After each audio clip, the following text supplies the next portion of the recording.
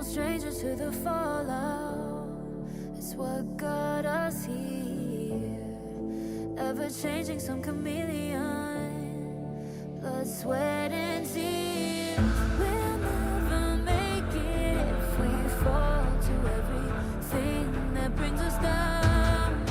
With a comeback is now. Blood, sweat, and tears. Fight for what we want. Doesn't matter the cost. Every day, put in work. Blood, sweat, and tears. Nothing comes overnight. Strength in numbers, start to line. We don't bow to fear. Blood, sweat, and tears.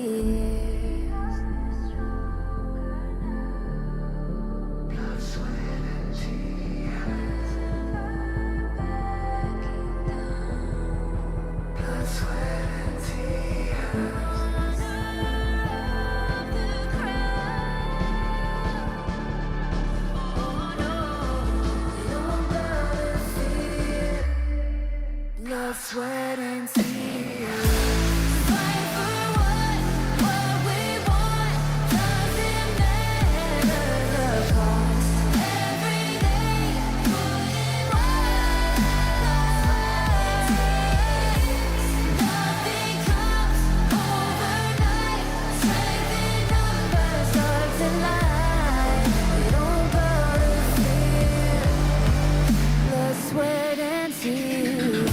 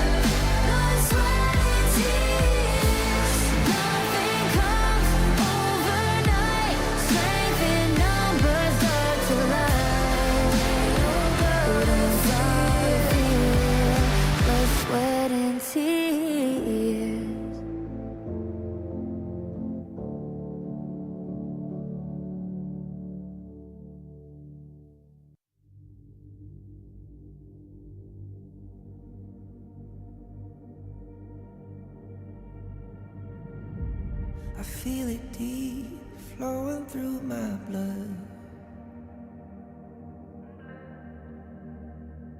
Rising up to become someone. And taking it all on my own. What a sweet victory. And taking all of my control. Awaken something deep in me. Like flames, feel it burning inside.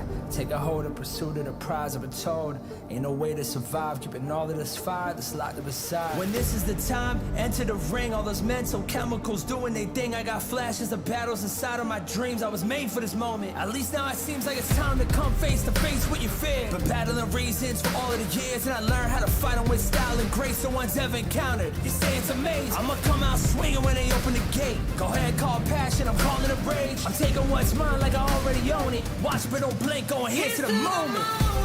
The sky rained down. Here's to the madness that's all around. Go on, tell them who you are, you are, you are. Go on, tell them who you are, you are, you are, you are. Here's to the moment. The sky rained down.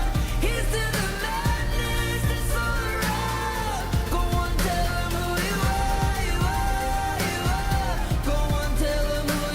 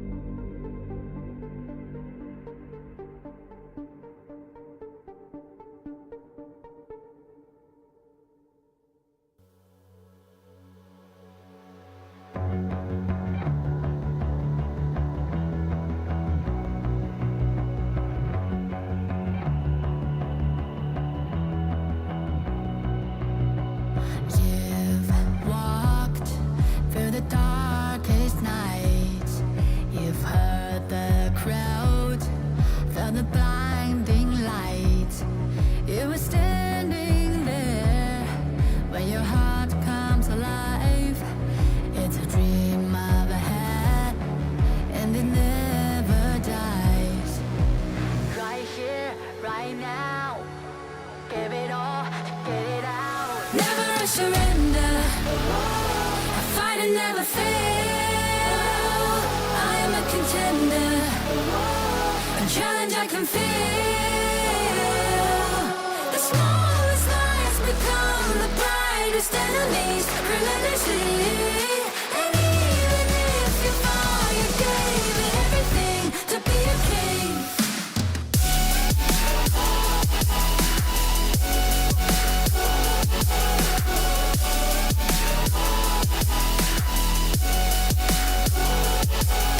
The smallest lies become the brightest enemies. Relentlessly. And even if you fall, you gave it everything to be a king. You carved your way with a sharp attack. You watched it all burn, and you never looked back. There will come a day when your fears will rise. You protect your crown, so it never dies. Never a surrender. I fight and never fail. I'm a contender. A challenge I can feel. The smallest lies become the brightest enemies. Relentlessly. And even if you fall, you gave it everything to be a king. On my way, on my way. Find my way, find my way. On my way, on my way. Dream my way, dream my way. Never a surrender. I fight and never fail. I'm a contender. And challenge I can feel. The smallest lies become the brightest enemies. Relentlessly. And even if you fall, you gave it everything to be a king.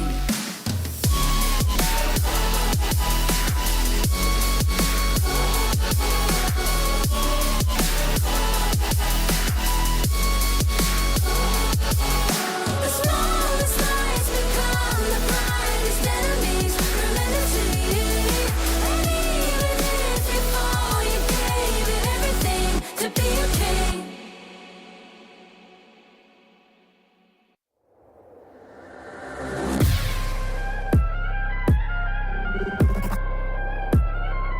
Turn it back.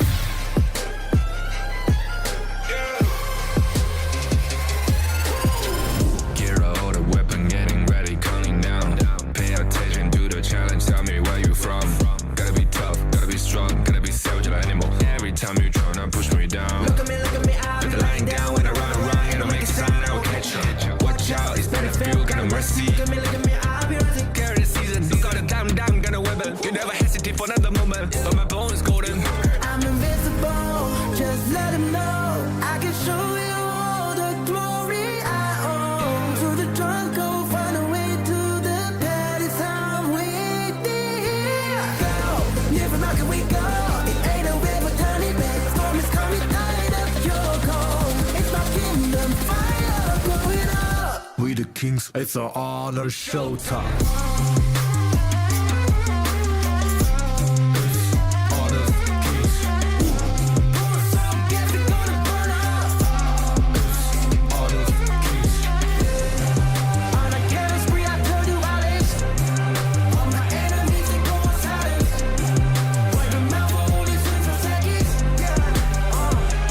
We got honor. You wanna get me juice, kind of the one who made the rules. You have like the juice, only one way, got night to I can lose. see it, I gotta shut down. We got no cry. We barely five as one, crashing pieces, you can cheat. First blood, double trouble, then I take a pen, I kill. All you do is sweat and look at me still victory. Say. I've triggered my soul For my down. pace. We the champions, screaming, I'm invincible. Just let him know. I can show you all the glory I own. To the drunk, go find a way to the pad. It's how we did. Go, live from how can we go? It ain't a river, tiny bit. Storm is coming, tied up your cold. It's my kingdom, fire blowing up. We the kings, it's our honor showtime.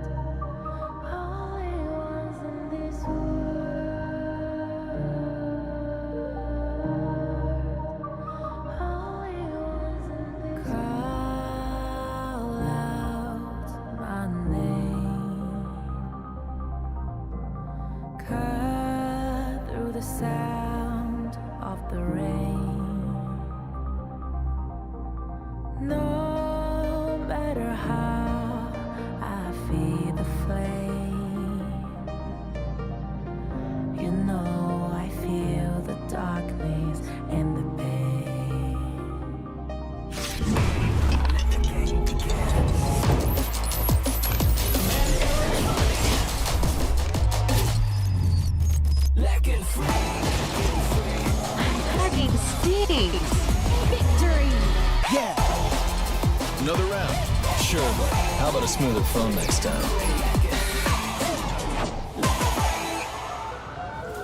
Realme 14, performance beyond limits. Rakan muda, coba cintamu nimu. Rakan muda, bersemangat wajah terus berusaha, kehansaman terus membara. Yakin boleh, rakan muda,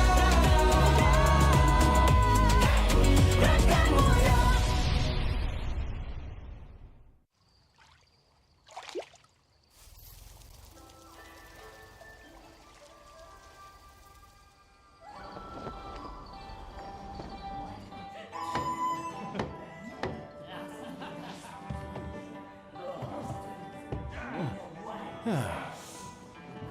Innkeeper, this is from the guest upstairs. Huh?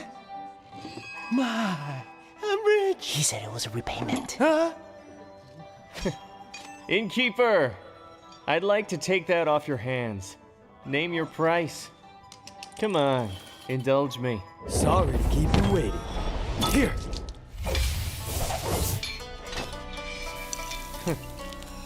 Interesting. Northern Brook. Where's the man? Let the 12 houses keep it safely. Let's spare the world another bloodbath. You'll have to ask my blade. Fine, I'll play your game.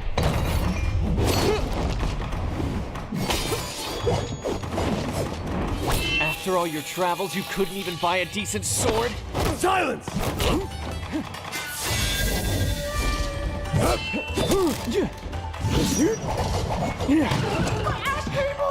You have skills, but I see plenty of openings.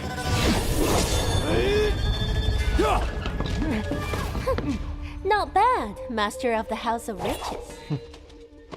Want it back? Let's get out of here!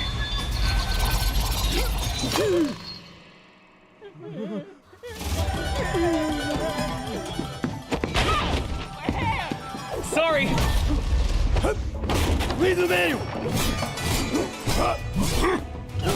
Come on, we're just playing around. Why so serious? This concerns the good of the martial world. You can't have the book! Allow me? You prestigious schools talk a big game, but you're all just making excuses for yourself.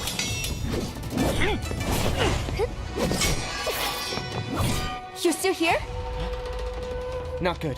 It's a fake! You're playing with us. Illusion magic! Run! If only I had an alternative, this would never have happened! Those tears of a broken heart, broken spirits restless in the dark.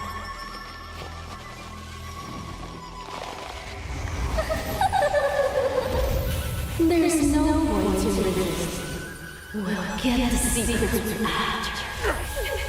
Magic! Despicable! That's why Megan keeps the martial manual for itself, for that treasure.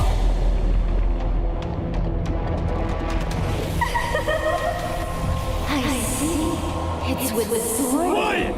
The manual is already back out in the world!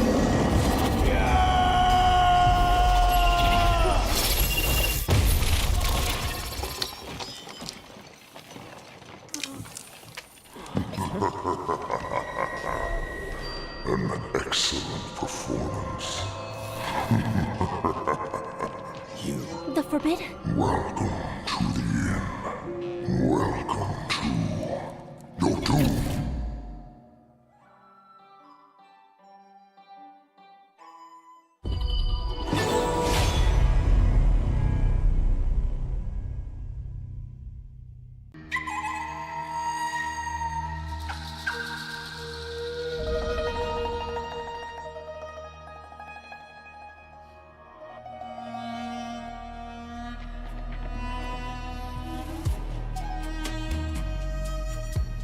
I come from wealth and pave my road with gold. The world is mine to discover. As a blade can be straight or curved, deeds are just or crooked. A single flute casting shadows and spirits, descending upon the martial world.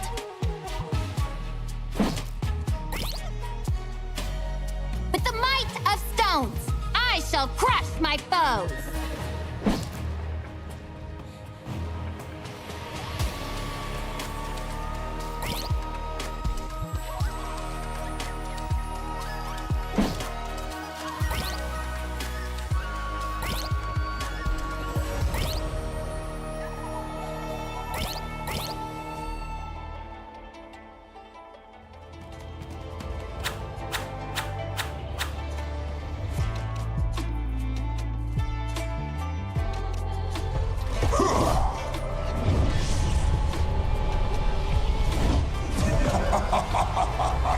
Darkness, the precursor to light.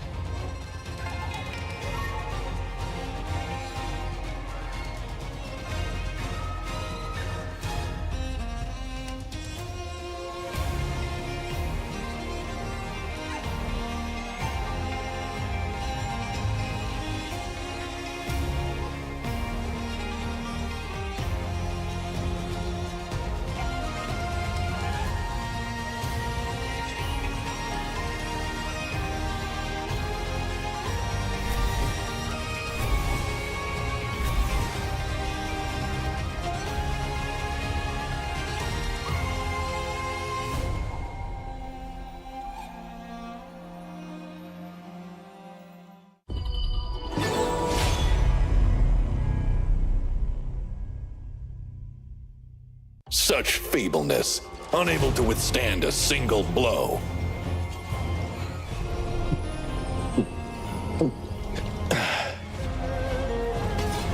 Hut. Hut. Hut. Beneath a frost-kissed mound, it's there that memories reside. Bitter, sweet smiles.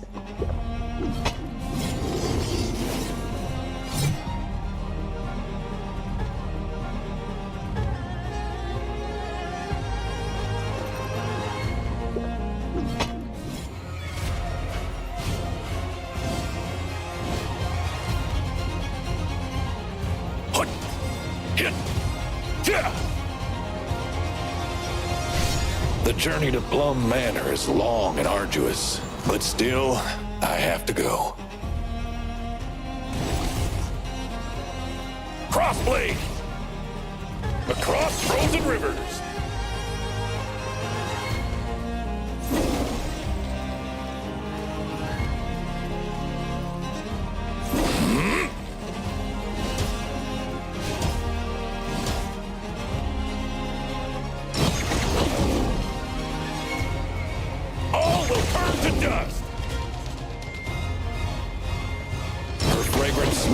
Have been burned to ash, and her grave stands desolate.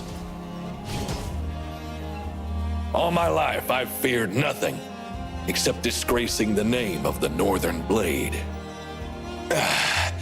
Nice drink. It's a pity that no one will drink with me again in the future. Where I was born, there were camels, wild geese, and crab apples, as well as great wastelands bathed in moonlight.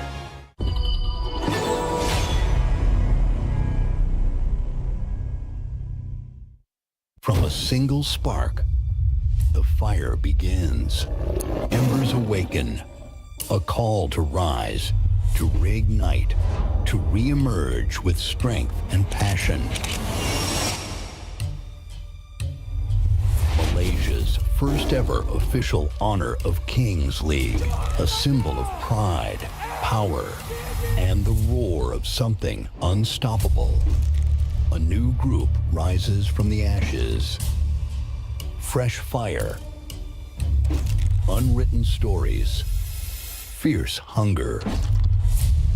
This league is their proving ground, and they're here to burn. Team Secret fight to claim what's theirs. Nova, champions who've tasted glory but want more. BSE, not just defending the crown, they're evolving, reigniting the passion. Witness the Embers Awakening.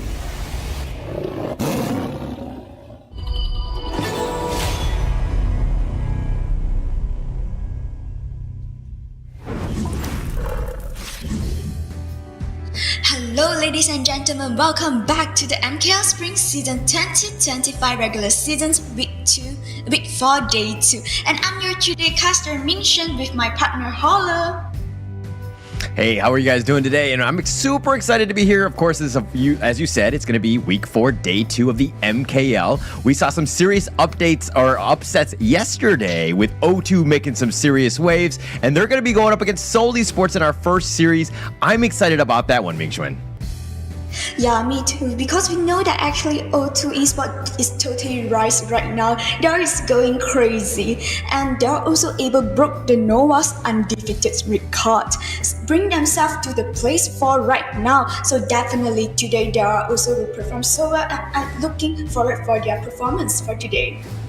Yeah, I mean, that's the biggest thing. I mean, they were able to upset Nova Esports. I think a lot of people, myself included, was very surprised by that output because they really just turned it up. Nova Esports, it seemed like they were a little off. Some of the strats that they used, especially with the draft of the Athena pick, was a little bit off. But again, they had a little bit of room to maneuver, seeing as that they're still the #1 place team. But they're going up against a completely different team in Seoul Esports. They've been 8th place. They haven't really found their footing. What are your thoughts on that team, Ming-Xuan?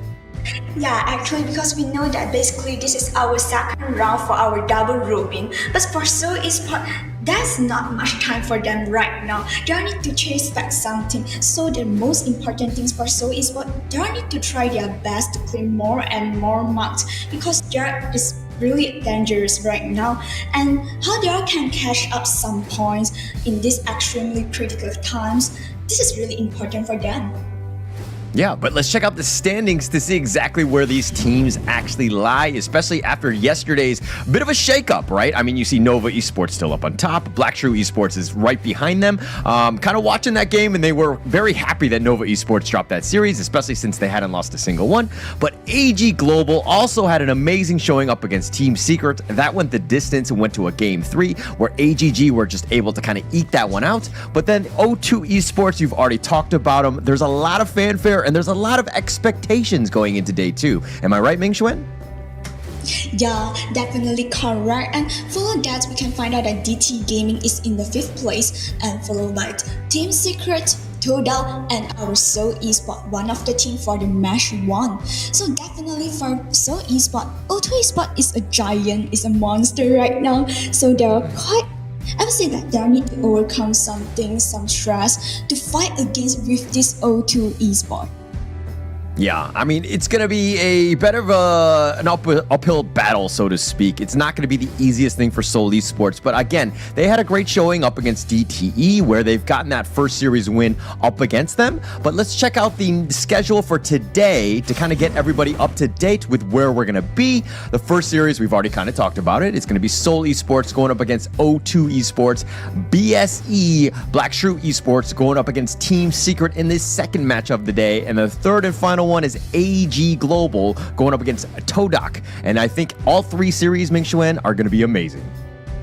Yeah, all these 3 series, they have their starting point, they have the attractive place that make me put a lot of excitement in it, because we know that BSE and TS also one of, I would say that both of them just have a lot of love and hurt between both of the team. And for the last one, AG Global and Toda, it definitely also put a lot of excitement in it, because we can find out in yesterday's interview, they just say that what is the team that you wanted to meet up during the KWC, and AG Global just say that Toda because my best friend and there. So the good friend versus good friend matchup is going to tune in our MKL for today.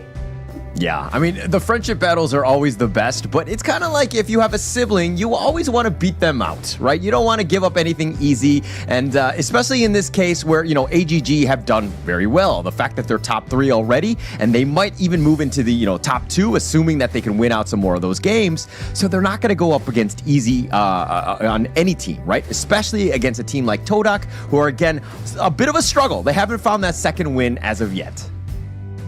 Yeah, for Toda and O2 Esports, they are definitely right now in a really dangerous positions. They also suffer a lot of things.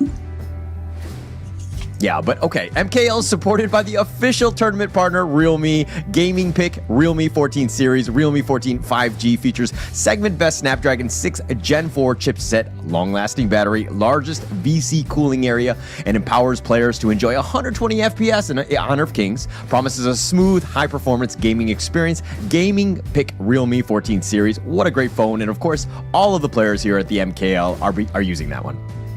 So you want to as strong as the pro players in our MKL, just go to grab this Realme 14 series. Yeah, and I mean, going into this one, like, look, all three of the teams, the series that we're going to see today will be playing on that phone, and of course, going in, the biggest expectations for this one is getting into the top 3, because that gets you into the KWC. That's the international tournament that everyone wants to be in, especially since there's a $3 million USD prize pool at stake at the KWC. What are your thoughts on that one, Ming Xuan? Actually, I know that most of the team, most of the player, they are just so dream of this kind of platform, dream of this kind of stage, because we know that when you enter the KWC, you have a lot of chance to fight against with a lot of experienced team and just learn a lot of things from different teams, different regions, the top player from different regions. So definitely, it is a great chance for them. Okay. All right, but let's take a look at O2 Esports versus Seoul Esports. This is, of course, going to be the lineup, the first match of the day. Let's go through Seoul Esports. It's going to be Jun Young, Frost, Ricky, JK, and Gui. And on the O2 side, we see K1, Care, White, X1, Kong Lin. Going into this one, I think the expectations are very high for O2 Esports, especially after what they did to Nova Esports. But, you know, Seoul Esports, I think that they want to kind of play a bit of a spoiler game in this one. Yeah, actually the really last time when both teams meet with each other is a 2-0 game and O2 get it, but they were able to mix the 2 games shutdown in around 10 minutes. So definitely it will be a great stress for Seoul Esports, but right now I think that for Seoul Esports, they just give a really good inspiration to the game, to the another teams, because you know that when the game haven't end, you do predict your future. So maybe for Seoul Esports, they also can do their best. Maybe they also can grab the same opportunity. Who knows? Yeah, and I mean, Seoul Esports at the end of the day, when you're losing, unfortunately, yes, it does kind of suck to be losing, but you're learning a lot, right? I think that they're going to be coming out with a way more experience.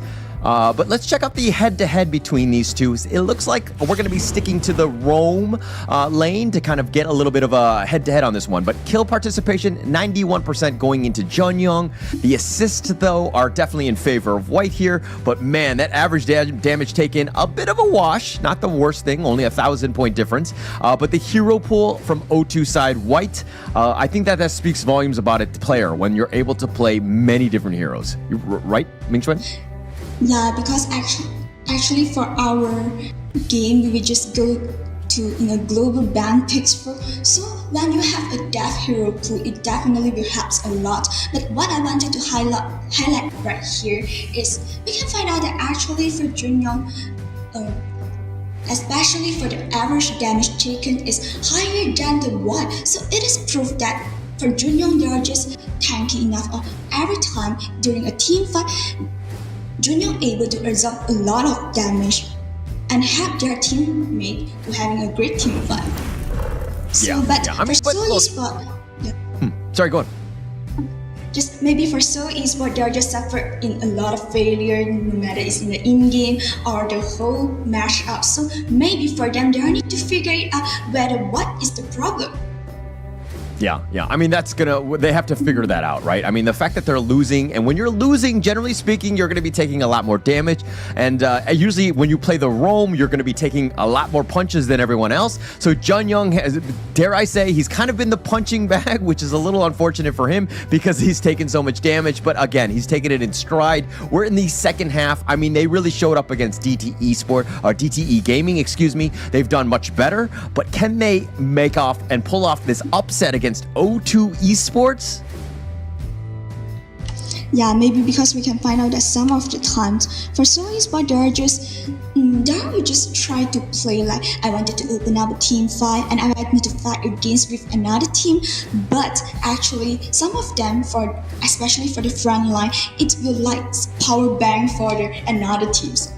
Another team will just adopt all of their HP from Seoul Esports. It makes that Seoul Esports is so difficult to open up a great team fight. Yeah, it might not be the easiest thing. I mean, Seoul Esports has been more responsive more than anything else, and they've been very reactive, which is kind of the detriment to the team. They haven't done as well because of that. All the teams seem to be being very aggressive. They've been taking the fight to Seoul Esports, but going into this one, of course, this is the first match of the day, Game 1. Let's go into the draft. O2 Esports starting with the Dharma Pei ban. I like the Pei ban. I think it's a very high-tempo paced hero, and it makes it very difficult for O2 Esports to potentially deal with. But what are your thoughts thus far? Yeah, actually, because we also can find out that Pei, this hero, is totally popular in our MKL. A lot of team there will just goes to Pei, and when they are just take out this Pei, let Pei into the game, definitely they will just play in a really aggressive early game and create a lot of stress during the early game. But we can find out that right now O2 Esports just goes to Long, another popular hero for our MKL. And for Seoul Esports, they are just having Zhang Fei and Mei Yan. Zhang Fei definitely Loong is actually the hot pick. Oh, definitely, especially in the MKL, right? I mean, if we're looking at Zhang Fei, it's the #1 most picked. It's been picked 31 times already. Loong has been the second most picked. It's been picked 30 times. Both have more than a 50% win rate, so they've done very well. And looks like you're kind of, picking those heroes by meta at this point because, again, everybody wants to win this first game here. Yeah, and I wanted to highlight this Luna from Kongling right now. So Esports just let this Kongling get the Luna, and definitely this Luna will just do a lot of things during the in-game, do a lot of harassment in the jungle. So Esports need to keep in mind for this, need to keep an eye. They just need to try to slow down the farming pace for this Luna. Yeah, it's not going to be easy, right? I think that O2 Esports, I mean, we've seen, I think all day yesterday where every single team was banning out the Luna, right? There's a lot of respect. There's a lot of good players in MKL that can pilot this hero to the maximum. So especially going into this one where O2 Esports are like, okay, I have an opportunity to pick it. I will definitely do this as game 1. But again, it sets the tempo. If he's able to get that farm, they're going to have a really good time by Konglin in this one. Yeah, and we can find out that actually for Seoul Esports, they just go to a quite classic duo, Lady Sun with Zhang Fei, but at the same time, they are just minimize the hero pool for the Clash laner, just take out the Sun Ce and Liu Bang. And for O2 Esports, just keep to do some stress on the jungler, take away the Prince Lanling and the Musashi. So definitely for Seoul Esports, maybe.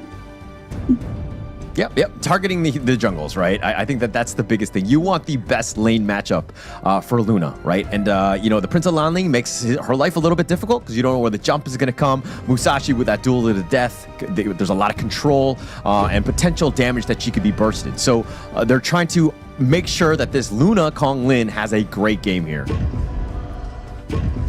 Yeah, and they're just inside the outground, have enough sustain, tanky enough, and have a huge damage. It's definitely a great pick. But O2 also responds by Lady Jens and Xiang Yu. This is a good one. So you do like the Xiang Yu? I am not really 100% sold on this hero. I feel like it's been a little underwhelming, at least in my eyes. Your thoughts?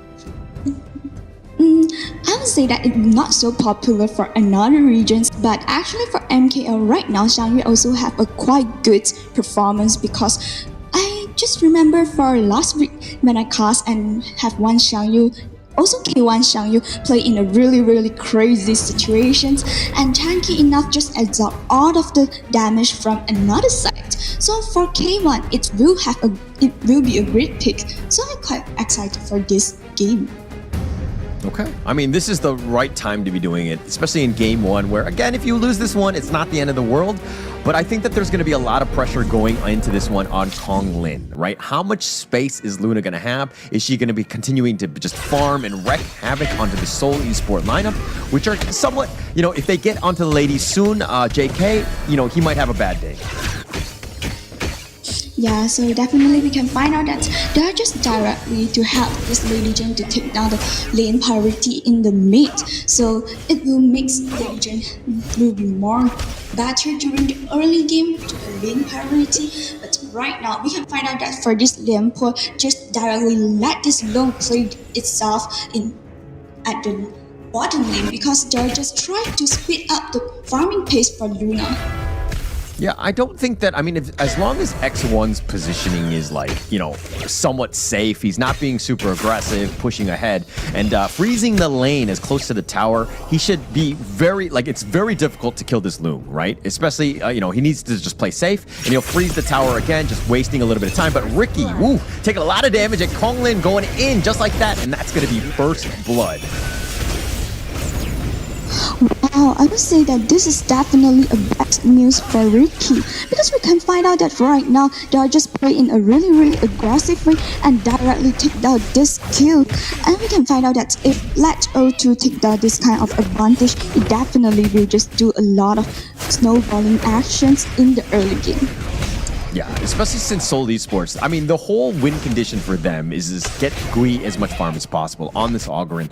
Let him just kind of rotate between the top and the mid lane to steal as much farm as possible. Funnel him as much of that net worth as you can, right? But O2 Esports, if Kong Lin is going to be aggressive and just kind of invading, then it's going to put a little bit more pressure for Gui to have to join those fights, and he doesn't want to do that. All he wants to do is farm at this stage. Yeah, and especially for the kills from Ricky just directly take by Kong Lin this Luna. So this Luna have a really good early game right now, and we can find out that they will just force out the ulti from Ricky. Definitely for Ricky, it is too tough for this early game. Yeah, and Kong Lin just doing such a good job of just ensuring that he's rotating in his own jungle, taking everything, all the farm away, and then going into one of the lanes to put a little bit of pressure on. Seoul Esport needs to respect that. But again, I think that if you're playing up against the Luna, Seoul Esports need to be kind of prioritizing that blue buff. Try to take it away, because without that blue buff, she's going to struggle. But JK with the flash, the tremor smash, they do have the knock up, and with that burst ram, White finds him under the top, the bottom T1, taking him down. And we can find out that after this team fight, it definitely is a great start for O2 Esports right now, especially they are able to take down this Lady Sun, this JK. We know that Lady Sun need to farm out, and when Lady Sun farm out, so Esports still have a really huge damage. But right now, O2 just keeps squeezing their farming surroundings, so definitely this is a really bad news for Seoul Esports. Yeah, really bad. And you saw how Gui actually had to rotate in the bottom lane. And look at Kong Lin being aggressive, invading Gui's jungle and taking things away. And now Seoul Esports on the defensive. Every single spike tail, every single jungle neutral is being contested. And O2 have done such a good job of just using this map control. And yes, the net worth is a bit of a tie, but you can feel the game kind of shifting in favor of O2 because they're making good moves across the map. Yeah, and we can find out that right now, O2 Esports just try to occupy the visions at this river. So definitely for Seoul Esports, it will be more difficult to come inside to take down this tyrant, especially right now is the 4 minutes mark. And O2 Esports can just directly open up this tyrant. Yeah, I mean, really, Seoul Esports, nothing that they can do. The Unending Sorrow was committed by Ricky. Again, just a little bit of pressure, just see what they do and how they respond. And seeing as that ult was on cooldown, Seoul Esports really not able to take any sort of fights. And now they have an even greater lead, and this net worth will swing a bit considering they picked up that 4-minute Tyrant. All in all, a good start for O2 Esports here. Yeah, actually, and here we after go. this 4-minute Terran, Yeah, after I mean, this look, 4-minute Terran, actually,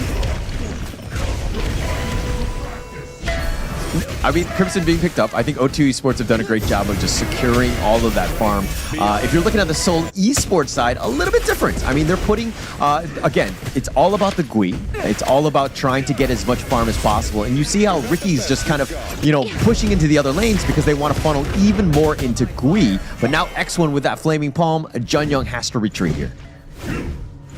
yeah, actually right now what I wanted to mention right now, we can find out that actually this Long have a really good farming surrounding, have a really good farming pace. So definitely didn't have anyone from Seoul Esports can make any stress on this Long. So if Long just the slam under the tower. Ricky taking so much damage. Care finds him and he goes in for this. And this is why Kong Ling, sorry to interrupt, but is so good. This is great one for O2 Esports because but we can find out that right now K1 is too dangerous and they have this chance to take down this kill. And it will be a it looks like they're gonna trade. Yeah, 2-2 trade. And I think that at the end of the day, Seoul Esports will be happy with that, right? It was looking kind of rough. JK had just been, they traded with X1 in that bottom lane. But at the end of the day, as long as GUI is alive, Seoul Esports' hopes in this game are still, again, very much alive. Yeah, because we know that if this Outground still have the ability to fight against with O2 Esports, maybe other things also will turn over the table for Seoul Esports. So actually right now we can find out K1 with the charge. He's got the ult. He's got the slam. K1 though, he goes down. Frost finds him out. Nice little tremor smash though. And it looks like Jun-Young will get back to safety. The infinite fastness. He's going to go aggressive. He tries to go over the wall, but with that stun from White, they end up finding JK. The Umbrella Outburst is going to be completely off the mark. And now X1 trying to run for his life. He does get to safety. And Jun-Young skirts White away. And through it all, O2 putting pressure on that mid T1 now. Oh, actually after this team fight, I will not put any favor on both of the team because we can find out that O2 Esports just lose 2 kills, but they are able to take down the middle turrets from Seoul Esports. But for Seoul Esports, we can find out that we can highlight that actually Frost do a really great job. But actually we can find out that for Seoul Esports, although Frost do a really great job, for O2 Esports they are still able to exchange something back. Yeah, I mean, the biggest thing at the end of the day is just try to trade as much as possible for Seoul Esports. Don't lose those towers. Try to keep them up as long as possible. Just kind of slow the game down. You have the win condition of the GUI Ogren. As long as you go late game and you're able to get him some farm, you're going to be fine. But you got to ensure that you give him time. He doesn't really have a whole lot of it as of now. Yeah, actually because we can find out that until this kind of situations, actually there still have some opportunity for Seoul Esports try to fight back something. So for O2 Esports, there's also need to be more concerned on it, or I would say that need to be more careful for your positions. We can find out that actually just now for the team fight, O2 Esports do a great job. They all wanted to find some opportunity. Unfortunately, they are also give the chance for Seoul Esports to fight back. Yeah, and actually they've done a good job. I mean, a very commendable job. The net worth lead isn't so insurmountable that they can't overcome this. O2 Esports have been aggressive, but again, sometimes they've taken a little bit too much risk. I don't like the fact that X1 was killed. He's looking to trade. I think that now is really not the time. You want to put pressure in. You got to stay alive though, and I think him dying and trading with JK that one time in the bottom lane was a little unfortunate. He needs to be a little bit more careful, but let's go back into this game, right? After that quick little pause, it looks like everything is in order now. Yeah, actually just continue what you mentioned just now. For X1 right now, the main mission for this Long is farm up quickly. And definitely when it's fully farmed up, it will just press more and more things on Seoul Esports. And it will be more, I would say that for Seoul Esports, it will really scare for the Flaming Palms when this Long is fully decked out. So for this Long, there still need to be more careful for the position. He's taking a lot of damage. He's being chased. Oh, and Frost finds him. He gets a little serious, and that's going to be the first kill. That's a huge win thus far with the pullback. And now Kong Lin looking to turn this around. He does have the damage, and he ends up killing JK in return. So it's a 1-for-1. Now White is on the run. He's being chased. K1 has been picked off. Frost is doing some work on him. He's got a lot of that control. Gui chasing after Kong Lin. Doesn't want to let him go. He's taking some tower shots, but he gets on out. He does have that mobility. not a good one for O2 Esports right now, because we can find out that for O2 Esports in this in-game, they are just pick a lot when they are any team fight. So it's definitely is I would say that it's too risky for them and also not worth. Yeah, it's a little risky at this point. I mean, look, it's 6-6, and the net worth is almost a bit of a wash. O2 Esports, yes, they're putting pressure on, but they haven't really been able to convert too much. I mean, they'll be happy with this bottom T1, but they've been the aggressor. They've been trying to take the map over, but, you know, Seoul Esports have done a good job of playing a defensive game. Yeah, actually for Seoul Esports, I think that it is good, and definitely it also do a lot of things in this in-game. So I would say that actually for Seoul Esports right now, what they need to do is try some alternative farm out. It is too dangerous for Frost right now. He gets serious. He flashes away, but he's not going to get away from Konglin. Just too much. Oh, the dance at the top, the tango, and Konglin coming out on top. I would say that O2 Esports just seek a really good opportunity for these kills. Konglin going in again. JK, no chance. The Unbridled Outburst completely whipping Konglin at half. The Stampede on top of this one, but the Tremor Smash in return. And with that Burst Ram, he's been slowed down, and Jun Young gets picked off with that Flaming Palm to help in. And now Gui and Ricky on the run. Not much they can do. All they can do is watch with 3 members down. O2 are now starting to capitalize. Great team fight from O2 Esports. We can find out that it will be a 0-3 trade, and definitely for O2, they were able to just go inside, take down your center, take down your president, take down this Lady Sun, and makes that Seoul Esports didn't have any damage output. Yeah, I have the Gui, I have the Frost, but it is quite risky when I go in for this kind of situations. So definitely it is a great one from O2. Yeah, huge win. I mean, this is why the Luna is just so scary, right? The fact that she can just jump on top of you and there's really no chance, you know? I mean, JK is struggling right now. He's 0-5-3. Hasn't been able to get that space and that time to just really farm. And he's been playing somewhat, you know, defensively, sticking with the squad, which is not where you want to be. Now, K1 looking to fight this 1 versus 2. He's going to use the Hegemon Slash just to zone. Yeah, actually, because we can check out that actually for this Xiangyu in this in-game, although it is also able to absorb some damage, actually it also not as tanky as last time game. So definitely for this Xiangyu also need to be more careful, because we can find out just when they'll go in, and right now Seoul Esports, although we can find out that Seoul Esports is not in a really great situations, but they still have some damage. So for K1 they need to really go to figure it out. Is this is a good team fight, good moment to let me to open up, set up the whole team fight. Yeah, and look, Seoul Esports just trying to find the right time to go. Now it's all hands on deck on the defense. The Conductor of Souls used early, the Blood Rage, but Ricky's already been picked off. No way he survives. Nice 3-man stun. The Hegemon Slash right on top of this, and Jun Young tries to stampede back to safety, but he's going to be picked off, and it is a team wipe. O2 Esports will take game 1 in a flash. This is definitely, I would say that this is a great one from O2 Esports. Directly just wipe up the whole 5 members from Seoul Esports and take down the whole game. Yeah, I mean, it's just as simple as that. You win 1 team fight, and then it's pretty much over, right? No real chance for Seoul Esports to kind of bounce back. I mean, they were doing a commendable job. They were almost 50-50 towards the game, and then all of a sudden, O2, just like Konglin on this Luna, just turned it up, and it was game over.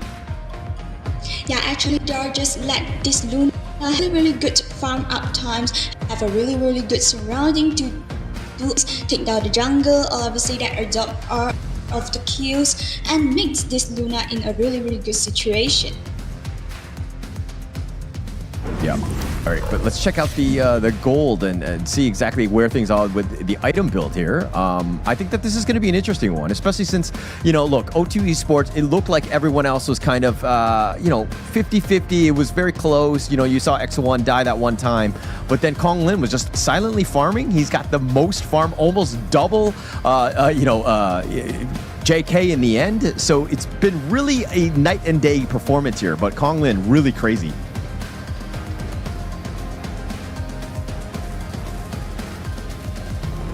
Yeah, but going also into this one, Seoul Esports, I mean, look, JK tried to do his best. The fact that he was 0-6-3 really couldn't get anything going. I mean, he was just completely outclassed in this one. Let's be honest. I don't want to sugarcoat it. Lady Soon really struggling, didn't have the greatest of times against X1. Didn't give him a lot of space. And Seoul Esports, again, this is where the things are, especially in the early game, the laning phase, to really be looked into.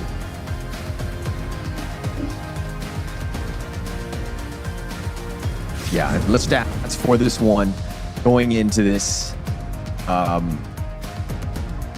just waiting on this. And let's see the post-game stats. I think it's going to be all stats, all O2, right? I think that Seoul Esports really couldn't find their footing. And when X1 has 8,000 damage, Konglin was almost 70 himself, almost completely Seoul Esports on this one. It was a bit of a struggle.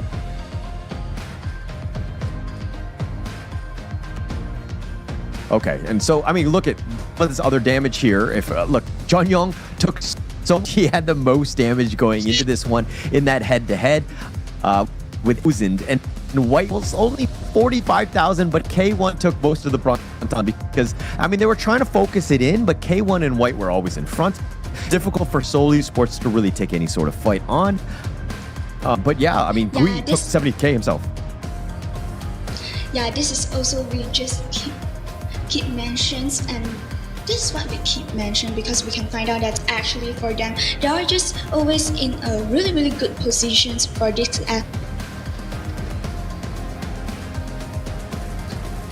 Yep. All right. And it looks like, I mean, look at the gold here by Konglin. The fact that he had 11K. I mean, the next highest from Seoul Esports was 7.7, right? So completely outclassed. This was the Konglin show. And I think that, hey, if you're going up against O2 Esports, you got to be super careful, especially in the draft. You cannot be giving the Luna up to O2 Esports. It's just way too much. But checking the gold graph, again, just O2 Esports, look, they were very close up until that 7 minutes and 38-second mark. And then you just see Konglin completely just scale up. And the fact that, I mean, he just took over the game, really no chance for Seoul Esports to get, because again, very squishy. The fact that she's mobile and she's on top of you, really no answers for that. Seoul Esports really struggled just trying to just slow him down. They weren't able to do it. Gui was not able to kind of outclass him in terms of that farm lane, in that jungle, and keep it on pace with the farming. So again, this is where Seoul Esports need to do a better job of protecting their own jungle, let Gui get going, and at the same time kind of limit what Konglin is bringing to the table, which is not the easiest things to do, especially since if you don't have a draft that kind of looks to kind of hone in on the Luna, you're going to have a tough time. But the MVP of us, this one, I think it's going to be very easily done. I mean, this has got to be Konglin. It's 506 with this 23% damage here.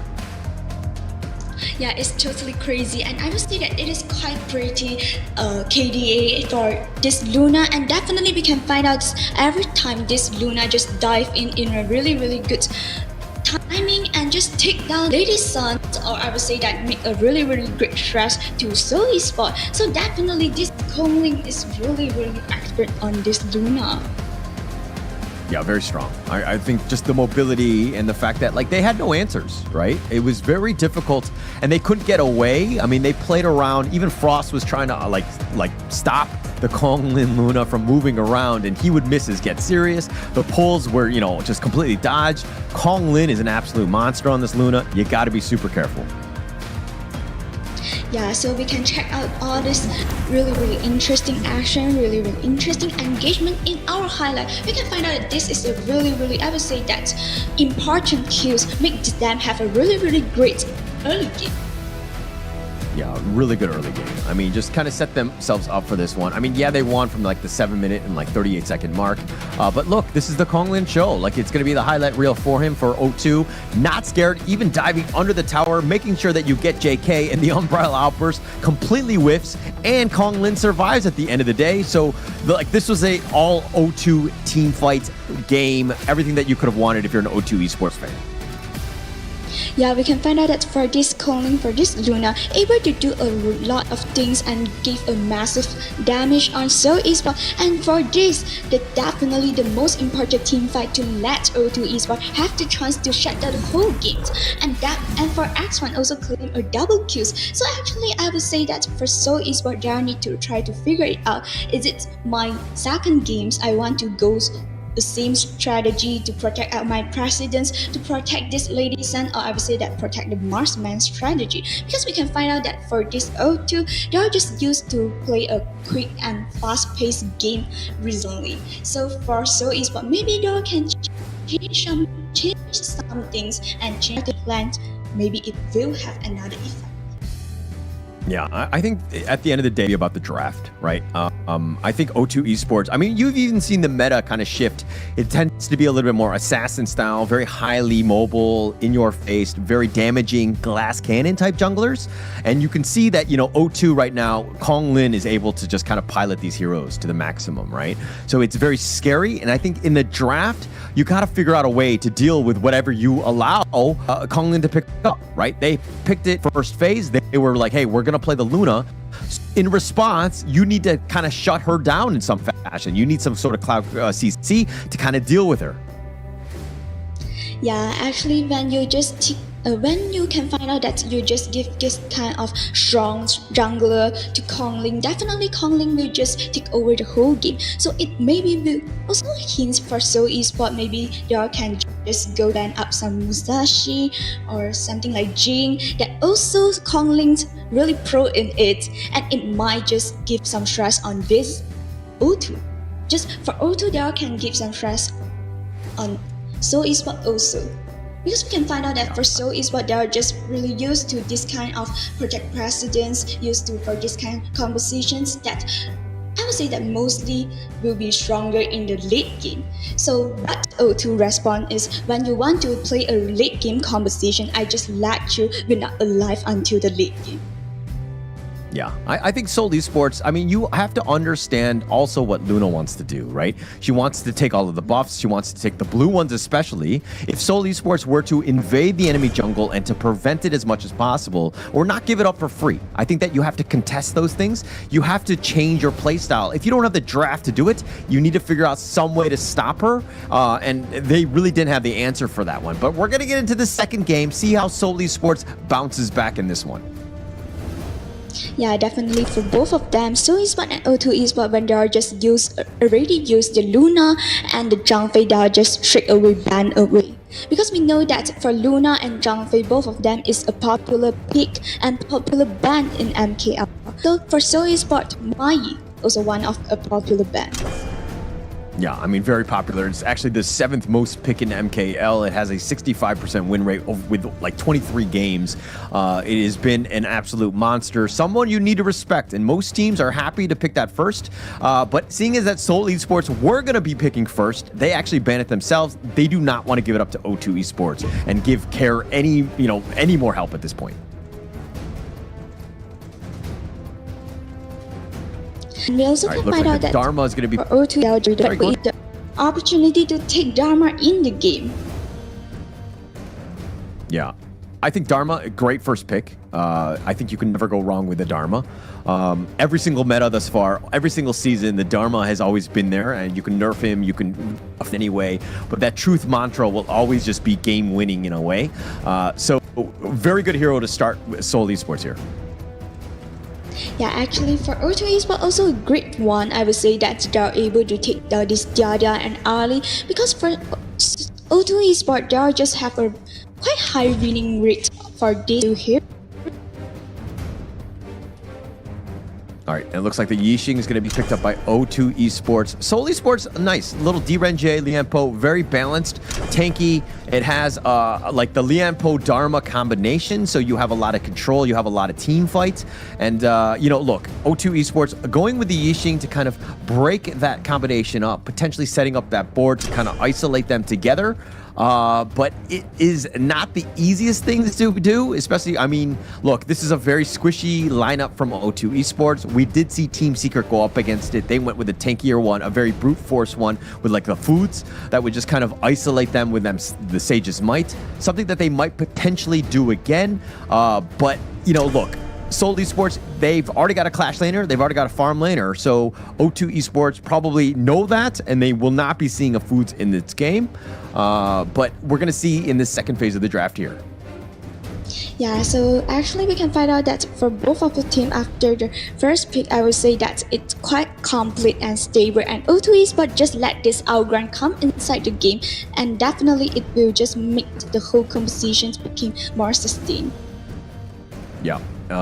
Look, the Ogren is going to be great for O2 Esports. You need somebody who's a tanky frontliner. He does everything, and he does a lot of damage, right? And especially since it kind of pairs very well with the Yixing, also looked at as a bit of a counter for the Ogren when he wants to kind of path of passing over that terrain. You have that taking liberties to kind of throw him where you want him. But again, just protecting the squishy, cream-filled filling guys of the O2 Esports lineup, a really good pickup there. Oh, we can find out that Seoul Esports just let Agudo and Shi come inside our game, but at the same time, O2 Esports also respond with Guan Yu. Guan Yu can just directly we can find out that just make some stress on D-Ranger, but at the same time, it also need to be careful on this Shi, because Shi can just directly pull away this Guan Yu. So it also a great stress for Guan Yu.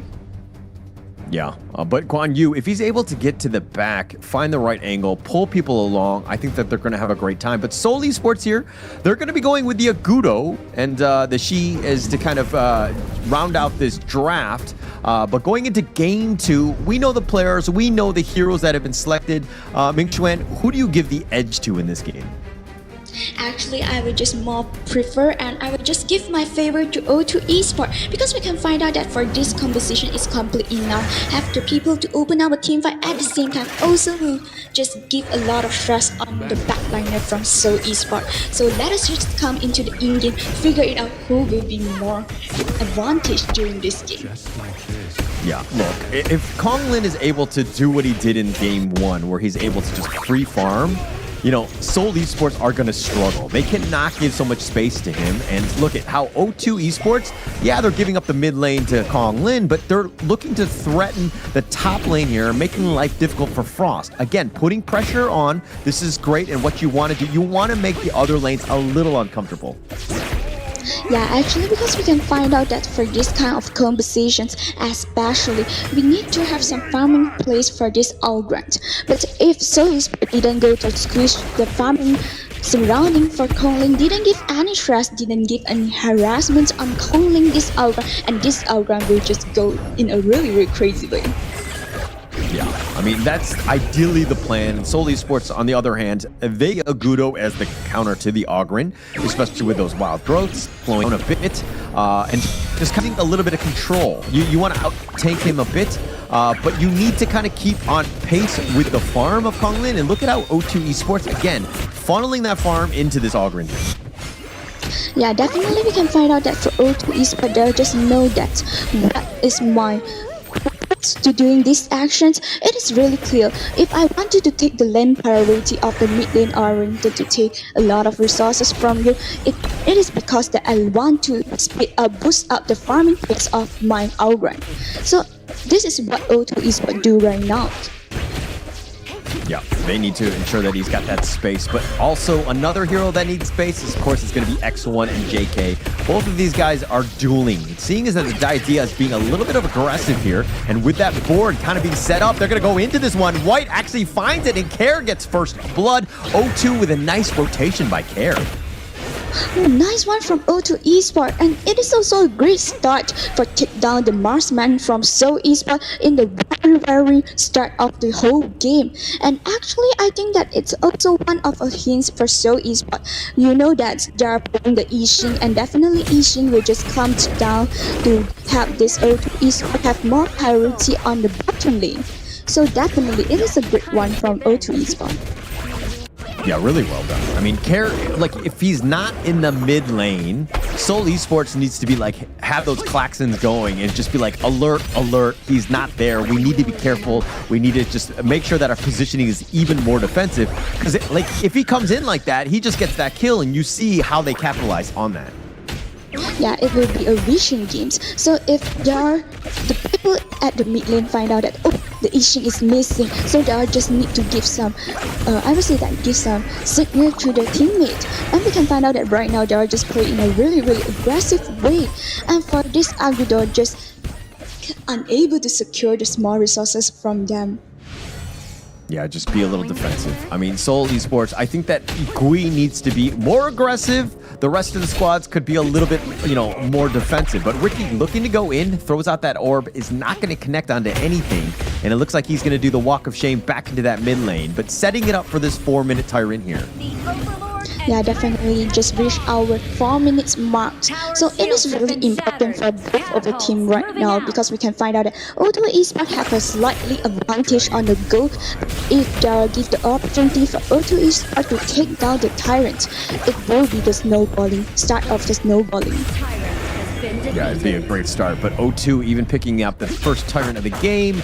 I mean, it's not the end of the world, but it's definitely in favor of O2 at this point. Konglin using that smite for good measure. And now Seoul Esports need to figure out a way to deal with this. They have the board. Ricky flashes out of the wall, or the board, excuse me. He does stay alive, but now Jun Young looking to turn this around. He's going to go for the Tremor Smash, but he's going to be off the mark. And for shame, and White going in, 1 versus 3, going aggressive. And through it all, I think Seoul Esports are going to limp away.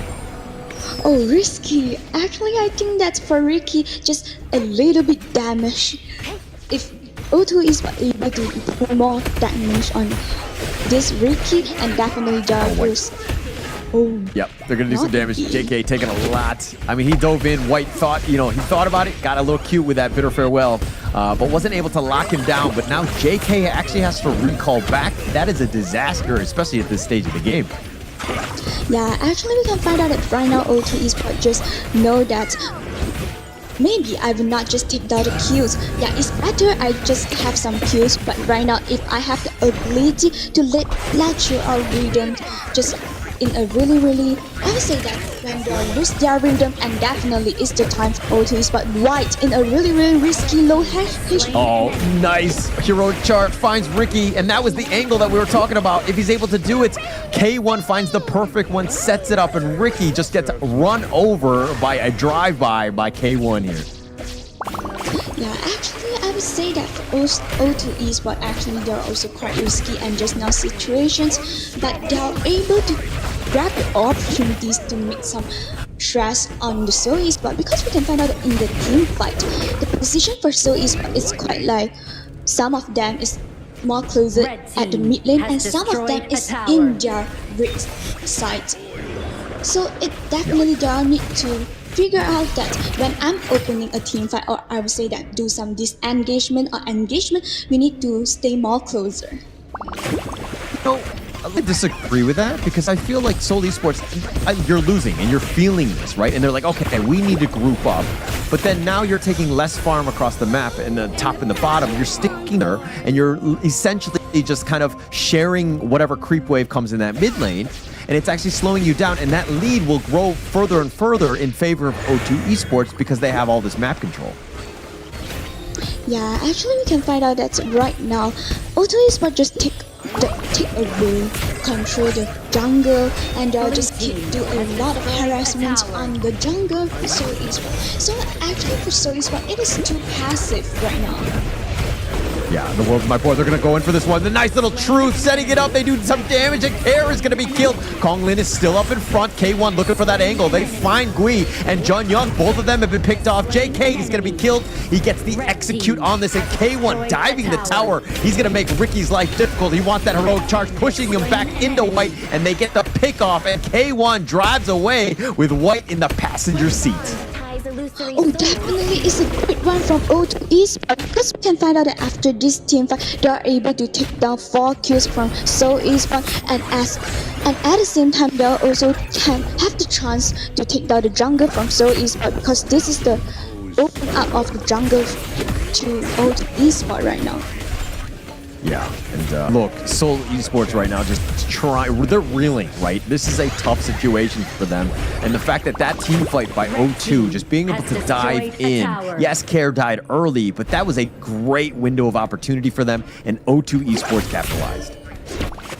Yeah, so actually right now for Seoul Esports, they still need to try to find some opportunity, but definitely they're unable to farm out right now because we can find out that O2 Esports just take away the whole pace, take down the whole things, and just I would say that keep controlling all the things, and this K1 also make a lot of stress on Seoul Esports right now. So definitely for Seoul Esports, they need to be careful when they need to consider the position of this Guanri, and they will just really Oh, there goes Purple. He goes for the right in. Frost finds Care. He goes right for the initial target, and Frost with a double kill, starting it off. That was a perfect one, but they're so low. K1 under the tower, doesn't care. Tried to go for the heroic charge onto JK, but not enough. And 3 members down from O2, and Esports find the right team fight. Well, I would say that this is a great chance, great engagement from Seoul Esports, and definitely after this team fight, yeah, I know that maybe they still didn't have a great chance, great opportunity to take out this tyrant, but still can have a try. But we can find out that right here, O2 Esports didn't give any opportunity for Seoul Esports. Take out the tyrant and do some macro. So definitely for Seoul Esports, I would say that they will just seek for this kind of opportunity. They'll dream for it. So they need to do right now is we can find out. Conductor of Souls, he's going to look to go for this one, and John Young just trying to turn him around onto White, throws him back, but Kong Lin so aggressive. This raid boss so difficult to deal with at this 9-minute mark. It's been not the easiest thing for Seoul Esports to try to find ways to get back in this game, because again, you have so many heroes that are just being really oppressive and in your face. Yeah, and at the same time, we also can find out that actually right now O2 Esports just have a great lead in the in-game. So for Seoul Esports, maybe they can try to still be the tyrant. Definitely O2 Esports will not give this chance to them. Konglin, he's going in for this one. He goes right for JK, but Ricky's going to be picked off the Tremor Smash. White is going to be killed in return. Konglin looking to fight this one. John Young is down. Konglin finding him out, and 4 members down. We has to recall, and off of triple kill off of Konglin, this game has been 2. Oh, only one way alive right now is definitely a great chance for O2 Esports. But I would say that one of the good news for Seoul Esports right now, Seoul Esports able to, I would say that Seoul Esports able to take down O2 Esports 2 members, so maybe they can just slow down the pace from O2 Esports. Yeah, it's going to be down maximum in terms of level 15. He's 5-0-3, 9K to his name. He's got everything. He's basically money bags at this point. And Seoul Esports, look, yeah, I mean, your Gui had to keep pace. He's 3K behind Kong Lin. Their Gudo has struggled. They have not been able to kind of create the team fights that they want, and they've been pushed back. O2 Esports in the driver's seat looking to close this game out. Yeah, it is a great gap between both of the jungler, and definitely this is also why Seoul Esports is so struggle on it, because we can find out that right now they need to withstand on a lot of damage from O2 Esports, but there is not tanky enough. Yeah, the world is my board. They trapped in JK. He's going to look to go down, and Kong Lin finds him. He is not scared. He's going to use the Blood Rage, taking up everything, but now Kong Lin is going to be killed in return, and X1 takes down that top T3. They go for this one, and White gets the pick off, and 4 members down, and Jun Young just trying to survive and not able to do it, and it's a team ace. O2 Esports will take game 2 in the series. Definitely a good performance from O2 Esports. We can find out that for both of the game, O2 Esports just performed like a dominator, take over the whole things. I control the common resources, I control your jungle, I control the whole things, and at last, I control the crystal from Jill. And definitely, I will say that I will highlight this Konglin performance. No matter is the game 1 or game 2, make a great stress on Seoul Esports. Great one. Yeah, a really great one. I mean, just being able to close out the game, understanding how to do so as well. Konglin was very aggressive, went into past the T3, was tanking up 4 people as well as tower shots. He thought he was going to be fine, but through it all, I think it was all he needed to do was just kind of tank it so that the rest of the team can just kind of clean up behind him. And again, this was an all O2 game. What a great game, and to close out that series like that. Yeah, actually, I would say that O2 just proved that, yeah, I have a great improvement. After I just taking down the Noah, the top 1 of our standing, I have more confidence to fight against for the rest of the game. Definitely is a good one, and we can find out that actually on the item it have a huge gap for both of the team because of the huge gap on the goal. Yeah, I mean, look, like Ricky was really struggled, right? The She 4,000 wasn't able to get any sort of farm.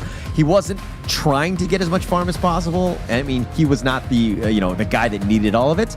He's more of like the utility mage. But when you're literally beat your own roam, Jun Young with 4,900, you had a bad game, right?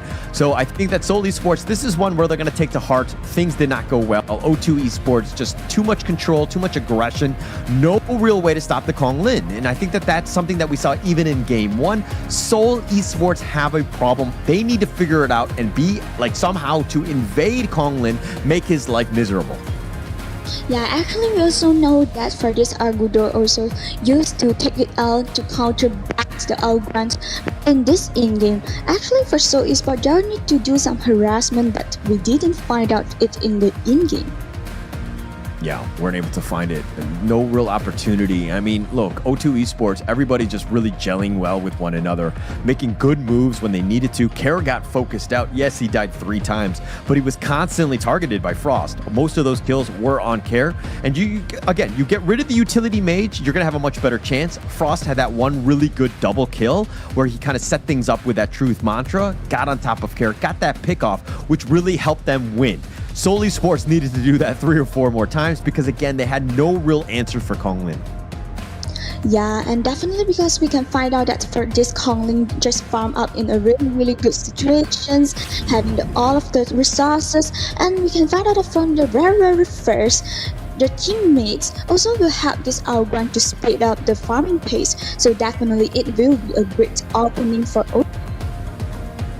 Yeah, no real chance. I mean, Seoul Esports, look, Gui and JK with 65,000 damage, 75,000 damage themselves. They did quite a bit. I mean, keeping on pace with Kong Lin and X1, but it was more about the objectives and how O2 Esports was moving across the map. Every single time the team fights were about to happen, K1 is in like the perfect spot to just kind of push the Ricky away or to kind of, to bully him a little bit and push JK into the heart of the enemy team. And that makes it very easy for O2 Esports when you have Kong Lin with all that damage, as well as X1 cleaning up. Yeah, definitely. And actually we know that for Shi also have ability to stop down the Guan Yu, but definitely in this game we can find out that this Guan Yu just play very well, play so well, from in a really good situations and able to seize a lot of opportunities to open a team fight. So definitely they didn't give the chance for Ricky to do something. Yeah, but let's check out the gold graph and see exactly the story of this one, the tail of the tape, if you will.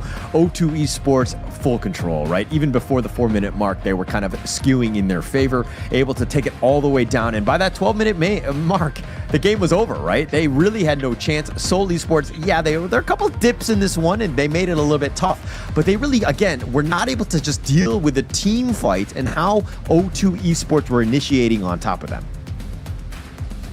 Yeah, actually, I think that for O2 Esports, they just have a really great ability on stack up the momentum during the in-game. So for O2 Esports, definitely, no matter it's for the game 1 or game 2, it just become like a one-side game. They'll just take over the whole things. So it's definitely, I would say that one of a point for O2 Esports that I'm not the previous O2 Esports already.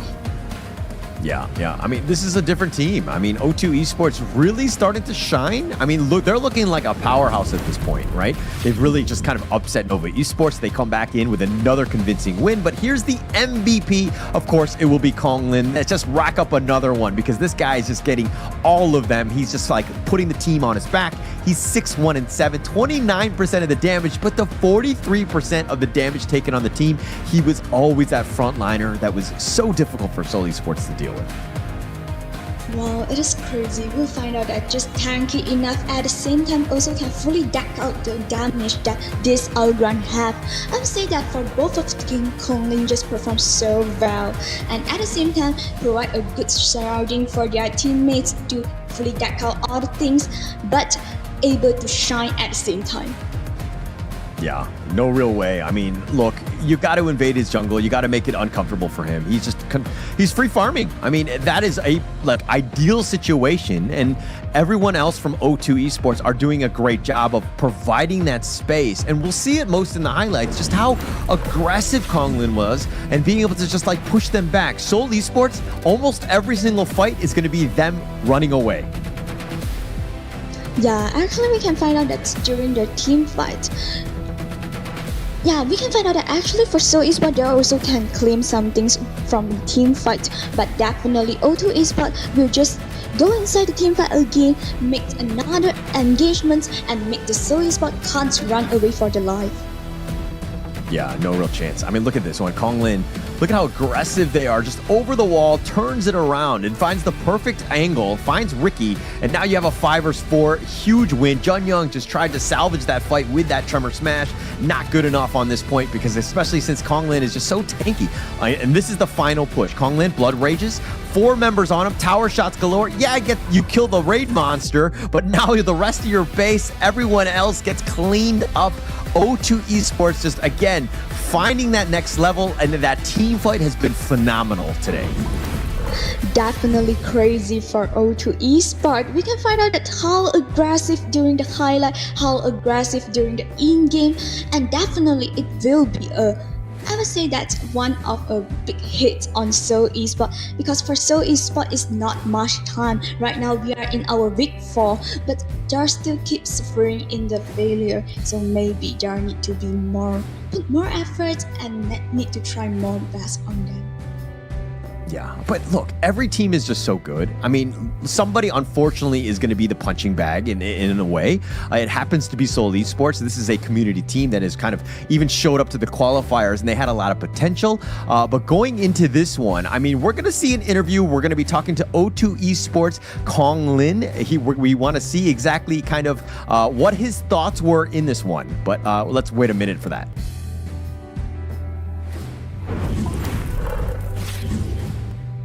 Congratulations, Konglin. Awesome performance today. Just what was your thought process in this game? It seemed like you guys were in full control from the beginning. 你这一局的游戏的思路是什么？看起来你们从头开始都有控制了整场游戏。哦。就是你们这一局的思路是什么？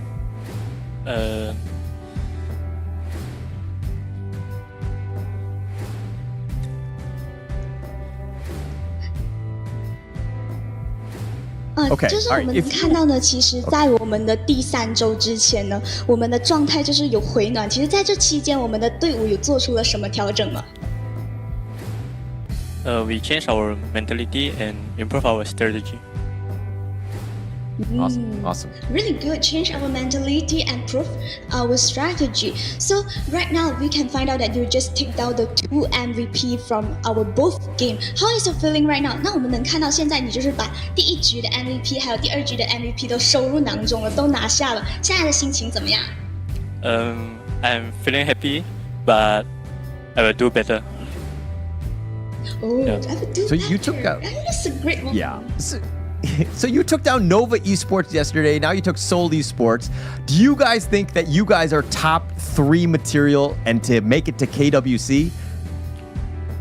Yeah, of course. 那你就是现在我们 okay, yeah. Have a great confidence. Good one, good one. All right, last question. Do you have any sort of, things that you want to say to your fans back home, the team? Any sort of shout outs that you want? Thank you to our fans and also my teammates too. Yeah, thank you. All right. Thank you so much, Konglin. Congratulations on your win. We expect to see you guys in the top 3, like you said. But well played, O2 Esports, Konglin. Thank you so much for your time. Yeah, actually throughout the whole interview, we can find out that Dara just say that because maybe for O2 Esports, Dara didn't have a great start for the whole tournament, but Dara just changed their mentality and just go work on their strategy so Dara can't take down the rest of the game. I would say that it is a good one because we can find out that Konglin just say that we still can do better, and really thank you to the fans, the supporting from all of the fans. Yeah, I love that humble attitude, right? I mean, the fact that even when you're able to kind of stomp out the other team, you're still finding holes in your game, trying to improve and getting yourself better. I think it's a true trait of a winner, right? And I think O2 Esports, what we've seen thus far has been impressive. This is a team on the rise, and I expect them to make waves through the second half and even into the playoffs as this team is really starting to get better every single day. Yeah, definitely. I also think that it have the ability, have the great potential to being the top 3 of our tournament. We still need to put a lot of excitement. At the same time, we also can put some exciting stuff on our match too. Will be BSE versus TS. Yeah, and that one's going to be coming up. It's going to be super exciting to see. But of course, let's take a little bit of a break before we go into it. We have Black Shrew Esports going up against Team Secret. That will be the second match of the day. Let's see where they stand. But right now, let's take a little bit of a break now.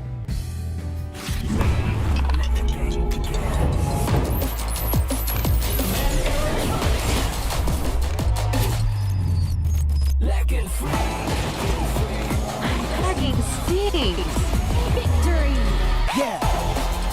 Another round? Sure, but how about a smoother phone next time? Realme 14. Performance beyond limits.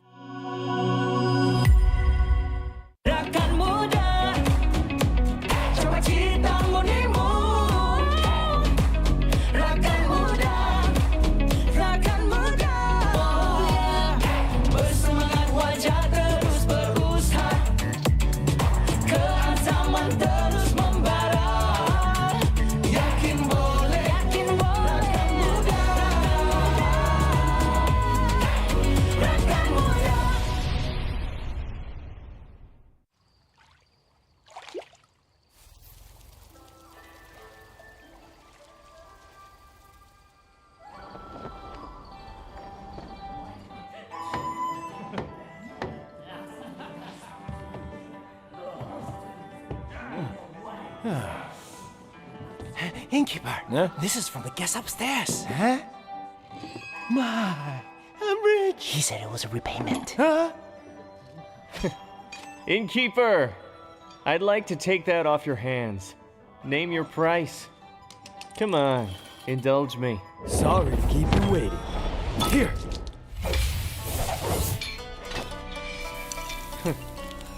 Interesting. Northern Brook. Where's the man? Let the 12 houses keep it safely. Let's spare the world another bloodbath. You'll have to ask my blade. Fine, I'll play your game.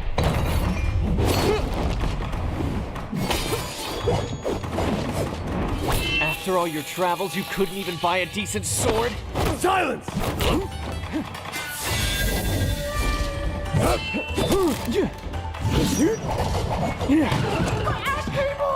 You have skills, but I see plenty of openings.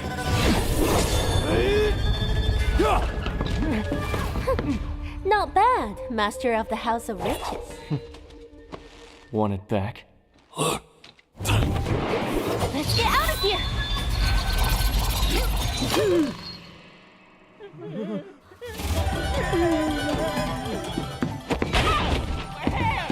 Sorry! Read the manual! Come on! We're just playing around!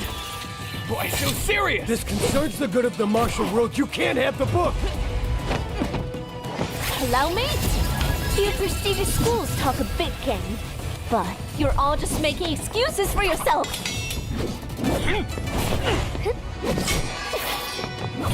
You're still here? Not good. It's a fake! You're playing with us. Illusion magic! Run! If only I had an opening, this would never have happened! Those tears of a broken heart. Broken spirits restless in the dark.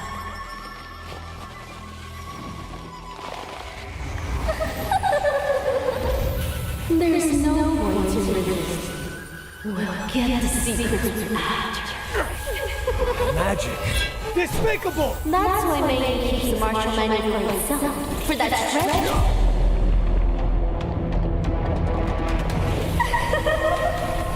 I see. It's with the sword. Quiet! The manual is already back out in the world! Yeah!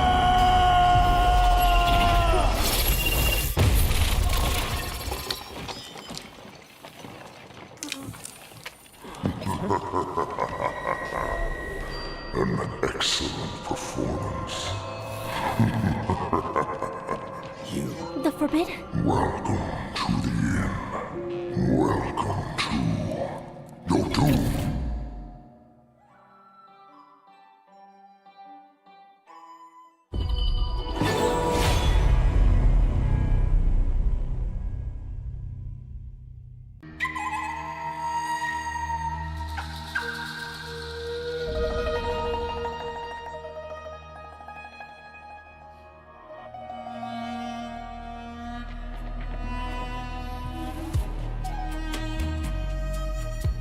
I come from wealth and pave my road with gold. The world is mine to discover. As a blade can be straight or curved, deeds are just or crooked. A single flute casting shadows and spirits, descending upon the martial world.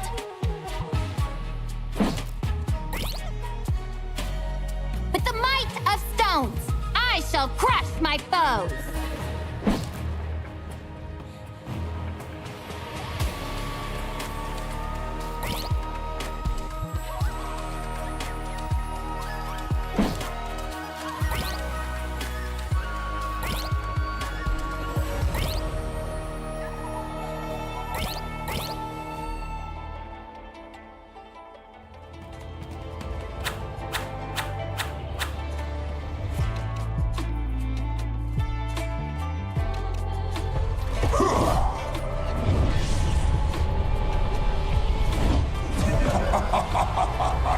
Darkness, the precursor to light.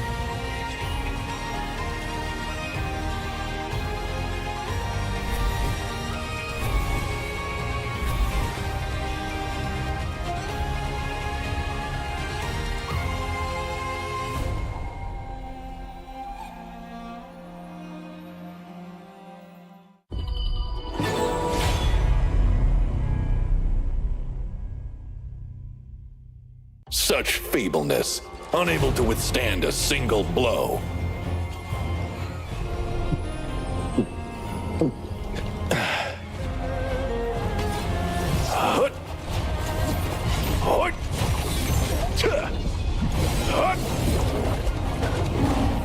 Beneath a frost-kissed mound, it's there that memories reside.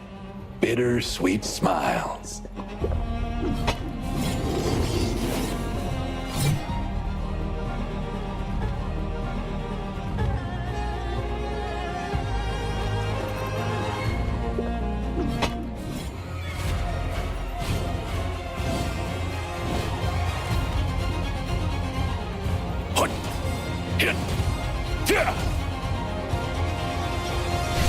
The journey to Plum Manor is long and arduous, but still, I have to go.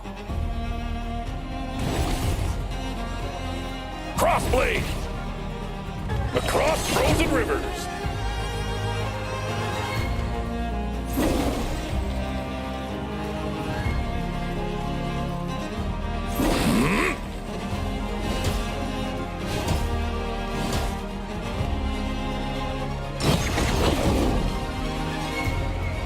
All will turn to dust. Her fragrant sleeves have been burned to ash, and her grave stands desolate. All my life, I've feared nothing except disgracing the name of the Northern Blade. Nice drink. It's a pity that no one will drink with me again in the future. Where I was born, there were camels, wild geese, and crab apples, as well as great wastelands bathed in moonlight.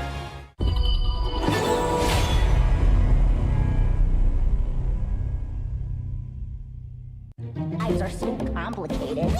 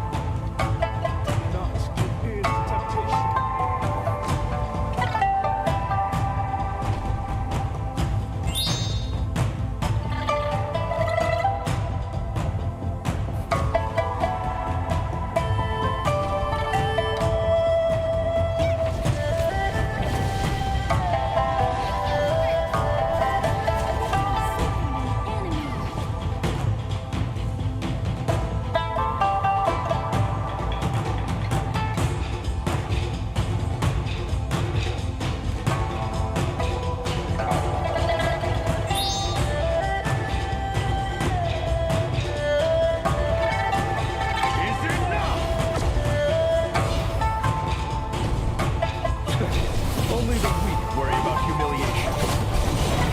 Enemy has been slain.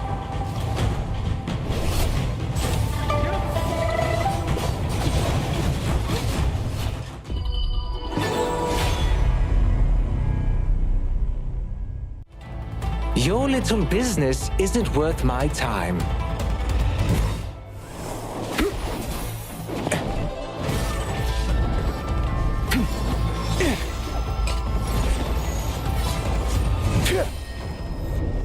I smirk at people's greedy nature, for the fleeting fortune shall be their dark future.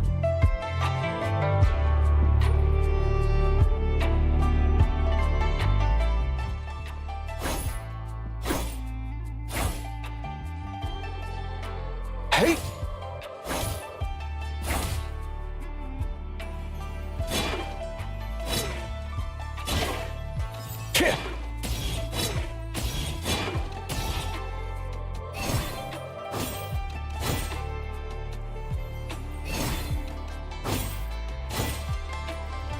Fistfuls of gold! Light as willow blossoms!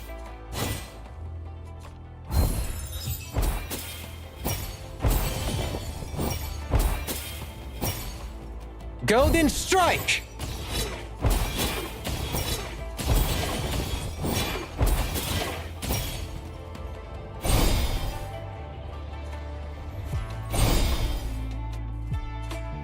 Dressed with dignity, moving with grace.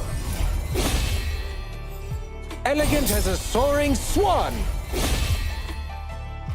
The human heart is unpredictable. Even the righteous can be untrustworthy.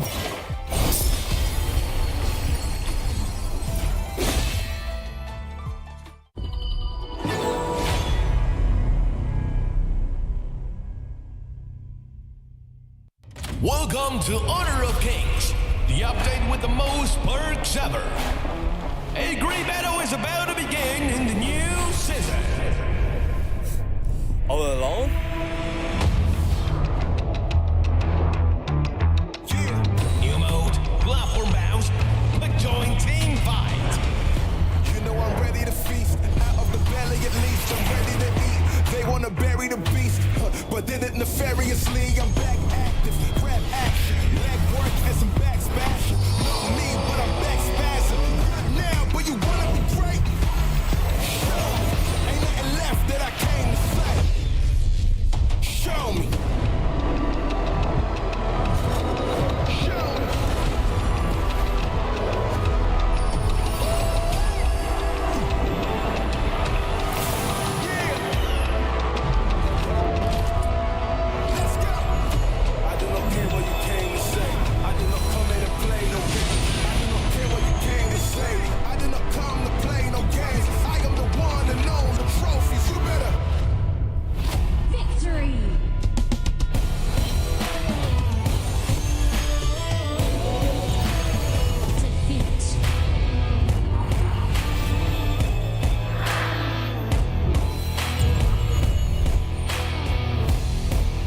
High-five day. No one loses. All about another round. High-five day. Tons of team perks.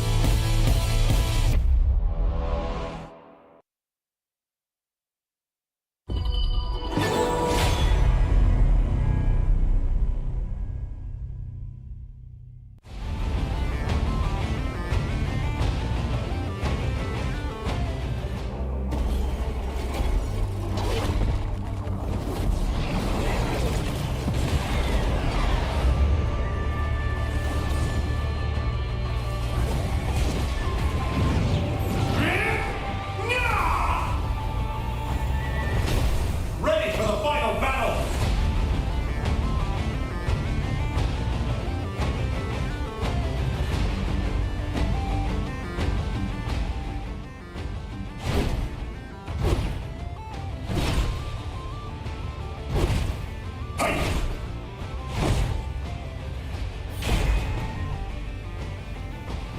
Crimson Ambitions!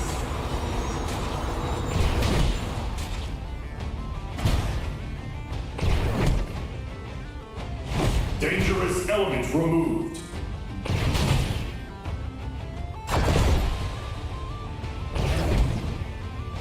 Supercore enabled! Always at the front line!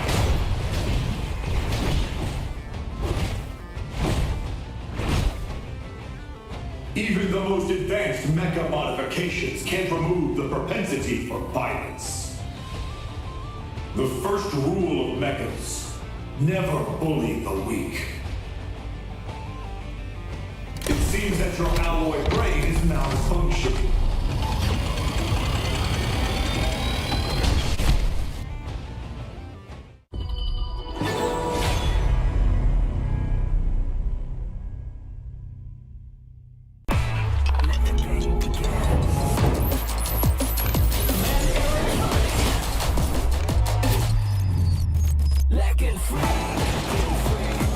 Packing steam. Victory. Yeah! Another round? Sure, but how about a smoother phone next time? Realme 14. Performance beyond limits. Rakan muda, coba cintamu nimu. Rakan muda, oh yeah. Bersemangat wajah terus berusaha, keazaman terus membara. Yakin boleh, rakan muda, rakan muda.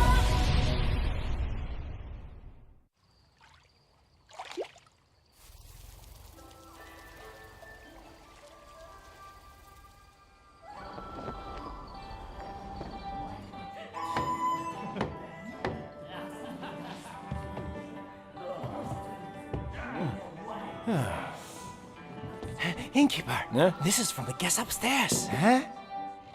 My, I'm rich. He said it was a repayment. Huh?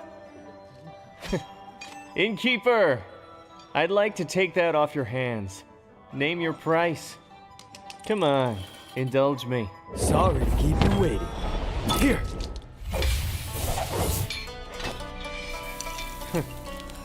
Interesting. Northern Brook.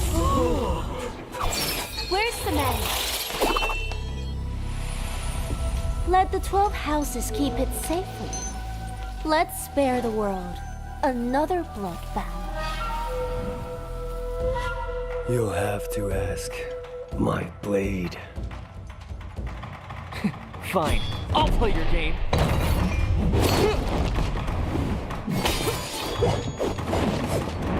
After all your travels, you couldn't even buy a decent sword? Silence!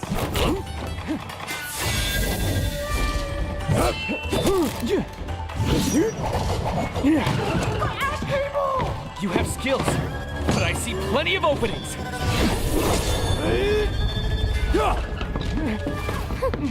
Not bad, Master of the House of Riches. Want it back? Let's get out of here!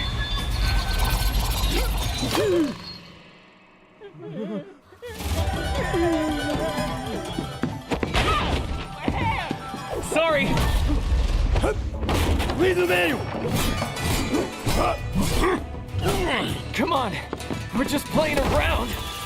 Why so serious? This concerns the good of the martial world. You can't have the book! Hello, mate? You prestigious schools talk a big game, but you're all just making excuses for yourself.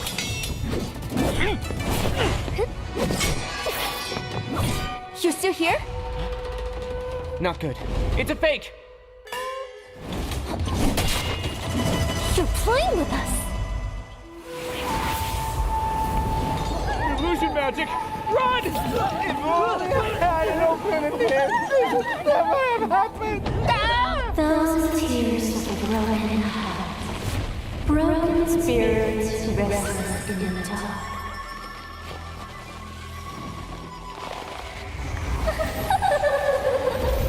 There's no one to resist. We'll get the secrets after. Magic! Despicable! That's why Megan keeps the martial manual for himself. For that treasure.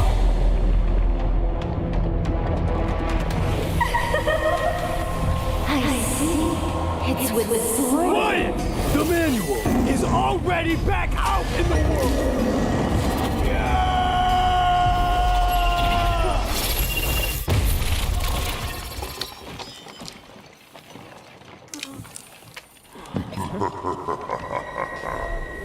An excellent performance.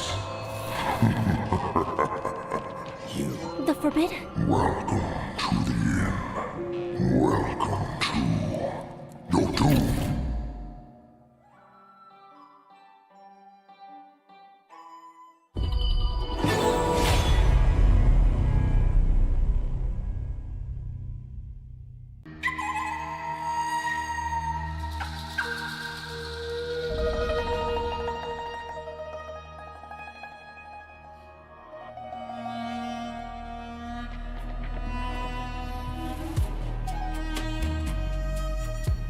I come from wealth and pave my road with gold. The world is mine to discover. As a blade can be straight or curved, deeds are just or crooked. A single flute casting shadows and spirits, descending upon the martial world.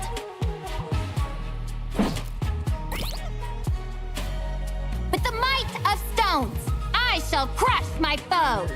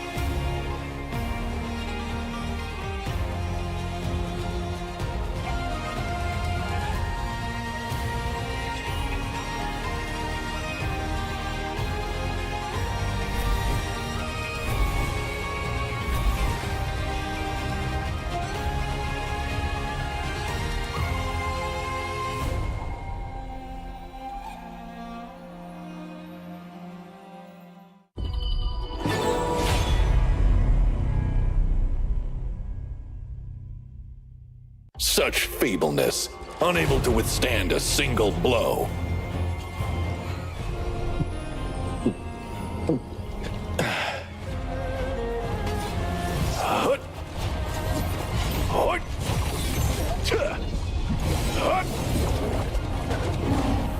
Beneath a frost-kissed mound, it's there that memories reside. Bitter, sweet smiles.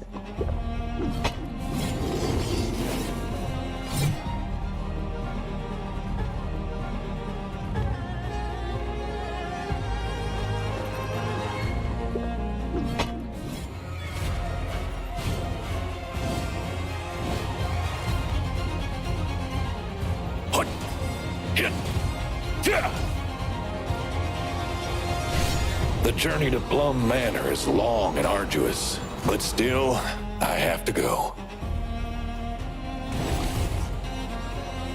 Crossblade! Across frozen rivers!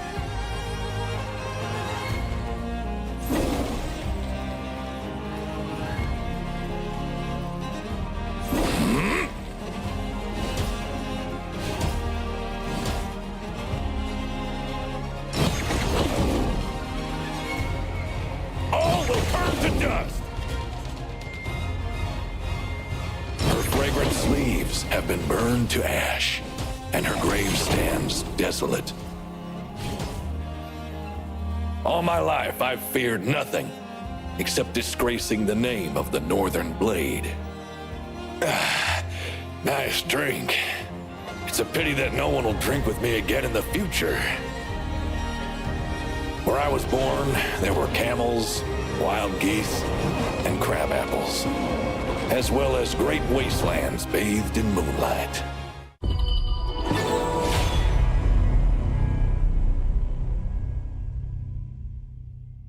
Lives are so complicated.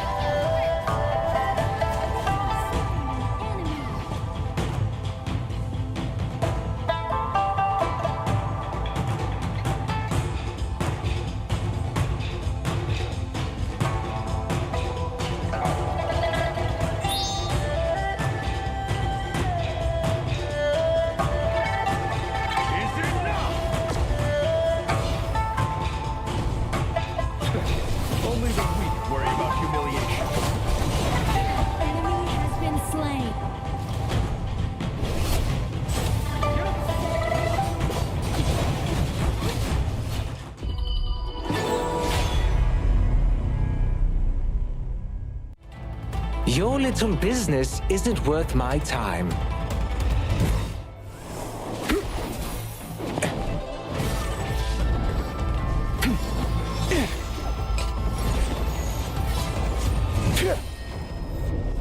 I smirk at people's greedy nature, for the fleeting fortune shall be their dark future.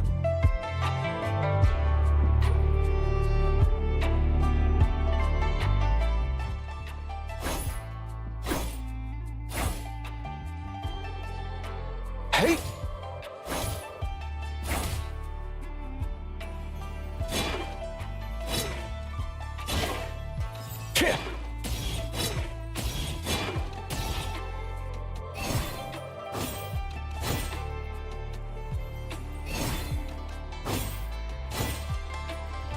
Fistfuls of gold!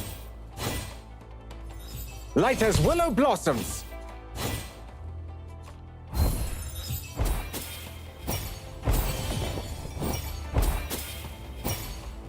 Golden strike!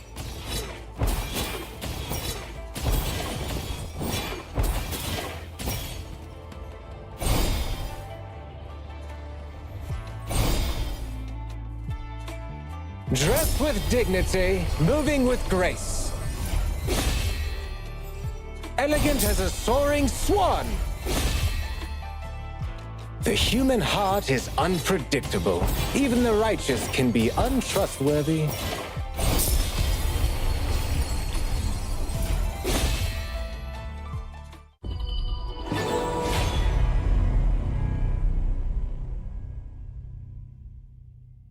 Welcome to Honor of Kings, the update with the most perks ever. A great battle is about to begin in the new season. All alone?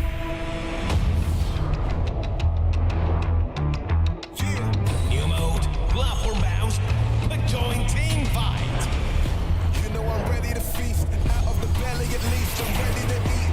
They wanna bury the beast, but did it nefariously. I'm back active, grab action, leg work and some back spasm. Not me, but I'm back spazzing. Good now, but you wanna be great. Show me, ain't nothing left that I came to say. Show me.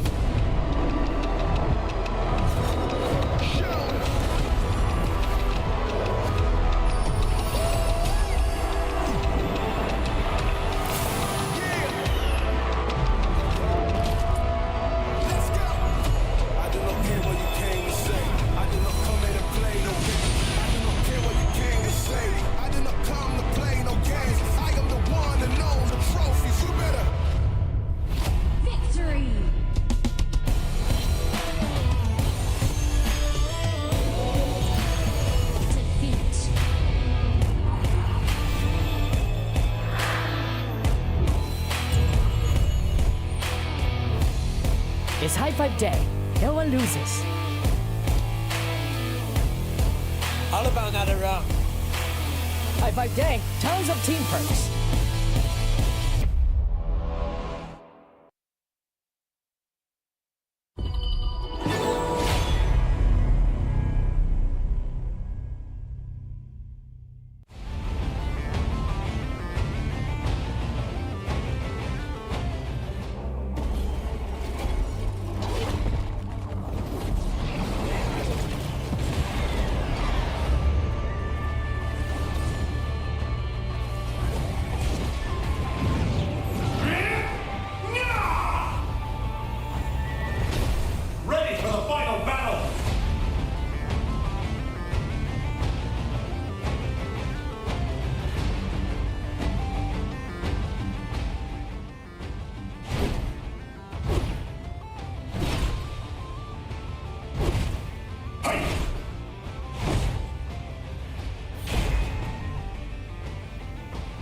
Crimson ambitions!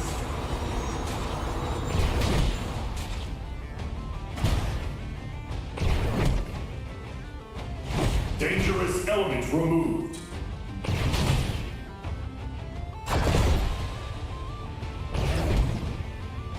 Supercore enabled! Always at the front line!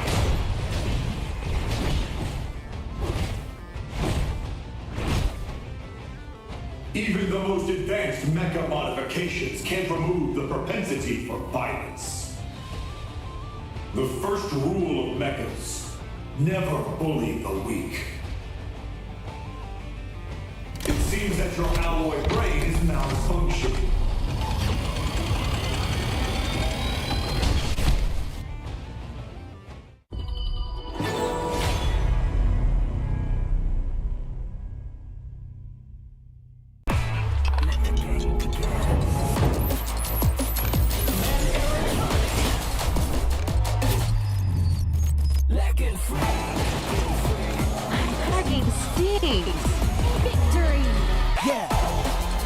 Another round? Sure, but how about a smoother phone next time? Realme 14, performance beyond limits. Rakan muda, coba cintamu nimu. Rakan muda, oh yeah. Bersemangat wajah terus berusaha, keasaman terus membara. Yakin boleh, rakan muda.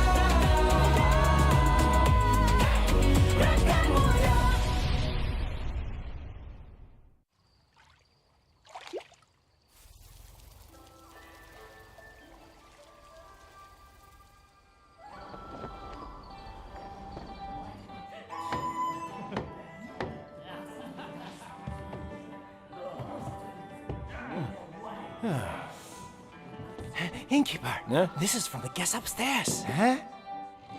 My, I'm rich. He said it was a repayment. Huh? Innkeeper, I'd like to take that off your hands. Name your price. Come on, indulge me. Sorry to keep you waiting. Here.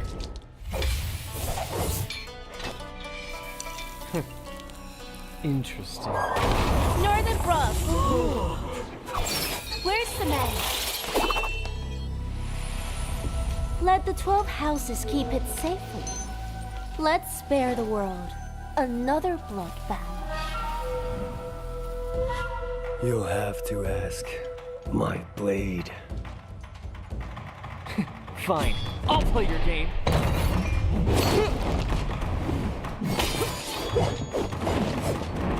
After all your travels, you couldn't even buy a decent sword? Silence!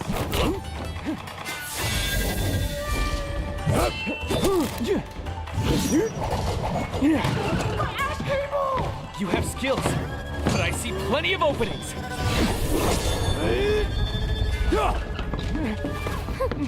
Not bad, Master of the House of Riches. Want it back? Let's get out of here!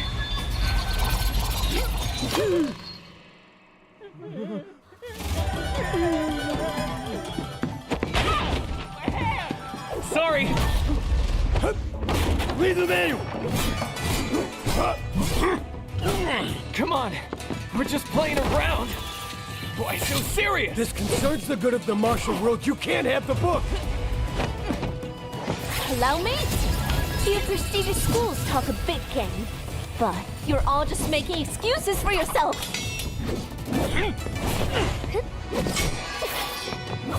You're still here? Not good. It's a fake! You're playing with us. Illusion magic! Run! If only I had an opening here, this would never have happened. Those tears of a broken heart, broken spirits restless in the dark.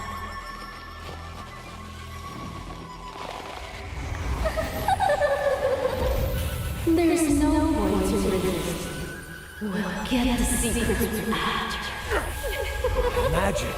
Despicable! That's why Megan keeps the martial menu for himself. For that treasure.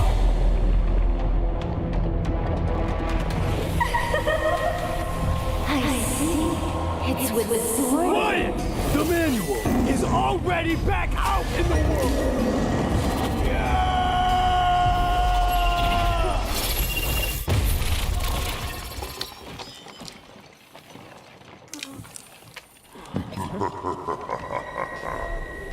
An excellent performance. The forbidden? Welcome to the inn. Welcome to your doom.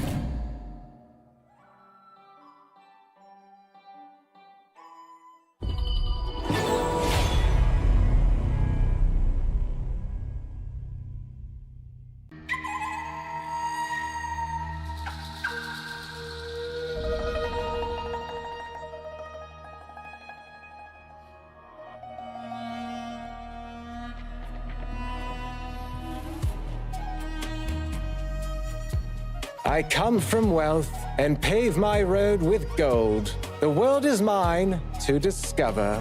As a blade can be straight or curved, deeds are just or crooked. A single flute casting shadows and spirits, descending upon the martial world.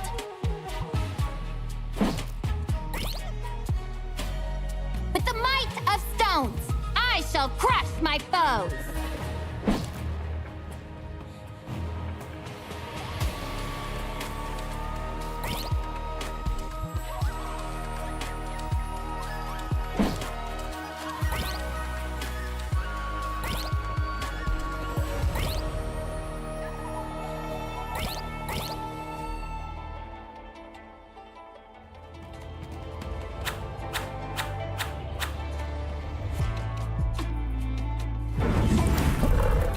Hello and welcome back to the MKL Spring 2025. My name is Holland. With me is the amazing Ming Xuan, and we have a great series ahead of you. It's going to be Black Shrew Esports going up against Team Secret, who actually ended up losing against AGG, and now they're in the 6th spot. Ming Xuan, your thoughts on that thus far?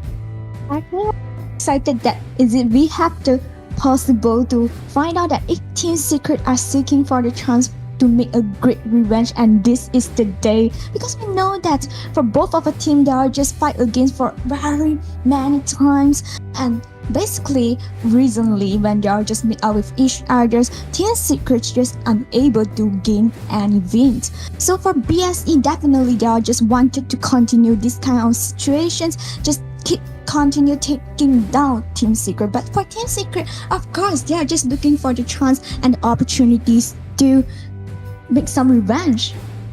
Yeah. I think that the revenge, the rivalry has been ongoing even from as far back as Season 2. These are two teams that have been playing each other for quite some time. But let's check out the player lineups. There's been a little bit of shakeup since way back in the day. But again, Black Shrew Esports, this is a squad that, we no strangers out there to many of us. It's going to be Musang King in the jungle, Xiang Clash, Jiong in that mid, JR in the farm, Dian as the roamer. And then on the Team Secret side, you got Sun, Guxing, Xuan, Nuono, and of course Shisan. This is two squads that have seen each other time and time again, Ming Xuan. But are you going to give an edge to any of these teams in this matchup here? Actually, for me, I would just give my favorite to BSE, because we can find out that in the game recently, BSE, we know that when we talk about BSE, we will just used to relate this team with a fast pace, rhythm, strong early game. What we can find in recently is in the in-game, they all prove that I not only have the fast pace, quick rhythm, strong early game, when I'm playing the macro, I also can do a really, really great job. Yeah, but let's check out the head-to-head on this one. I think that this one's going to be very important to watch because, again, Team Secret has been a team that's hasn't really found their footing as of now. I mean, a lot of it has been on the back of Sun here, but look at his KDA. He has struggled a bit if you're comparing that to JR, who's one of the top-tier junglers, top-tier farm laners with his 6.47 versus the 3.8. The average GPM, again, skews in favor of JR. The kills as well, but the only thing that's slight edge in favor of Sun has been that kill participation. He's been there just a little bit more than JR in that regard. Yeah, actually, this proves that when Sun just go inside a team fight, it suffer a lot. Maybe I can take down some kills, but at the same time, I also need to pay my life, so it will influence the average KDA. Yeah, look, KDA is not the end of the world, but it just seems like, when Team Secret playing, they've been trying to do some sort of crazy draft. They had a Foods farm laner, not the craziest thing, but it was a nice counter draft to AGG yesterday. But going into today, that last game, they had Neza in the jungle. And I mean, it's not the greatest, but it's more of a counter pick, and they picked it in the first phase, which really threw me off because it's a very fast mobile lineup, but it seemed like the rest of the lineup wasn't really built for that, as they picked up the Lubin number 7 as well. Yeah, actually, for just like you mentioned before, for the Fuzi Pit, actually to say that for Fuzi Pit, it's not so popular in current patch into MKLs. But these compositions without Marksman probably also not the mainstream for us, but it also quite popular in other regions. So I would say that's probably in MKL right now, the Fuzi picks for 2 times and 100 winning rate. Maybe this give there some hints or give them some things to choose this pick. It was pretty much a counter pick because at the time, AGG just had this very mobile, very squishy lineup, and they needed to just lock them all down. And that was the perfect counter play. And the reason why they won was because of the Foods lockdown. Sun didn't have the greatest game and kind of affected his KDA. He has not been able to kind of just unleash himself as a traditional farm laner in getting those kills. He's been more complimenting the team. He's been very supportive in that sense because sometimes it's frustrating. As a farm laner, you want to carry the game, and when you are given a hero like the Foods, sometimes you're not really given that opportunity to do so. Yeah, we also can find out that for the first 3 bans from both of the team just directly goes to the popular ones in our patch. So just take away the Pei, Zhang Fei, Luna. So definitely they also didn't want to give Musang King to take this Luna because we know that it is also quite dominator when they have this kind of pick. And we can find out that, but this also opens a chance for them to take out early. Yeah, and look, Black True Esports are going to prioritize JR's hero quite a bit. Arlie, definitely top 3, top 2 hero in the farm lane, very strong. And JR takes it to another level because he's just really good with his mechanical skill of just being able to light step away and to play it very safe. That said, he can turn it up at a moment's notice. This is a very strong first pick, but also it doesn't really show your draft composition. So it's actually really good going into this one, but Team Secret, what are their picks here, Ming-Xuan? We can find out that just have Ma Yi in the game, and at the same time, Dada also just joined this game. Definitely, Dada will just play in a quite aggressive ways. You know that maybe when we just mention BSE, we will just say that, oh, this is a team that's really, really good in a fast-paced, quick rhythm.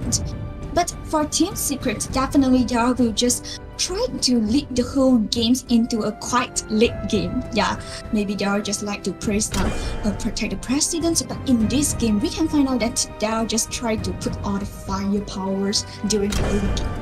Yeah, but it looks like Black True Esports, they're going to be going with a Byron Agudo, a lot of beef, a lot of slowdown and zone controls, potential CC, potential with those team fights. So going to be very well-rounded, and I like the way that they're drafting with this one because, again, you kind of covered all your bases, and especially, seeing is that you have that Byron Agudo to protect the Arlie, which is going to be key. You were talking about the 4 protect 1 strat. I think that it's definitely viable, and JR is the man to do that with. But again, it's also going in a strong first phase of the draft here. And this is a good one because this is what we can find out in recently BSE BP phrase. For BSE, they were just used to make their composition become more complete. I have the people that can be the tank. I have a tanky frontliner. At the same time, I also have a fully damaged deck out from my backliner, and I also have the member that can open up a team fight. They're used to play like this, but for Team Secret, I would say that the pick of the jungler will be more important right now. Definitely going to be important here. And look at the 7th most in MKL. It has like a 65% win rate. Most teams do very well with a hero like this because it just provides so much presence and it has that burst potential. But again, very squishy thus far, but they're going to go with the Dharma pick, really setting up for Xuan. I like the way that this draft is going now. Yeah, because we can find out that until right now, we have the Mai to play really aggressive. After the level 4, we have the DNJ also can protect itself when playing as a marksman, but this Dharma also will give some, I would say that gives some stress on the backliner of BSE. And we can find out that BSE just take Mozi and Lady James into the game. It is a good one for the Cannon Blast from Mozi. Definitely is a great harassment that can let Team Secret feel that, oh, it is so annoying. Yeah, it's really annoying. I mean, look, the 2 with Lady John in the moats, it's a nice little 1-2 combination because one, Oceaneteers can make it easy for the other moats to kind of get the Cannon Blast. So you have a little combination and you can kind of stack those stuns, and you need some ways to to deal with this Shisan Mai, right? If you're able to lock her down, she's like a glass cannon. She will be easily bursted down. So very smart here by Black True Esports, just rounding out the draft nicely. Yeah, and we can find out that Team Secret just let Dunt as the final pick of their compositions. Definitely it will solve the problem that for Team Secret, for the first 4 picks, they are just not tanky enough. But right now, I have the Dunt come inside my game. And so I also have a quite tanky frontliner. So it is a great one for Team Secret. A lot of stuns from Team Secret here. You have the potential, right? With that flash truth from Xuan in that Dharma, and then you have, going in with that Guqing, Dune with that Wind Slash, that potential 1-2 combination. The team fight is unreal, right? The same point, Black True Esports, very evenly matched drafts going in, but Ming-Xuan, do you give any of these teams an advantage going into this game 1? Actually, in my perspective, I think that both of them, this kind of composition is just like a 50-50 situation, but I think that after the level 4, we might find out some things. Okay, but do you have a favorite? Do you want one team to win over the other one, just based on this draft alone?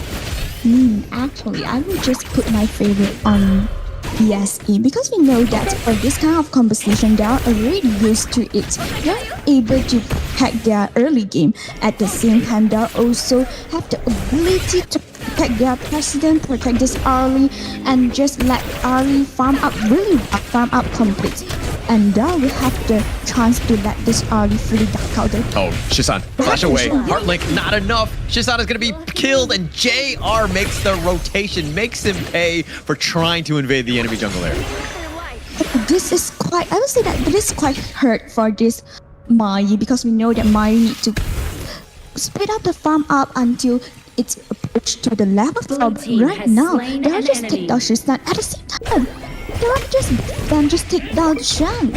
Yeah, just getting that pick off. I mean, Musang King, like, this is a little unconventional. We didn't exactly see what happened, but Juan dying like that, especially against just a single rotation from Musang King, but Juan will be back into that mid lane quickly. But again, not a great start for Team Secret. This is not what you wanted if you were going to look to just kind of start this in the first 2 minutes of the game. Yeah, definitely. And all the kills just goes to, I would say that like this Agudo can gain a lot of advantage, and at the same time this JR, this early also able to gain 1 kill. So actually for BSE, it's definitely a great start.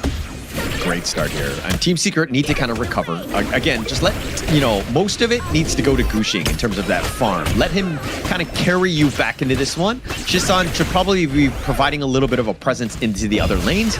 And I like it how BSC are like, hey, I don't like this JR Arlie versus, Sun DRNJ. But here's the top lane. Juan gone on here, not able to get away from Furball, and he does go down. Musang King chasing him down. Yeah, actually we can find out in the replays at the very start, Shen already in a really low HP. It might cost the kills. So I'm going to just find out that, oh, this is a great chance to take down this Dharma, and I will just go for it. Yeah, no, anytime you could slow down Xuan, I think that you're going to have a great time, right? I think that that's definitely in. But Sun actually goes for the flash play, the Imperial Order, and he misses this one. So Jihong survives and is going to look to just deal with the minions. So all in all, crisis averted and just common spells were used. Yeah, actually right now I think that for Team Secret, they just have a really great priority for this bottom lane, because we can find out that BSE just let Lady Jen, probably Lady Jen will not have a better lane priority comparing with this DRNJ plus Diadia. So definitely it will be one of the strategies from Team Secret, and also one of an opportunity for Team Secret to seek for something. Yeah, I think Sun will be happy with this matchup, right? And he's just going to get a little bit of a farm to kind of compete. He's doing probably a better job than Jihong is, who's been left alone. Hasn't had the greatest of times. He had to play a little bit more defensive, had to do that recall just recently, so he's been slowed down a bit. But now Team Secret, look, the show is pretty much around Gushing, right? This jungler, he is the man. And while I'm not a huge fan of Dune, it has potential in this lineup.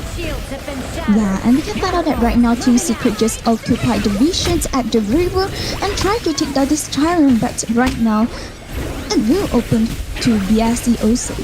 Yeah, a little bit of posturing at this point. Gushing still up in front. The Ocean of Tears is not going to hit, but the Wind Slash does. And with the truth, he sets it up. And Juan, in a moment's notice, Musang King is going to run away. He's going to limp away. And Dion is down. Xiang is going to be looking to go a little bit away on this point. But Team Secret, with 2 kills, are back in it.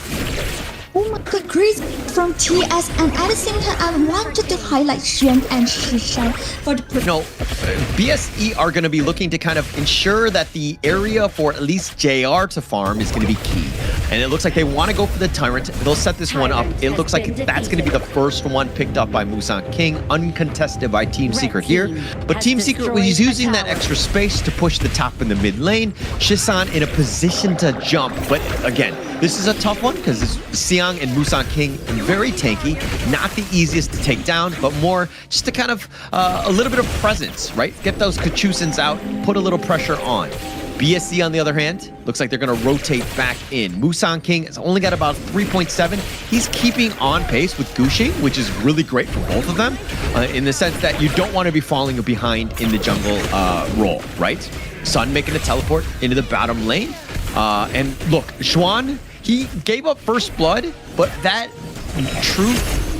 flash truth play was absolutely amazing. And there's a reason why you can never count this man out. Yes, he might not have all the items, and he's taken a lot here, but you gotta be super careful when the team fights are about to happen, because he can show up at a moment's notice and turn the tides of that fight.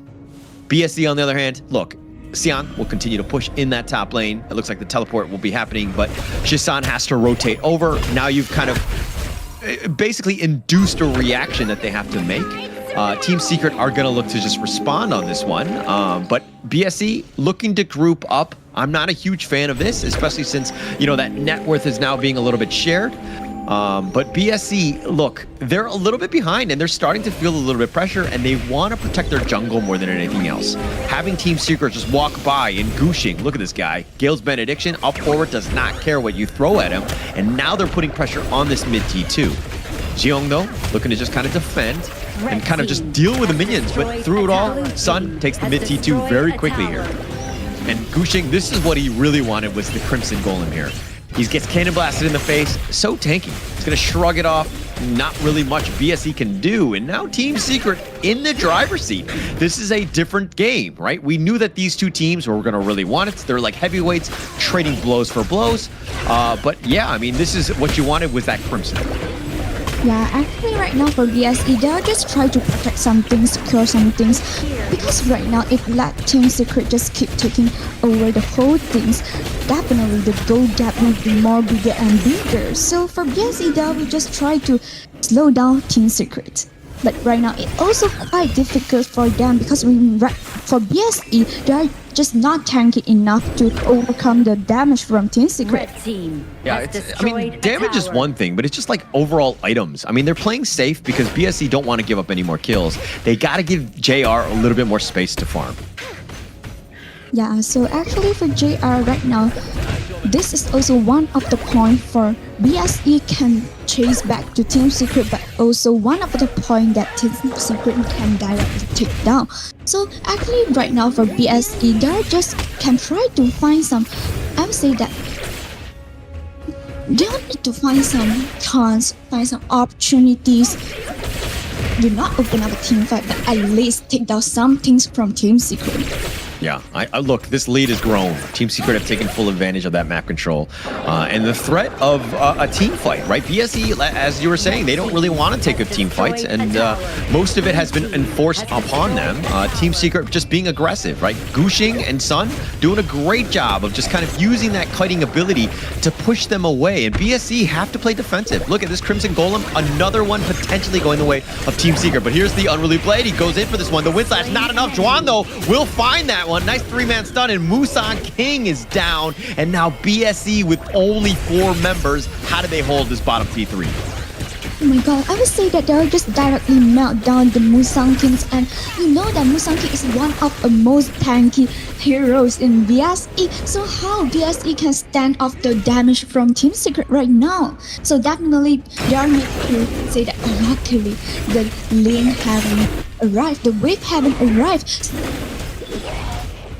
Yeah, and I mean, look, it looked like yes, he's tanky, but going up against Team Secret when everybody's prioritizing you, especially with Xuan just jumping in on that, I mean, it made it seem like he was not a tanky hero whatsoever. And now with the Shadow Tyrant potentially going the way of Team Secret yet again, Dion looking around, spots it out. It's too little, too late at this point, and no real contest, especially since Musang King can't get in position to even potentially smite this one. So now Team Secret up yet another big neutral. It's turning into a 4K net worth lead at the 10-minute mark. And Team Secret have been blazing in this first game, really striking back to BSE, making their lives much more difficult than they wanted. And they have to play a more defensive game. Not to say that Black Truth Esports can't do it. It's just the fact that Team Secret, they don't really make a whole lot of mistakes. They don't give gaps. I mean, when they're behind, that's a different story. But when they're up, it's very difficult to claw that lead back because, again, their map control is on point. They tend to stick together, and they make it difficult to take any sort of team fight. And BSE, again... We can find out that right now Team Secret didn't give them any opportunities. They are just playing in a really careful way. I have the people to just take over the visions to find out that what is BSE doing, and for my teammates to just create a great surrounding for them to take out the common resources or open up a team fight. And definitely for BSE right now, because of the huge goal gap between both of the teams, too difficult for them to open up a team fight. And right now we can find out that Gushin just take down the Shadow Overlord again, and it will be another great threat for BSE. I mean, taking both of the big neutrals here, Team Secret in full control, about a 5K net or 4K net worth lead at this point. And yeah, they're just making life very difficult for BSE to even kind of compete in this one. They're taking whatever scraps are given, all the lanes that are slowly trickling in, and they're all kind of sharing this. This is a losing battle. They need to figure out ways to create a little bit of space in the outside lanes. Yeah, and actually we also can find out that when they are just fight, when they are stay in the high ground, fight for the high ground team fight, actually for BSE they also can't do anything because right now there is too, I would say that not tanky enough. Definitely for Team Secret they are just deck in a little bit damage, and for BSE they are just like in a low HP. So for the positions is important, but at the same time right now they are just in a risky situation. Yeah, risky situation. I mean, the top T3 already out, but look at how they're using that range advantage to the maximum here by Team Secret. BSE cannot find an angle. Yes, they deal with the Vanguards and will survive, but it's been tough to take any sort of engagement. Xiang potentially went in, but he realized that it wasn't the right time to go in, and now Team Secret looking to kind of put pressure on, and that T3 is starting to melt. Right now, the 3 of the high ground turrets all just fell down, and this definitely make Team Secret have more chance to take out the whole game. But we can find out that Team Secret also play in a quite steady pace. I would say that I just go back to gain back the resources, but right now we can find out that Musang King just take down this Rit buff. Yeah, that was huge for them. I mean, he had to smite it out, just doing a little bit of a drive ball as he was in furball mode, rolling out. But, you know, it's one of those things where, again, it's so, like, competitive, right? You have to contest everything. And BSE trying to find any sort of farm, it's so difficult right now because Team Secret are making it very difficult for them. Yeah, and actually we can find out that for Team Secret, they also didn't, I would say that, I will not like, when right now I gain all the advantage, I will just try to shut down the whole game quickly. No, they're just playing in a really steady situations. I try to do all the things that I can when I well prepare, and I will shut down the game. But right now, BSE also know that this might be the final chance for them, so they'll also try to come.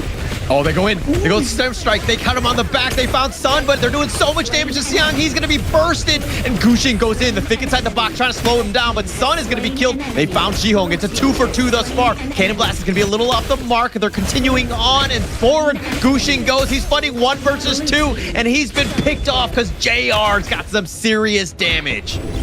Well, amazing for BSE after this team fight. I would say that it's not a perfect team fight because also just bow down for someone, because right now have the chance to swipe out the whole team. 1 cannon blast. They should also in a quite risky compositions. Is it their need to try to find out these positions?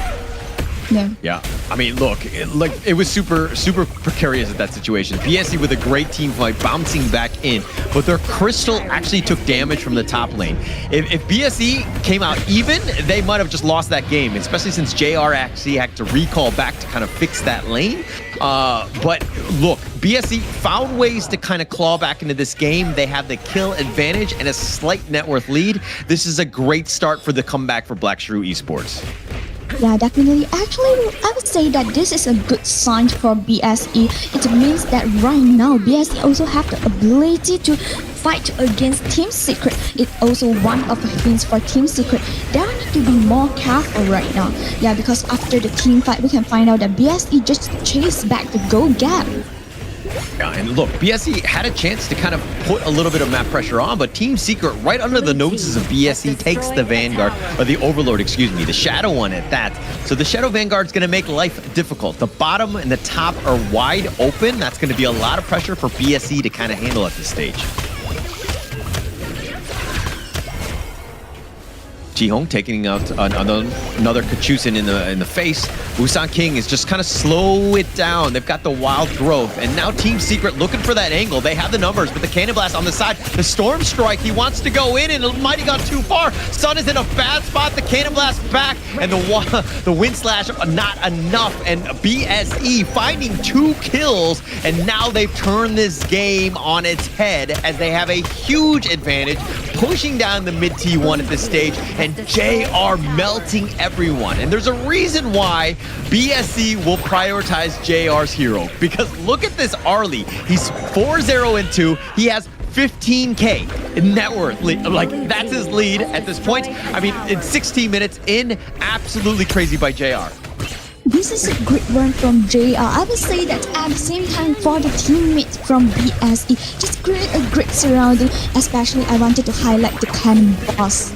It is quite annoying to TS, and definitely for just now teamfight, we can find out that for the Cannon Blast, just directly put inside, just have the chance for JR to do the next actions. Good one from BSE. Oh, they found now him. They found again. Oh, he gets back the Cannon Blast, used in return. The Blood Rage not enough. Gushing is going to be picked off, and that's going to be a lot. They're going to continue on. They want to go in. Mosak King is so low, but JR finds Xuan, gets that pick off. 2 members down from Team Secret, and now BSE have to do a little bit of fixing. There's a housekeeping in the bottom lane. They need to deal with that one, but they want to continue this pressure. Well, what I just mentioned just now, this Cannon Blast is crazy. Yeah, he's been able to You hit it. can find out that actually from BSE, they're able to find out some good opportunities to fight back, to make a comeback. And right now, TS, how? Like, look, TS, they had their chances. I mean, there was an opportunity to close out the game. Unless JR makes some serious mistake where he gets caught out, I don't see that happening because BSE, the way that they've taken any sort of team fight, it's been off the back of Xiang. He's the one that's been initiating. And again, rightly so, he's the scary Clash laner that can change that team fight.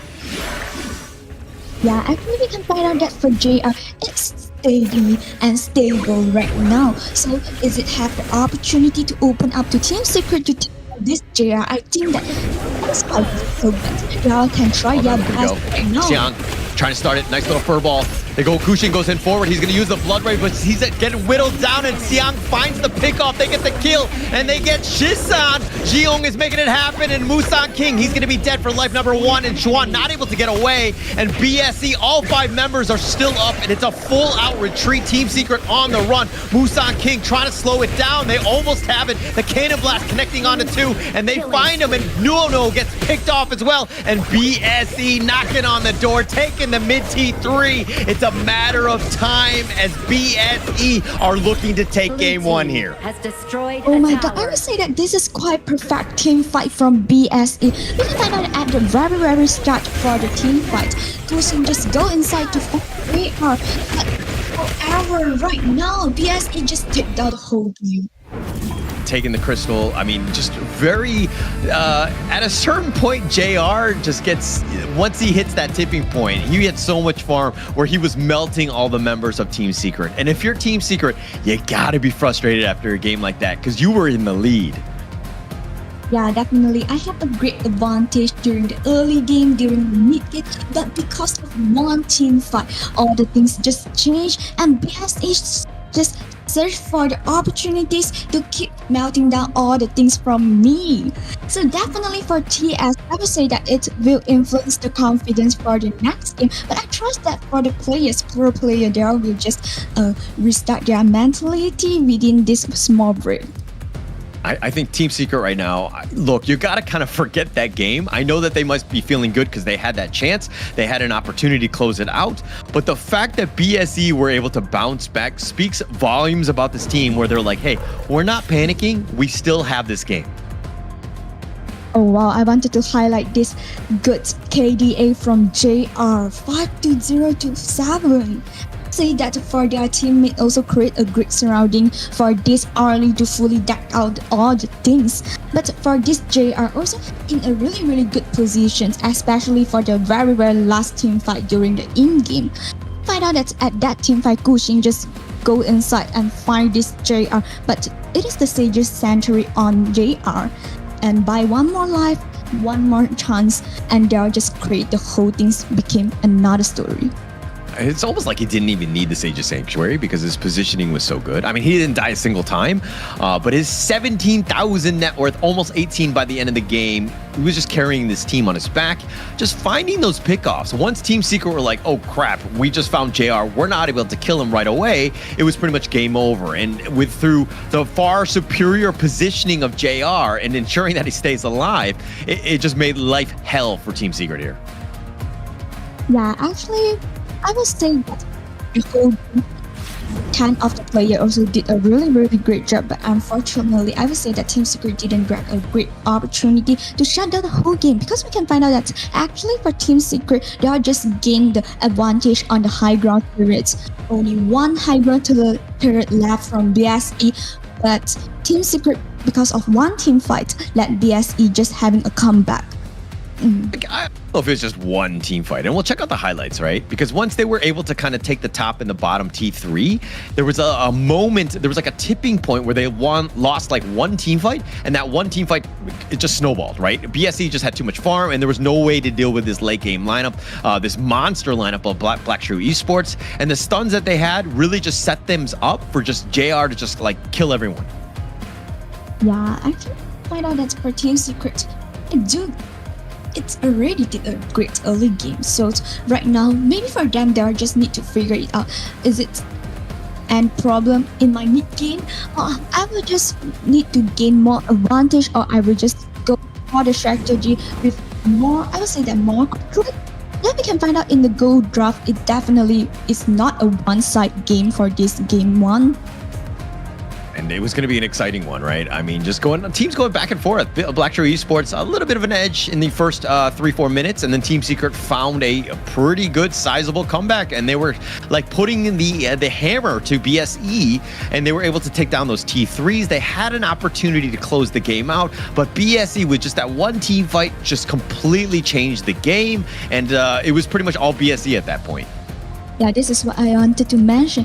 How amazing for the fight between both of the teams, because both of this team actually we know that they are also dominator in our regions for one period. But right now, maybe Team Secret need to find some opportunity to fight back some things, and for BSE, they are just wanted to try to continue the wins. So for the second game, maybe for Team Secret, they can just figure it out. Is it I can just play more aggressive? And we can find out that for the MVP just goes to JR. Obviously, this is an easy one, right? I mean, when you're 5-0-7, and most of the team fights that they won were because of JR just kind of killing everyone. But 30% of the team's damage, and he only took 14. And the fact that, I mean, the biggest factor of this one, obviously the gold is definitely helpful. He had 18,000 gold at the end of the game, but the fact that he didn't die a single time, generally speaking, you will win games if your farm laner does not die a single time. Yeah, actually we also can find out that during the in-game, the teammates like Agudo, like Mods also create a great surrounding for this early. So definitely it also a great job for another team's mate from BSE. But this JR totally crazy in the in-game. Crazy damage and just fully deck out the whole things, make a great stress on Team Secret. Yeah, but let's check out the highlights. This is going to be the JR highlight reel at a certain point. And again, Team Secret had the chance. Of course, BSE starting strong. Obviously, that first blood helped. Siang setting it up. He had so many good storm strikes, but then he got picked off. This is where Team Secret, turned the game around, right? They had a nice little play. It was 2-on-2. They get the pick off to kind of just change them. And Gushing was kind of going in, but he's fighting 1 versus 2 in the situation. And this is kind of the beginning of the end when JR gets going. Yeah, actually we can find out that Gushing just really seeking for the opportunity to take down this early for many times, but actually we can find out that they're just lack of some damage. no damage. I mean, the positioning, look, because they're very squishy. If they're able to get on top of them, they're just going to die, right? But BSE, the way that, I mean, when you have 3 very squishy line members on your team, you got to worry more about positioning more than anything else. And there are like far superior in that one. And just being able to stay alive, key for Black Shrew Esports, keys to victory here.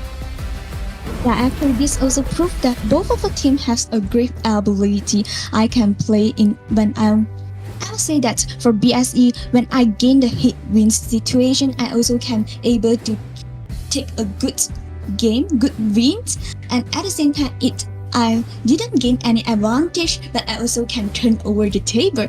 Good one from BSE. And right now we can find out that for BSE, they just goes to the red side and Team Secret goes to the blue side. Maybe BSE wanted to do some counter. Yeah, I think that's going to be ideal for them. I mean, going into this one, BSE have to be very, very congratulatory of the team, right? And just pat each other on the back. That was a great comeback win, and being able to do it. And this is why the MKL is just so tight. I mean, the teams are so strong where, at a moment's notice, like if you're not able to close the game out, you've lost that window of opportunity and they shut it down. Black Shrew Esports ensure that they get that victory. Yeah, just like what I think for the first start for today, predict the ending for the whole game because you didn't know that who is gains the win. And we can find out that right now Team Secret just banned away Mai. How is that? It is not. It's not. Yeah, I mean, look, Team Secret have picked it up themselves last game, so they're going to look to just ban it. There's a lot of respect on this Mai, right? Especially with Jihong playing it, and they don't want to let him have that opportunity. But they ban out the pay, also a very, early game monster, and they want to limit what Musan King can bring. But yeah, just very targeted ban thus far.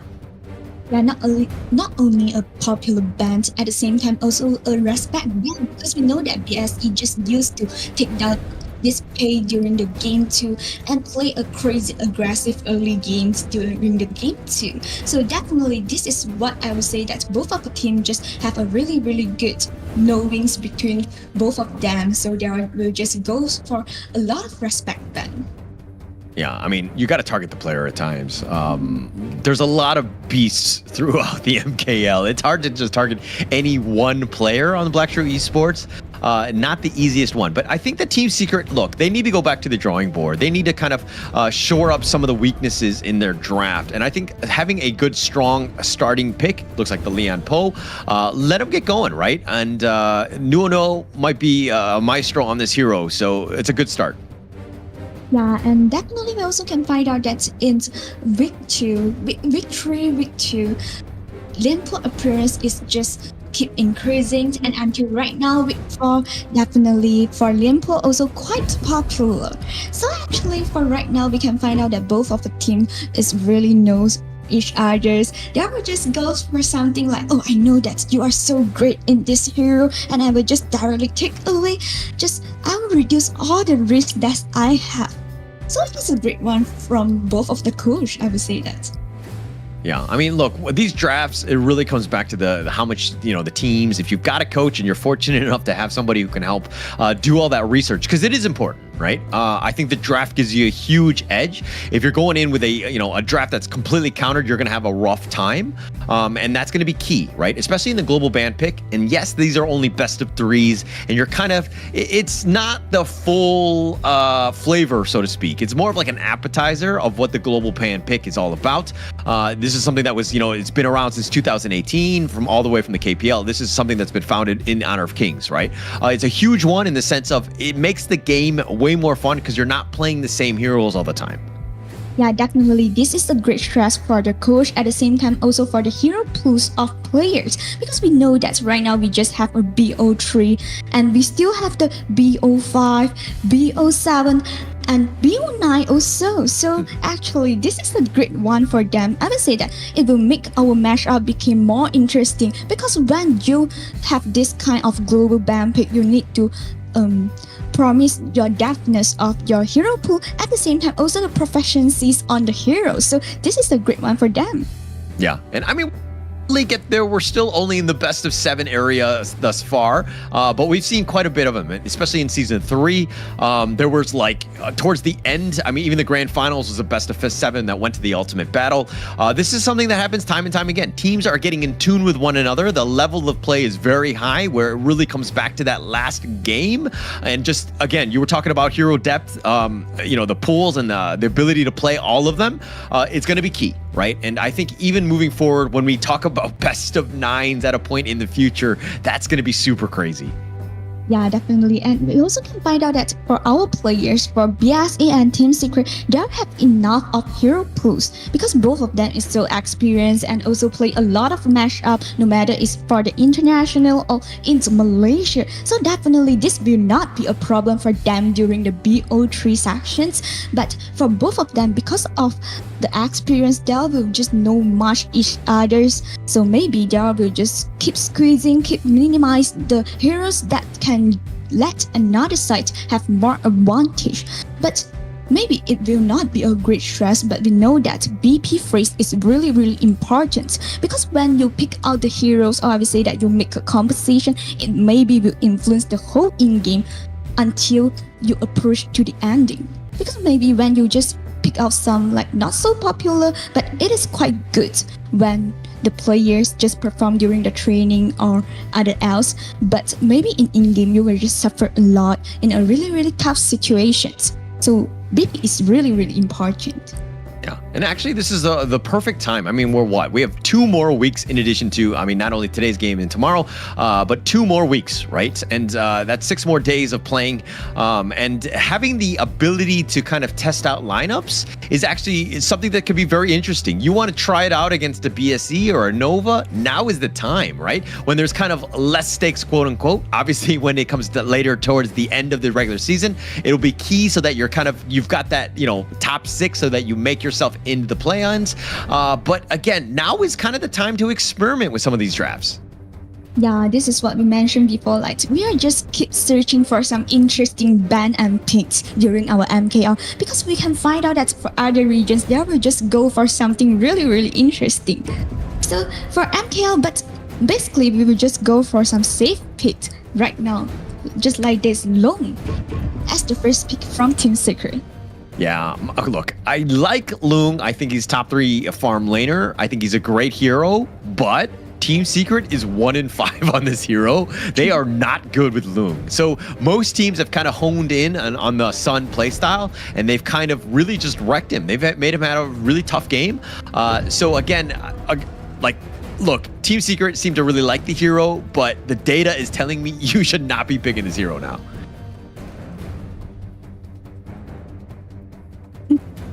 Yeah, because we know that for this hero Long have a really high mobility, and for the flaming palm also crazy damage. But actually for Team Secret, it's probably will not be the best pick for them because of the data also show us. But right now we can find out that BSE just goes to Zhangfei, Charlotte, and Mankey. So definitely it can give a hint for Team Secret that Dow can just squeezing the hero pools for their marksmen. Yeah, great. I mean, Zhangfei, we already talked about #1 hero in MKL. A lot of potential there. But plus you have the Menki from the Musan King, just kind of getting those perfect little dream roams, setting it up, and kind of being on the chase because you got to figure out some way to get onto the Lung. But Team Secret picked up the Yuan, which I really like, especially in the first phase of the draft, because it can be very flexible. You can do it as a roam, you can do it as a mid, or even a jungle for some people. Obviously, Team Secret already have the Ogryn, so you're not going to be seeing it there. But it has a lot of mind games attached to it. Yeah, definitely we can find out that Team Secret just banned away the DRNG and Luba #7, and we can find out that actually for BSE during the game 1 they are just goes for the Ali. So I think that they can just directly goes to the Lady Sun because we know that Zhangfei also quite good when they are pairing with Lady Sun. But right now, Team Secret just didn't take away Lady Sun. Maybe it's a great chance for BSE to go for this kind of conversation. Now, I mean, look, you want to get JR his best heroes. I think that Lady Sun will be fine. You have that mobility, but you got to survive. That's the biggest thing. And it looks like, as you called it, right, well done, Ming Xuan there. And it looks like, they're going to go with the JR Lady Sun here. Yeah, because we can find out that right now, just maybe for both of the Team Secret just having Long and BSE having these lady sons, both of them will just go for something like protect the presidents and need to let my marksman to fully farm up. And this might give us a hint that both of them will just try to drag the whole game, lead the whole game to a more late game period. I think so. Do you think it's going to go late game for, a Team Secret or Black Shrew? Okay, all right. Yeah, so I think that Team Secret, I mean, they're going to go with the Dio Chan here, Sun Tzu. Nice little combination. You want that mid control, the stuns, and that burst damage. And then you have that counter initiation, which is great for Sun Tzu, because Black Shrew Esports are going to want to go in. They have that Wombo combo with the Zhang Fei Umbrella Outburst, plus the Dream Realm of that Menki. And so you have your own set, your counter initiation. So Team Secret, really well-rounded draft. I'm not 100% sold on the Dio Chan, but it has that potential to just, more stuns and damage, which is always great from that mid lane. But Black Shrew Esports, the Da Chiao to end the draft, a lot of potential for split pushing, which is going to be great. You want to kind of deal with the Team Secret death ball by split pushing. This is one way of doing it. Looks like we have the draft. Things are underway and we're good to go here. So if I'm going to give an edge to anybody, I'm thinking, look, if Black Shrew Esports are able to use that Da Chao to the maximum with that split push, I think it's going to be key. But Mingxuan, who do you give an edge to in this draft? I really have a great assignment on this Da Chao, because we know that I just keep calling for the mid lane Da Chao for a really long time for the whole. I think that when Vic 2, I was just calling this mid lane Da Chao. But for Team Secret, they are just having Diao Chan in this game. I wanted to give my favor to this Diao Chan. I'm quite excited for the in-game performance. Yeah. A lot of pressure, I would say, on Shisan to kind of make sure that he does what he needs to. He needs to stay alive, get those stuns going, right? I think that it's going to be a lot onto him. But, look, Nuono will do his whatever he can to kind of help with the sustain. And now you're leaving Sun all by himself to deal with JR. I think it's going to be okay in that farm lane here. Yeah, maybe it will be the 1-to-1 games. I would say that they will just put more attention on the top of the map, and definitely for Long and Lady Sun, they will just let them play themselves first. But for Zhang Fei, I think that they will just let this Lady Sun with this Lady Sun until level 4, and this Zhang Fei will just do some harassment on the jungle. Yeah, look at JR, already level 3. Sun is just catching up at this point. Playing a little bit behind, but their Team Secret, again, their MO for this one, or the strategy, is to ensure that Gushing has all the farm. He's going to be your end carry. You just got to get him to that late game and ensure that he gets as much farm as possible. Everything revolves around Gushing. If he gets picked off, Team Secret just auto-lose.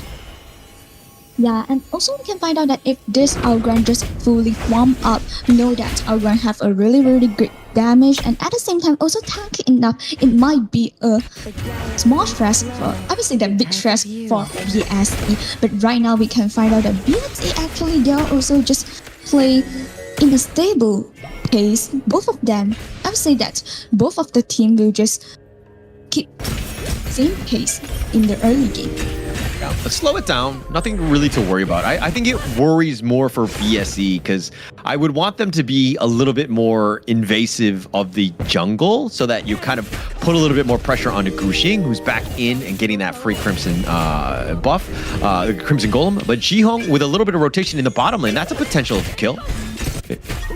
Yeah, actually, because we can find out that right now, it's still a quite early game. Maybe they're just didn't have enough damage to make some kills happen, and both of them also play more careful comparing for the game 1. I would say that. So definitely right now, because both of the conversations, they will just make their core fully farm out, fully deck out, and it will be a great situation for them. And right now, you can find out that this is what I wanted to mention, this mid lane Da Chao. The mobility is high and it might create a lot of, I would say that great situation, great scenario for BSE.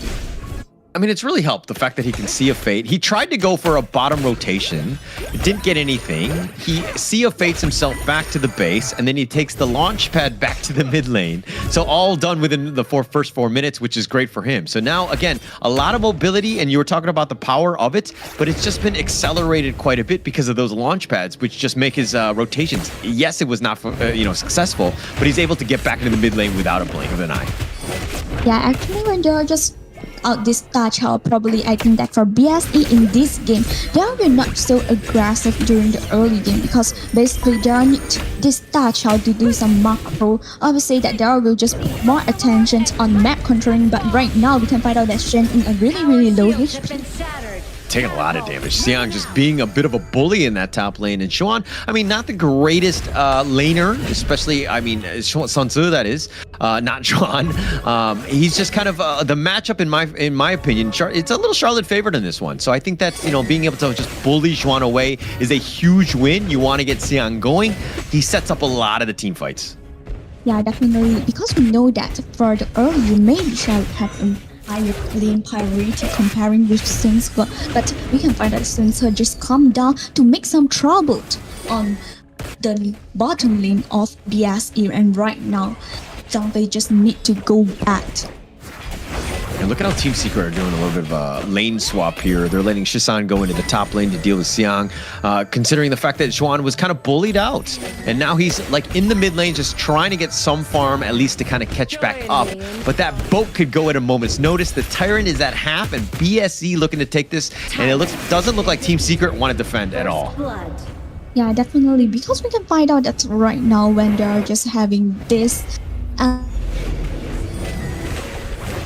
Yeah, and Shisan getting first blood in the top was actually huge for them. I mean, a simple lane swap, and already it capitalized into a bit of a conversion. So really well played there. But now Xuan, he needs to just kind of, not let this mid T1 take any damage. I think that that's the biggest win for him, and just kind of staying alive, right? And, again, it's Gushing. This is the Gushing show. Him and Sun are the two main guys that need that farm. Everyone else, unfortunately, is a supporting cast. But the Overlord going to be picked up. They're going to look to turn. Shisan, he has to go back. Nice little dream roam. Catches Shisan. Gets that first kill. Now Musang King continuing on the Unending Sorrow by Nuo Nuo. He's going to be healed, but the Umbrella Outburst use not much value out of that. But seeing as they got the kill, that's going to be a big win for BSE. And now they're looking to invade. The Crimson Golem at half-life. Musang King does not have smite. I don't think Gushing knows. He will smite it for good measure to ensure that he does. And Musang King, again, just a little bit of pressure. And he wasn't sure that if the smite was there, so Gushing forces his smite out. So now Team Secret on the defensive here. I mean, look, they have a slight advantage. But again, not the greatest turn of events in the last 30 seconds for Team Secret. Yeah, actually right now, because I would say that for both of them, they still need to wait for the marksman. Yeah, definitely for the Plum is ready. But it's not enough right now. Because both of them, they still need to wait for their core to farming up, and the farming phase is still in progress. So for both of the team, what they can do now is try to gain some small resources from both of the team. If I can gain more, I just take down the things from you, and it definitely will be a double. And right now, it never happened. Oh, the Conductor of Souls. Oh, they found him, but the Sea of Fate on point. He was just wasting his time. Xiong gets back to safety. A lot was committed on just trying to push this, but now they found Juan, who Leaping Saber's back. Dion, that is. He will be fine, but BSE want the return kill. The ultimate shell used on Nuo Nuo, who shrugs off most of this, but he's going to recall back. Oh, we can find out that actually we know that Yuan is sustained enough, but JR already have a huge damage. Just only two attack on this Nono, and Nono just need to go back. I mean, he just needs to stay alive. He's going to take a lot of damage. I mean, and just kind of sustain with everybody else. But Musang King goes for the smite, but Gushing actually wins the smite battle, gets the red buff, and that's going to be a huge win. Because again, if he loses that and gives it up to Musang King, Team Secret, you're going to slowly, fall behind at this point.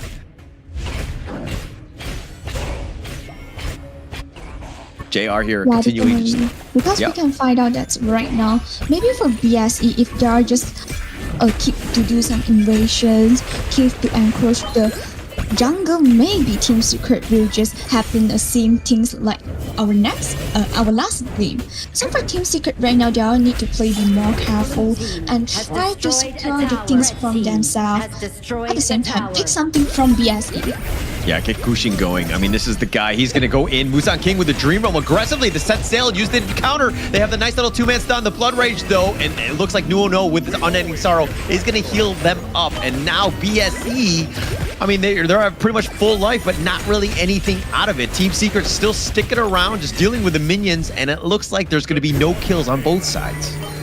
It is a good opening from Team Secret side, but definitely we can find out that this is what the advantage to having Da Qiao. Da Qiao just can recall all of them back to the line as fast as they can. So definitely this is a great one from BSE to do this kind of disengagement, but at the same time I wanted to highlight that Team Secret also have a great opening. Oh, right now we can find out that just that sales try to run for the life. I mean, Juan just barely staying alive. Musan King at half life. The boat gets him to safety, but man, if he hits Jihong, he dies there. So he was just very lucky that he was able to avoid it. He is a much better, captain of the sea than I am. Yeah, maybe one of a solution for Team Secret right now is when they are open up a team fight, they need to melt down this Da Qiao first, melt down this Zhihong first. Because we know that if this Zhihong just online, having the ulti and have the ability to let their teammates to retreat back, recall back, and definitely will be a big disaster for Team Secret. Dream Realm back. Musan King at half. Gushing, though, is very low as well. Musan King gets teleported back with that Sea of Fate. They have the Whirlpool if they want to go, but BSE just kind of posturing, and Nuo at about half-life needs to be a little bit careful with his positioning here. Yeah, same things keep happen again and again because of the teleport from this Da Qiao is definitely a hard job for Team Secret right now. Cecil come inside. Yeah, finds Musan King, and it looks like Xuan going in forward, doing a decent amount of work. The Dream Realm on to Xuan. He gets picked off, and the Umbrella Outburst with the nice little setup by BSE up a member, and now it looks like they want to continue on. They fought that 4 versus 5 and somehow came out on top. Well, actually, I would say that it is one of awkward situation for this Sun Ce because Sun Ce just sat so in and directly find the most tanky manky in BSE, and at the same time Jared just beside, and right now they're going with the Conductor of Souls.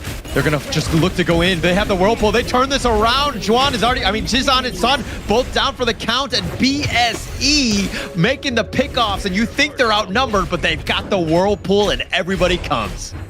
Oh, good one from BSE, because we can find out that right now they are just directly take down the core, take down the loan from Team Secret, and they will not have any stress right now. Can directly take down this Tyrant. Takes it down very quickly here. BSE on another level right now. This lead is starting to grow in favor of them. Team Secret have been throwing things, seeing what sticks, and it has not. Blackshrew Esports has repelled every single affront by Team Secret. They have not found any holes in this Blackshrew offense. Yeah, actually we can find out that right now they'll give the chance that to BSE have the advantage, so BSE definitely will just try to snowballing up the whole game. So for Team Secret, they still need to be more careful for these positions of long, because we can find out that just now they'll just force out the ulti from Sun, and Sun just can't run away by using the ulti. So maybe for BSE, for Team Secret, they'll need to be more careful right now. But, I mean, BSE just not, like, letting them have any sort of space. Musan King just taking so much damage. He does not care. He's got that mass, and, I mean, yeah, they're going all in, and he gets portaled back. Again, he got a little bit low, but Sea of Fate was just like, okay, I got you, brother, and he saves him. Yeah, definitely. Actually, right now we can find out that's for Team Secret, because the most important problem for Shizan, the infinite fastness, he gets back. Shizan, though, is so low. Gushing trying to fight this 1 versus 5, and with that Blood Rage, I don't think that's enough, and he does get picked off. JR finds him, and that control from Dion, the infinite fastness. Oh, it's not going to be enough. Oh, no, it looks like he's going to be just backing off at this point, and it looks like a BSE with 2 members up are just going to back away at this point. It will be a 2-0 trade. I would say that good opening from this Zhang Fei, because we can find out that for this kind of situations. Maybe BSE, all of them just in an unhealthy situation. So they're going in. He has the control. They find him, and JR, if he goes down, that's a huge one, and they do find him. Shisan gets him, but now that Dream Roam. Here's the revenge tour. Musan King wants to go for at least Shisan, but he's been scared away. Sun shows up, and the Sea of Fate, Musan King will get back to safety.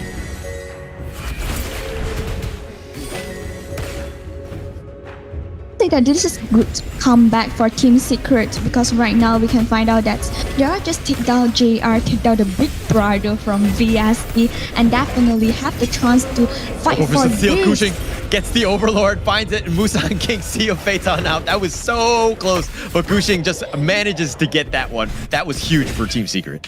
Yeah, risky one, but luckily the outcome is good. So for Team Secret right now, they will just try to fight back some things, because we know that for the Shadow Overlord, if just now Musan King have the ability to take down it, definitely will be a great stress for Team Secret. But right now, they can use the Shadow Overlord to just claim back some things. Yeah, and look, they need a little bit of space. They need to put pressure on. If they get this mid T1, all in all, not the worst thing for Team Secret, but they need to figure out a way to get onto JR. Ji-Hong with those Sea of Fates has made life difficult. Saving everybody, he's been on Johnny on the spot. Yeah, because we can find out that right now, because they cannot gain a lot of vision, cannot gain a lot of space, maybe this Shadow Tyrant also will open for Team Secret. But for BSE, they definitely will not hope that Team Secret can take down these common resources so easily. So they will just try to make some trouble on it. Oh, they found Sun, but he Infinite Vastness. He gets back to safety. They need to be a little bit careful. But again, Sun, very aggressive with his movements, being a little bit out of position. And now look, Xiang in the top lane is providing pressure. So this is going to be a potential opportunity, especially with that back door. If they go for this Tyrant, it opens it up, and Xiang could potentially open that one. Yeah, because we can find out that further, high ground turrets on the top lane also quite low HP. So if you wanted to take down this Tyrant, they have the damage, and they end up killing him. Shisan just caught out, sticking around, and found out. Oh, I would say that it will not be a good news for Team Secret. They didn't gain this Tyrant at the same time. They lose the high ground turret and they are mid laner, so it definitely will not be a good deal for them. And right now BSE have the chance to take down this Shadow Tyrant and the buff from TS. But BSE did such a good job, right? I mean, the fight was near the Tyrant, and they were kind of putting pressure there. And then the fact that you could call him back with Ji-Hong's like whirlpools, and Xiang just pushing that top lane, right? So just really smart, like spreading Team Secret very thin and making them choose a terrible decision. One worse, it's like Sophie's choice at the end of the day. Yeah, they'll just prove that BSE have a great strength, and if we are in an underdog situation, I still have the ability to fight back. And right now we can find out that because the wave is calm, they'll just take down the high ground turret. And they took it out, and the Sea of Fate, the Umbrella Outburst, the set sail will not actually hit. It goes over the wall. He goes with the passive, and Ji-Hong dodges that one. But now BSE in a bad spot. The Stampede, the Infinite Vast is going to be aggressive. JR is going to be killed. They found Dion, though, through it all. And Gushing looking to turn this around. He has some serious damage. He gets 4 members down. It's a jungle for jungle at this point, and Sun's still sticking around. He's doing that damage, and Sun and Gushing need to make Mushing pay. Musan King, excuse me, he gets picked off. And finally, Team Secret win an ace. A great team fight, but now they need to salvage this game. Good job from this Gushing, this Algran. I would say that it definitely make a great stress on BSE. And at the same time, we can find out that we know that for the opening of the team fight is not so perfect because Jarsat still and unable to make any things happen. I would say that didn't on the point, but at the same time, because of the teammates just arrived quickly. But right now we can find out that the super minion is arrived, but it's okay. Most of the members just arrived too. I mean, they decided to go for that Overlord. They wanted to kind of rush that one as quickly as possible. They knew that they had a little bit of time, and the respawn timers were going to be on point for Team Secret to ensure that the base just like doesn't get destroyed at that point. But now Team Secret, look, they have a mid T3. This is their last stand, so to speak. BSE have ways to close this one out. But again, that last team fight was great for Team Secret in potentially coming back in this one. Yeah, because we know that actually right now for them, maybe they will just try to push the visions from BSE, because we know that if BSE just didn't have the opportunity, that didn't have the space, maybe everything will just go different. And Sea of Fate save used yet again onto Musan King. Team Secret putting pressure on. Musan King is starting to hit these punches. I mean, he's starting to feel them, right? He's taken a lot and he has to now run away. He actually tried to get himself back into this one, but with that Whirlpool, the set sail will zone them away. Team Secret doing some serious work. They've gotten the mid T2 and they've turned this game around. That it's totally a great job after the team fight, because Team Secret we can find out that they're also just play off the map controlling when they are gained the advantage, and after the team fight they're also able to chase back their goal. So it will be a great chance for them. So definitely I think that for the next Tempest Dragons it will be a really important point for them. Yeah, they found Musan King. He's in a bad spot. He's going to just sit on that Sea of Fate. He gets back. He's tanky enough. He's a big boy. He's going to ensure that he has the safety in mind and staying alive, because, again, it's all about having even numbers going into that Tempest Dragon. As you rightly pointed out, it's going to be up in about 25 seconds. Now, if you're Team Secret, do you go for the Tempest Dragon, or, like, what is the play here? For Team Secret, if they wanted to play in a steady ways, I would say that's safe and steady, and maybe they can just try to go for the Tempest Dragons. But at the same time, we also need to know that because that BSE also have the ability to steal away the dragon, maybe they can just make some reduction of the member on BSE, and they'll just shut down the game. Musan King gets saved yet again. That Sea of Fate. He was looking to trade with Gushing, and the Whirlpool, he brings him right back in. Dion is about half life. The set sail is there, but mind you, the top lane is pushing. Something to take note of. Musan King is about half life, getting a little bit low. Sisan gets the pick off, and Siang with a huge window of opportunity. Are they able to get more? The unending sorrow from Nuo. Looking to turn this around. JR's being focused, being chased by Gushing. The infinite fastness, and he's going to be killed. That's going to be life number one. JR looking to turn this around, and that's another life for Sun, turning that one. But Nuo has been picked, and BSE have the numbers. All 5 members, they're looking to chase you down. They're looking to take down Gushing, and it looks like they eventually, over time, they will. But with Zihong been killed and JR and somehow Zhuan finding those picks, he is the last man standing, but he needs to deal with 3 members of BSE.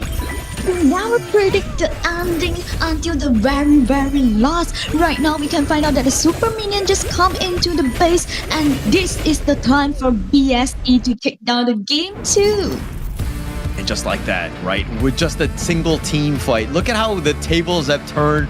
BSE finding an opportunity just to win that team fight, finding Shisan. He got a little out of position, and once you have that numbers advantage, it's pretty much all she wrote for Team Secret there. Yeah, actually for both of the team, they are just did so well for the game 1 and game 2. Say that it is a really amazing match for today, because we can find out that we will not know who will gain the next advantage, who will get the next resources, who will win the team fight. I think they all did a great job, but unfortunately we will have only one winner for today's matchup. So I would say that great strength on BSE. BSE just proved that I also can play really well during the late game. Yeah, very smart. Just the way that they were able to close that game out. I mean, Team Secret looks like they were able to make a little bit of a comeback, but BSE is just like, no, not just yet. We still own this game. And checking out some of the items of the KDAs, I mean, look, JR 533, that's going to be huge. But Musan King on this Menki, like, look, he tanked so much damage, and the fact that he was 5-1-9 off of the many saves by Jiong, I mean, this is a really nice 1-2 combination that they got going. Yeah, definitely. We also can find out that have a lot of great openings on this Menki. Menki just able to just go inside and go around and give BSE have a really good opportunities to take down the member from Team Secret. So definitely a great job on this Menki. Yeah, really good job. I mean, It's understated. Just, I mean, his presence was there. He is my clear MVP on this one because, like, the fact that he was always in the team fight. Team Secret just wants to get in the house, right? And Musan King was literally Hodor holding the door down and not letting anyone by him. He was just an absolute beast. He took so much damage, and the fact that he was, again, he only died a single time speaks volumes about his play as well as Ji-Hong, because his Sea of Fates were literally game winning. Say that in this game, BSE have a really great cooperations with their teammates. We can find out that no matter it's because of the monkey or because of this Star Child, always have the opportunities to let their teammates to go back to the crystal or do some recall back, and having a great, I would say that great sustain on the team fight. Oh, for sure. I mean, look at Musan King, like 265,000 damage taken, but he was actually dealing the second most, on the team, like 160 himself. So he was constantly just being able to do all that damage plus taking it all. He was everything that you would want. And look, I love the play of Ji-Hong and JR, just really setting it up. The team understands what everyone needs to do in each of their roles. And this is why BSE right now, second place, but man, they could be number one in a blink of an eye. Yeah, they are definitely just set up a whole great tune of the team fight and let this Musan King go inside to be a first member to absorb all the damage, and at the same time they are also giving them an opportunity to take down the kills. So we can find out through this gold draft, definitely still not a one-side game. Yeah, definitely not. I mean, both of these teams had an opportunity to get in this one. But I mean, if you like took out all of the different stats, the team names, and you're like, hey, which of the teams actually won? You're kind of like, you know what I mean? Like, you don't really know because this gold graph looks very skewed for both ways. The fact that BSE were able to salvage this after that comeback by Team Secret speaks just like about how powerful BSE are, understanding that, hey, if we get a single pick, we can turn this into a team fight or a game-winning match. And off of that, right? They found Shisan, they got that pick, and that was just all gravy at that point. So this is what the most interesting things in our today match are. We do not know the ending, who will win, who will gain the whole win for this game until you watch to the end or push to the end. So we can find out that for this game, MVP goes to Musan King. The King, right? His 5-1-9, all the damage that he did, 28% of the team's damage, plus of all 44% of the damage taken. The guy was a punching bag and he liked it, and much respect. I mean, that was just like really well played. His positioning was far superior, but Ji-Hong was always there. Like, look, you're only as good as your team, and to have teammates like Ji-Hong to always save him when he was low, and there were times that he was definitely low, just really saved him. Yeah, because of the leap of this Star Child and this Musan King, this monkey, able to do the leap, go up the leap and go back to the crystal every time. So it makes that having this kind of crazy damage taken. A lot of damage taken. And I mean, look, Team Secret right now, they were super frustrated. There were so many moments where they were just like poking and prodding, but there was no way to deal with Musan King just up front, especially when you have those Sea of Fates. And look at these whirlpools. Setting it up, you got the numbers advantage, turning it around. Once you have that initial pick, it's so much easier to just kind of steamroll the rest of them. And Sun trying to stay alive, and again, this is why the Loong Team Secret just not great. Yes, it was a great infinite vastness here, and they were doing a decent amount of damage, but for some reason, they just find him out, and once you've used it aggressively, you don't have a get-out-of-jail-free card, and Sun gets picked off there. Yeah, definitely I would say that it is a great one for both of the teams when we go through this highlight. Find out that it also have some team fight that Team Secret having more advantage, but mostly BSE just can find an opportunity to fight back it. I mean, for me, I'm not a huge fan of the Diaochen Shisan. I just felt like there was a little underwhelming, wasn't able to kind of do what he really wanted to have done. Plus the Sun Tzu from Xuan. Look, I like Sun Tzu as a hero, but the way Nongshim Red Force plays it, which is a secondary initiation, not the initial one, right? Having it as a secondary one when the teams are kind of grouped up, that's the ideal time. And with this lineup, he was kind of forced to be that original initiator, and he got cut off so many times. Yeah, actually, we also can find out that for this kind of compositions that having Diao Chan right now, actually, it's not really just fully deck out I would say that didn't do a great effect on it, because we know that we will expect that Diao Chan just go inside the team fight and dancing around on the BSE members, but actually we didn't just really saw it. Just really not as, like just kind of caught out too many times. Didn't really do exactly what he wanted in terms of that.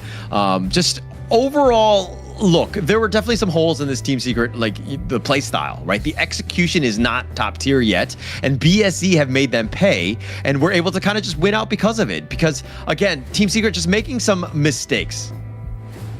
Yeah, and you can find out that during the in-game, they also did a great job, I would say that, but actually not in a really, really good effect, and especially for the opening of the team fight. Maybe it need to polish it, because we can find out that still have some details, maybe there are lack of it. All right, it looks like we've got the interview underway. It's going to be Ji Hong from Blackshrew Esports, the winner of that one. And let's see exactly what he has to say here.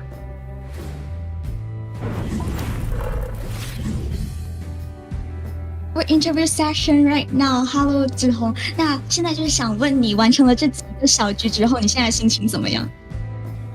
现在心情非常亢奋吧，因为我们赢得非常不简单。他说，just he say that it's really really exciting for him, and I just asked for the feelings, and he say that because it is a tough game. Yeah, definitely a tough game. But look, I thought you were the MVP of Game 2. You deserved it. Your Sea of Fates were so good. I just want to commend you on that one. Very well played there. 觉得说在第二小局里面你应该是那个 MVP， 打得非常非常的好。那对此你有什么想说的呢？谢谢你的夸奖。我们只是打出我们的东西，然后跟队友打出配合，才让我赢得比赛。He said that I just really appreciate for the cooperations within my teammates, and because of my teammate, we still have this kind of performance right now.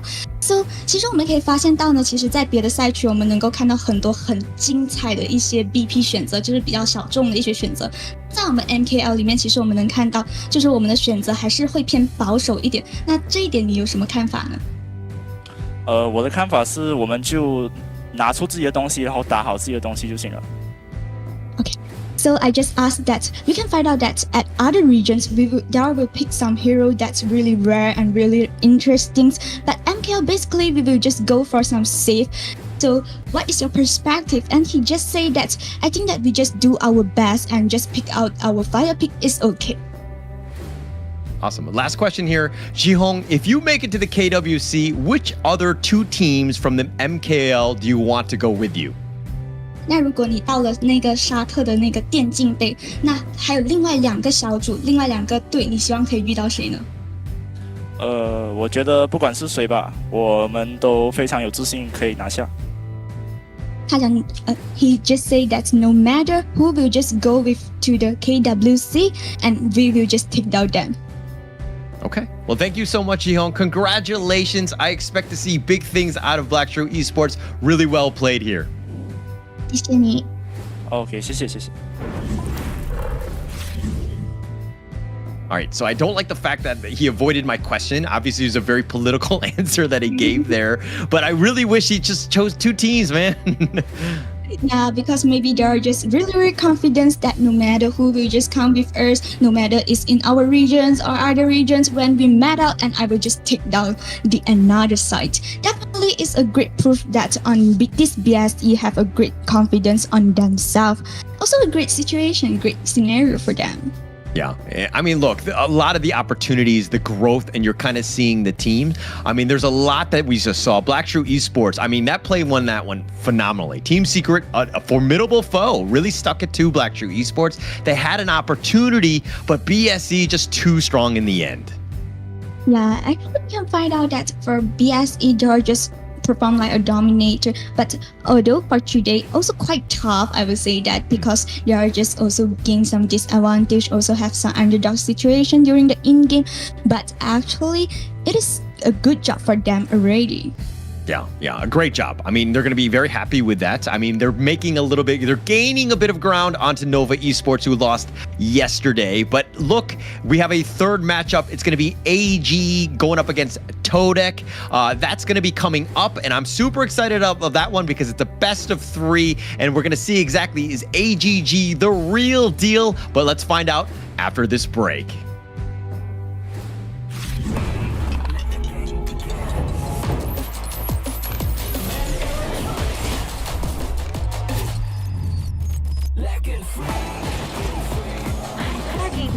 Victory!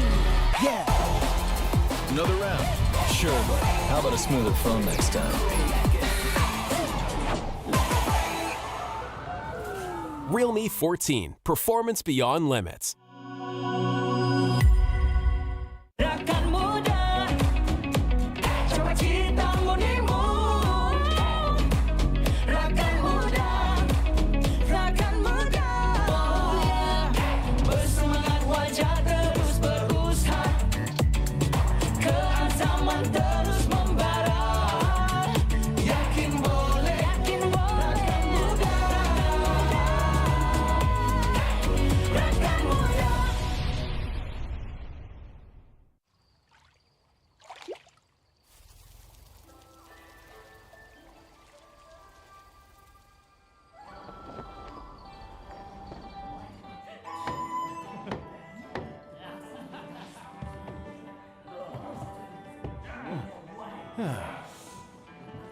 Innkeeper, this is from the guest upstairs. Huh?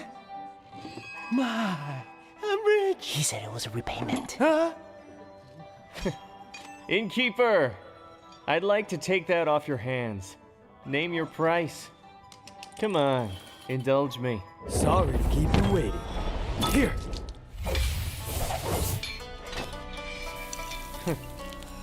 Interesting. Northern Brook. Where's the man? Let the 12 houses keep it safe for you. Let's spare the world another bloodbath. You'll have to ask my blade. Fine, I'll play your game.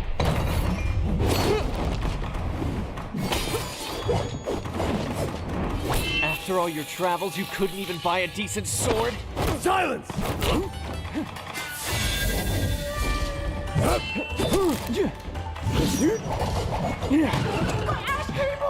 You have skills, but I see plenty of openings.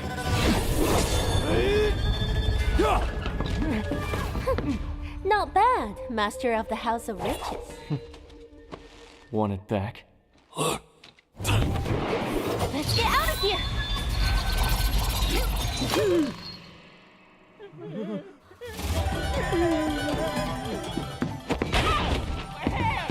Sorry! Read the manual!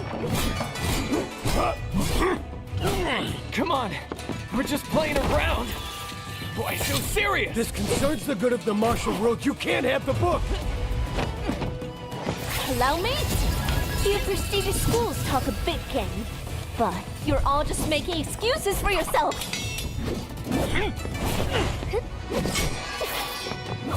You're still here? Not good. It's a fake! You're playing with us. Illusion magic! Run! If only I had an opening here, this would never have happened. Those tears of a broken heart, broken spirits restless in the dark.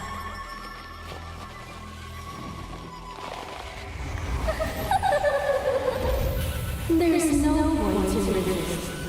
We'll get the secrets after. Magic.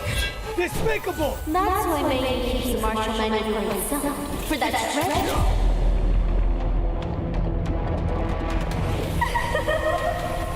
I see. It's with the sword. Quiet! The manual is already back out in the world!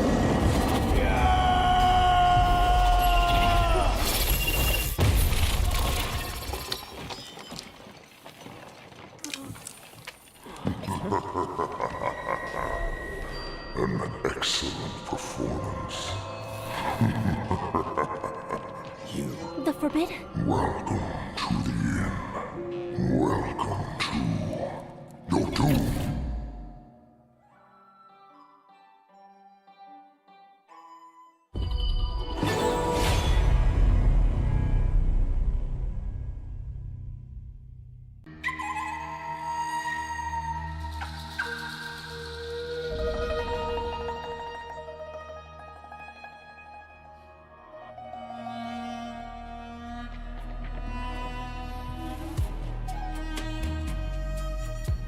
I come from wealth and pave my road with gold. The world is mine to discover. As a blade can be straight or curved, deeds are just or crooked. A single flute casting shadows and spirits, descending upon the martial world.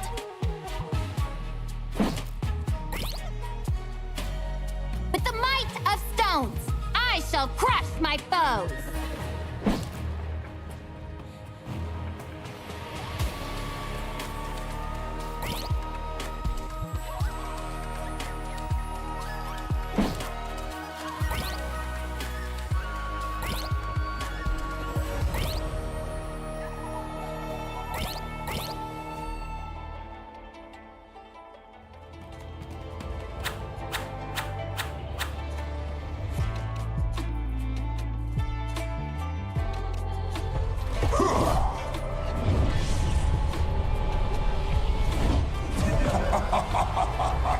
Darkness, the precursor to light.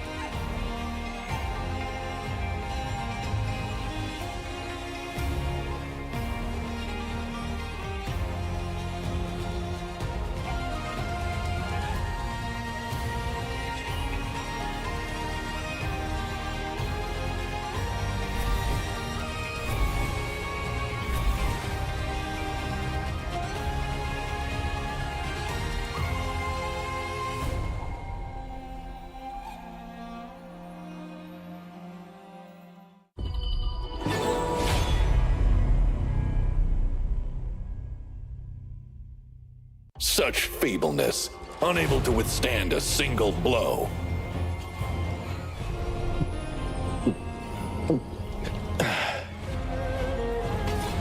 Hut. Hut. Tch.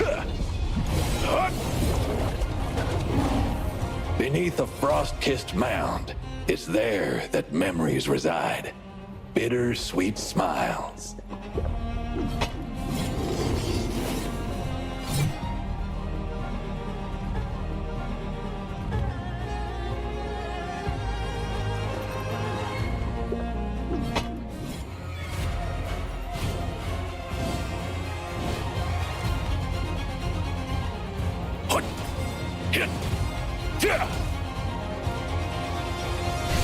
The journey to Plum Manor is long and arduous, but still, I have to go. Crossblade! Across frozen rivers!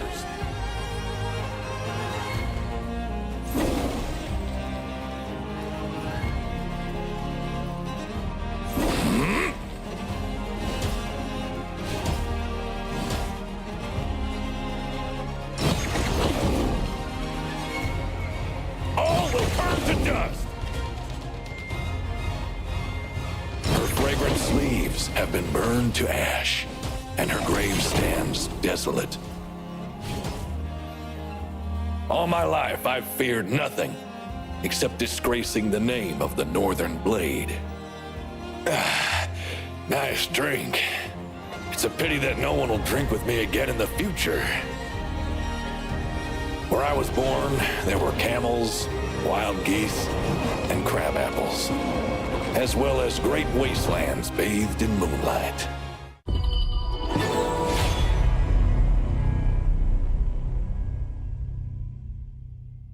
Eyes are so complicated.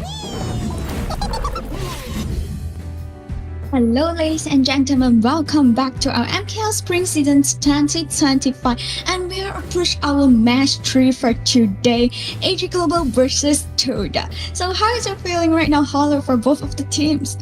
Yeah, I'm actually feeling great, right? This is another exciting match. AG Global had an amazing win against Team Secret yesterday, and then going up against Todak here, who have kind of haven't really found their footing in the MKL. They only have one win to their name. But look, I expect big things in the second half. This is the first game by Todak in the second half, and to see exactly if they're able to kind of compete with a team like AGG is definitely in their potential, and expectations are there, but can they actually do it? We're going to have to find out. Yeah,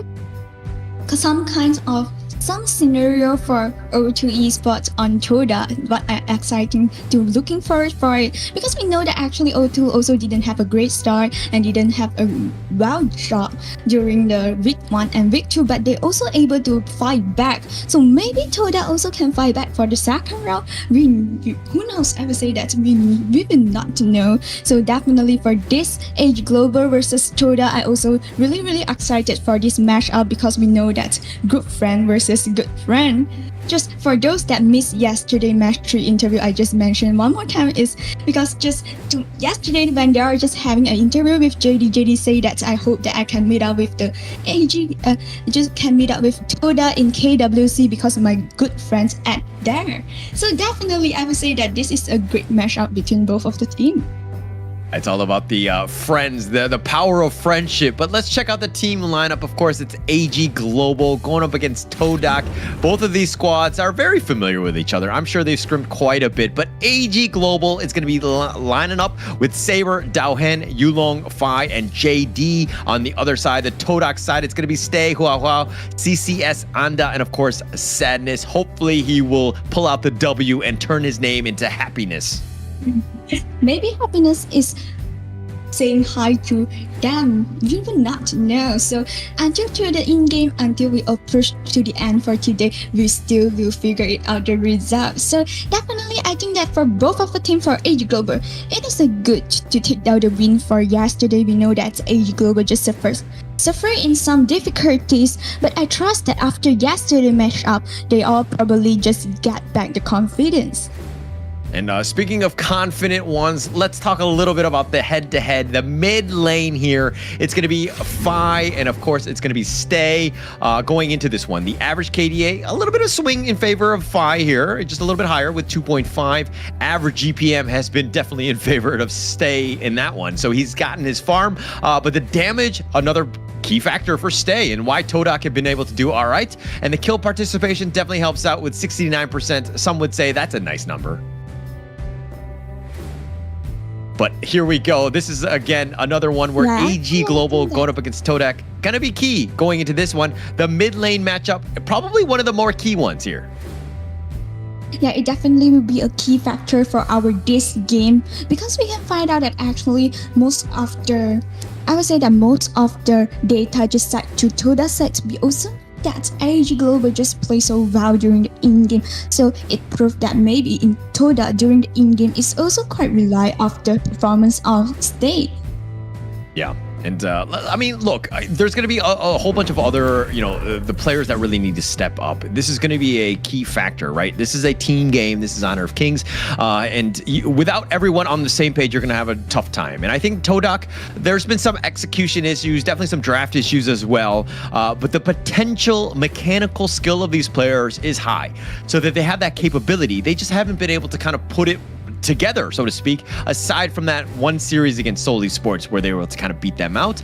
But this is a team that has potential, and they able to take down a Titan that is AGG? Again, we're gonna have to find out in this series.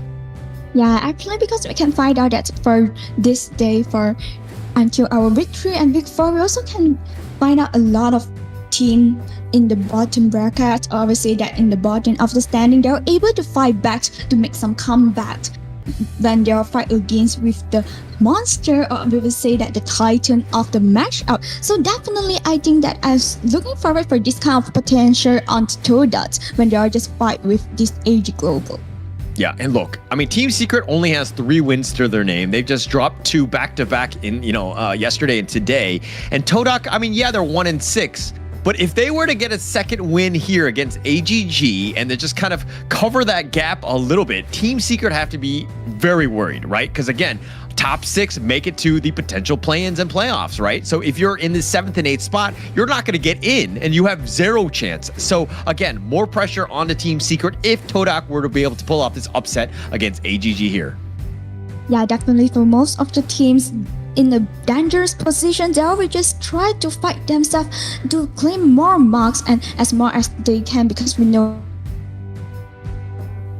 All right, but also, I mean, if we're looking at this one, AGG has been like what, like 5-3, 10-8. They've been able to kind of win out some of those close games. It hasn't been easy for them, but the fact that they're here in top 3, I mean, as a qualifying team, especially with like, O2 Esports up there and some of these partner teams like Team Secret and Toadot not really being able to show up as much, it's been really different. And it's been, dare I say, a shakeup in the MKL. Considering only, again, the top 3 teams are moving on, and if you're on the bottom and you've got no chance, like, look, if you happen to be the champion of MKL, you're going in as the favorite into KWC. I think that speaks volumes about that team, because we've only seen champions coming out of Malaysia or, of course, China in that last EWC, but we don't really count them as much. I would say most in the Honor of Kings global scene, the global version of this game, it has been all Malaysia all the time. So if you want to see who a champion's going to be, it's going to be out of MKL. Yeah, so definitely I would just put a lot of excitement on our region, because I think that every region have their own potentials, but actually I was looking forward for MKL to make some miracle happen, because most of them just say that maybe it goes to the big stage, bigger platform. We didn't have so much advantage, but I trust that we will just make the miracle happen. But when you haven't entered to the stage of KWC, you still need to fight for the MKL to take the tickets to reach the stage. Look, I think it's, I mean, if Toadot were to win, I don't know if it's a miracle, right? I think it's definitely something that was kind of unexpected. I think at the end of the day, there's not such a huge parity between these teams where you need a miracle to beat another one. They still have that potential. Toadot are good enough, right? I think that skill-wise, they've proven that they can do it. But it's again, it's not an easy one. It's definitely an uphill battle, and something that Toadot really need to earn. But they need to change things up. I'm hoping from the first half to now, they've learned their lessons, right? They've taken a bunch of licks. They've lost 6 times against almost everyone except for Seoul Esports, who are just right below them. So this is a team that has hopefully learned from those mistakes. Yeah, actually, this is good. This is good. I would say that learn from the mistake, because we can find out that actually during the in-game, find out that for Toadot, it's so difficult to shut down the whole game. Yeah, Toadot gained a lot of advantage during the early game, or we say that during the mid game, but it is so difficult for them to shut down the whole game. So maybe this is the main problem for them. So they need to figure it out, because right now it's the second round for the double robin, not much time for them. So I would say that they need to fight for it right now. Yeah, and it looks like the draft is underway. The third match, game 1, going up against Toadot versus AGG. And look, I mean, the Zhangfei ban out by Toadot, they do not want to let anyone get going, especially on when Saber's playing the Zhangfei. Definitely a hotly contested hero. Just starting off strong, I say, with Toadot's draft here. Yeah, and we can find out that for both of them, just get rid away the popular picks, Zhangfei and Ali, and it is normal, but I would say that for Toadot, maybe they also can do some respect ban, because we know that for AG Global, there are some heroes that really strong, so maybe Toadot can just take it away. But right now we can find out that Toadot just ban away Dharma, and AG Global goes to Mai and take away these 4 popular picks in MKL. A very meta heroes by the AG side, as well as Todak on both ends, right? I think it's, I mean, you always look at the blue side as more of like a targeted one, but, you know, the Dharma, the Zhang Fei, very strong on the hands of AGG. So they're going to look to kind of just force them to play a little bit more standard. The stun potential, and we saw this even yesterday, where AG, they will pick the Dharma Zhang Fei in the first phase, especially when they pick second and third. So Todak have definitely done their research here. Yeah, we can find out that right now Toda just let loans come into the game. It is a great one because we know that loan is quite popular in our MKL, and I would say that it is the most popular picked on our marksman. But is it able Toda to just let the effect come out, or say that I'll put all the damage on this long hat? We need to figure it out during the in-game. It cannot suffer the same thing with Team Secret just now. Yeah. Obviously, I mean, it's more about a playstyle thing more than anything else. Team Secret just haven't been able to find how Loong is best utilized with their drafts. But okay, AG Global, they go with the Lady Soon Byron. It's a nice little counter pick. It's you know, the Lady Soon is going to be definitely strong with JD on it, and then you have the Byron here, which has made some serious waves in the MKL. A lot of respect, a lot of that potential team fight initiation, which is going to be great here. Yeah, actually, until the first 3 pick, I would say that this Toda pick is quite solid because we know that have Long, have Diadia, and at the same time also have Yixing to open up a team fight. It's a good one. I would say that great pick, but maybe for them for the second round of the pick, they just need to go for more tanky stuff because right now it didn't have any tanky heroes that can be a frontliner for Toda. So I've seen many different variations of this Todak lineup, right? I mean, it's either the Arlie Yixing Didia, or now you're seeing the Loong Yixing Didia. Like, I understand that you're going for some strong meta picks, but they're all on the squishy side. It's very vulnerable to any sort of assault. AG Global, though, they're going to round out that first phase with the Ming Lady Sun. I love this combination. I'm a Ming main myself. So whenever I see Lady Sun, I'm just like, okay, we're just going to turn it up. It's going to do so much damage.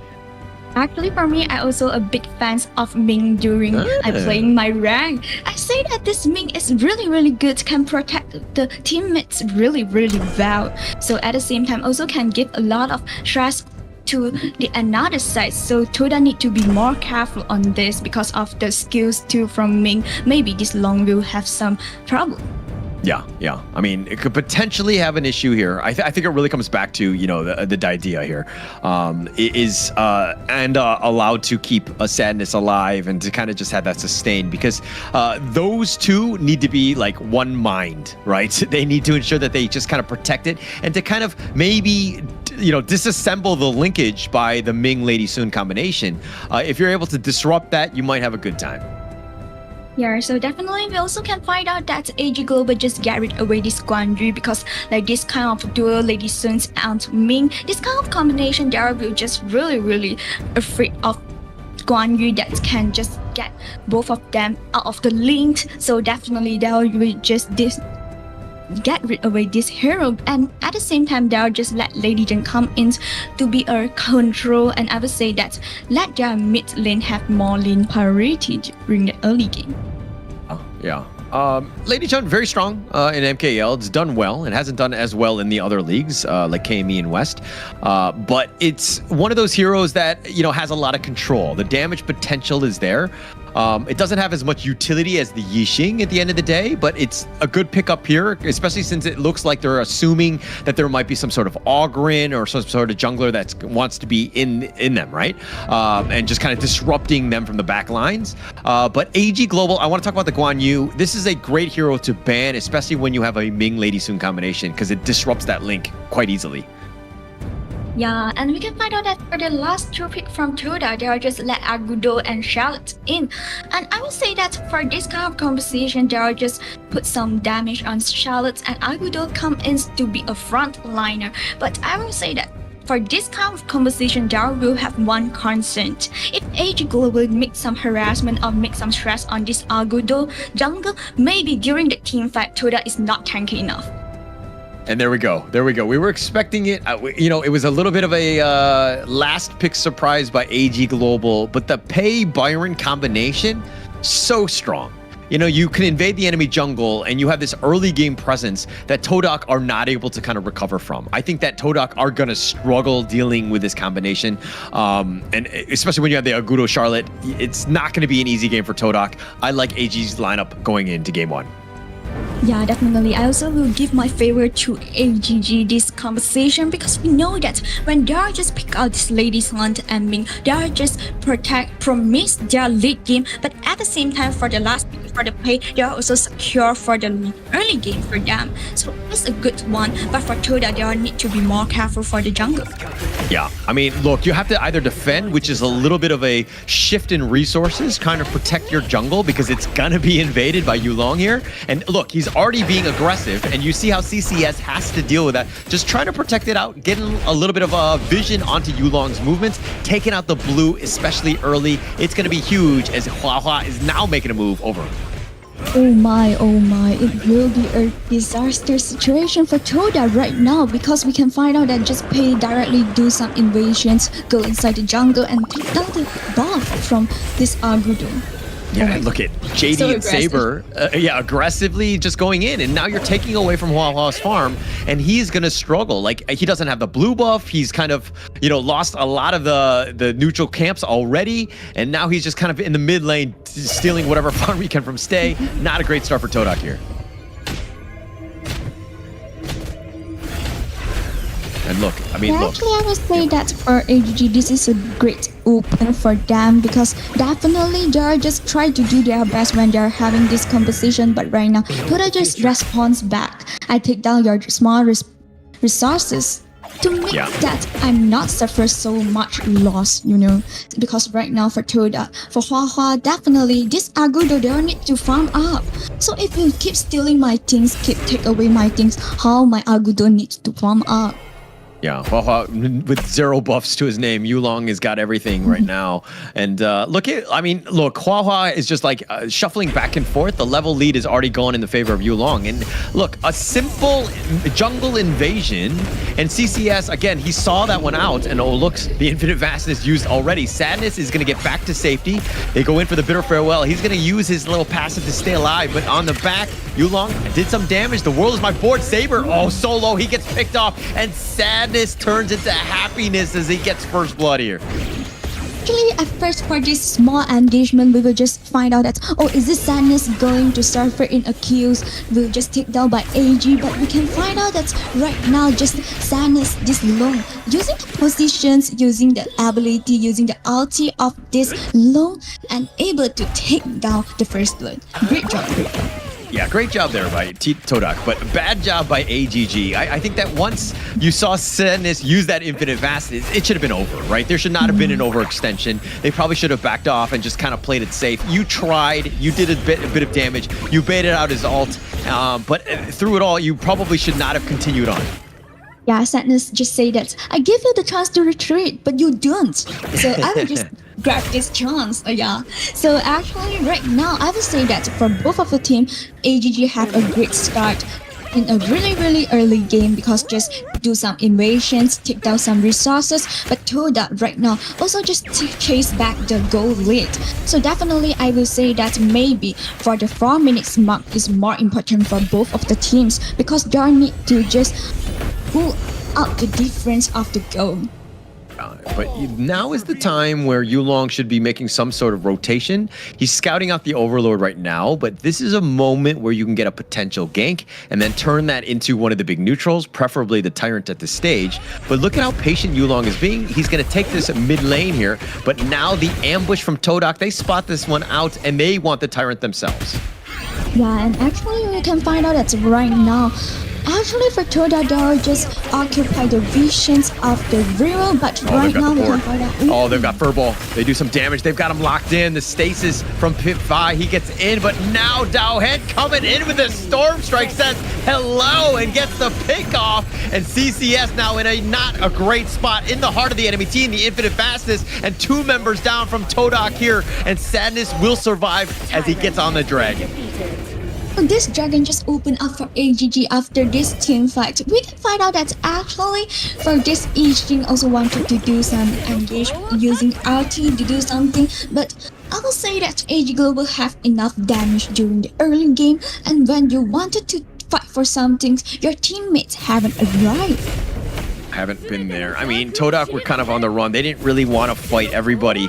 And they were fighting like 2 versus 4, which is not a winning recipe by Todak there, and trying to just turn that fight around. But AGG, just their team fight is just like next level. It's really hard to crack this nut. Yeah, definitely we can find out that AGG have a really good position. So just now, 5 of them just assemble at the Dragons at the Revolt, and they are able to take I would say that take down the 2 men from Toda. Because Toda, we can find out that maybe they have some miscommunications, or maybe they are just forced to be, I would say that, forced to open up a team fight, forced to fight for the team fight. So maybe this cost them.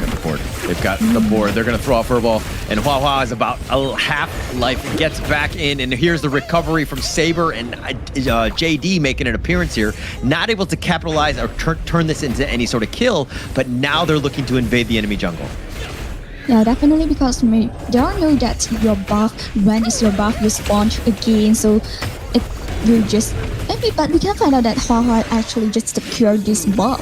Yeah, had to commit the smite, ensures that he gets it. The pounce away by Yulong. He was a little bit low, so they had to play a little bit safe. They tried to go for it again, making Todak's life a little bit uncomfortable. And here's the force field suppression. They find him under the tower. CCS gets Storm Strike for his troubles. And Saber and JD still sticking around. That ultimate shell does connect, but stay still alive. Pretty great trust for AG Global for the mid lane, but actually I would say that Toda will just, every time Toda will just go really aggressive. It's quite worry for them because they're just in a really in front of the positions, and quite dangerous, quite risky, but it is good that they are able to retreat back. I mean, yeah, Todak can be aggressive, but they're not really able to get anything out of it. Not any kills, not any towers.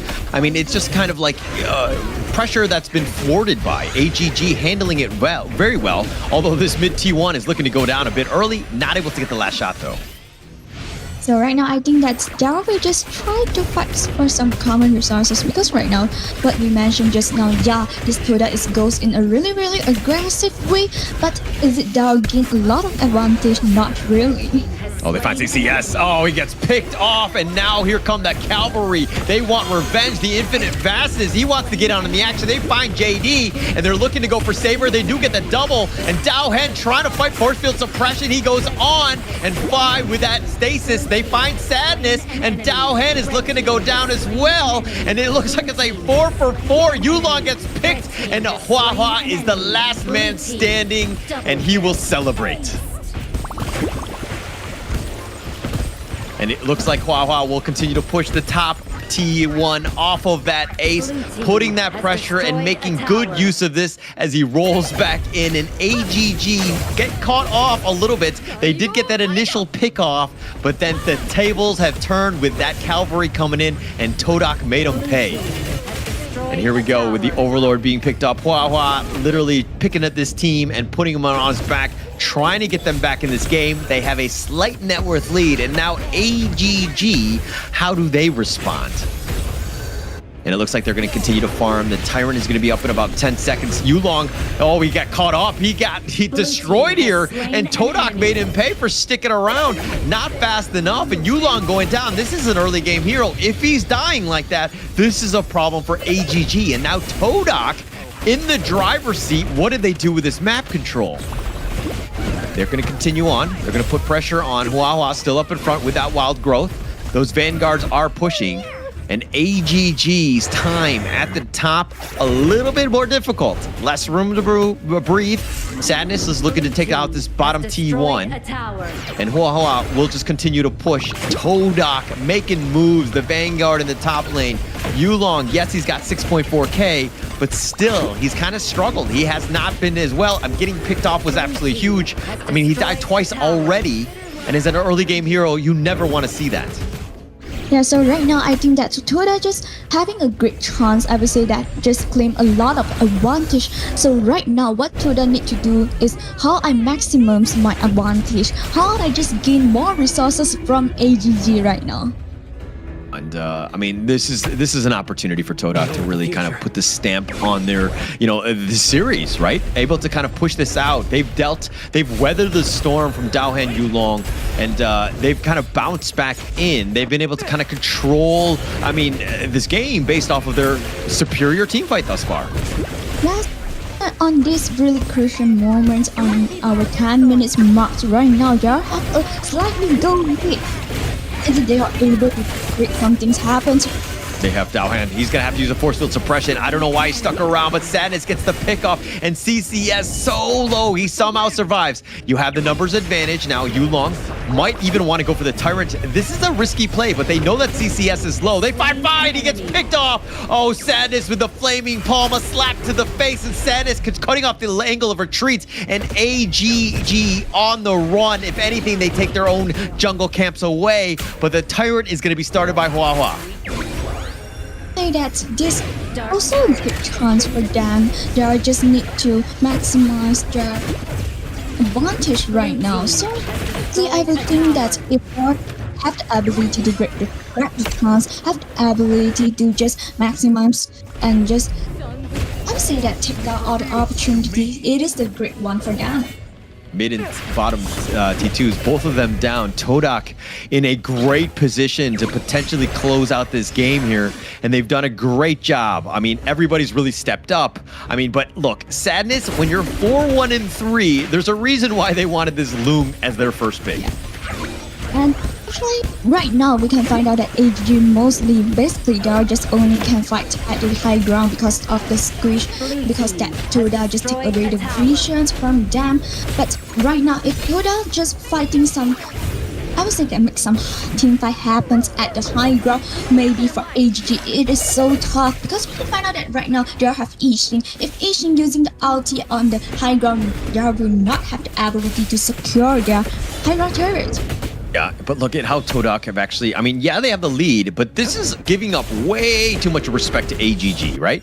And not able to just kind of, you're still on your side of the river, so to speak, and AGG might get caught off here. They're potentially looking to go the force field suppression unused by Daohan, but again, I felt like they would have a much better chance if they were more in the enemy jungle at this point.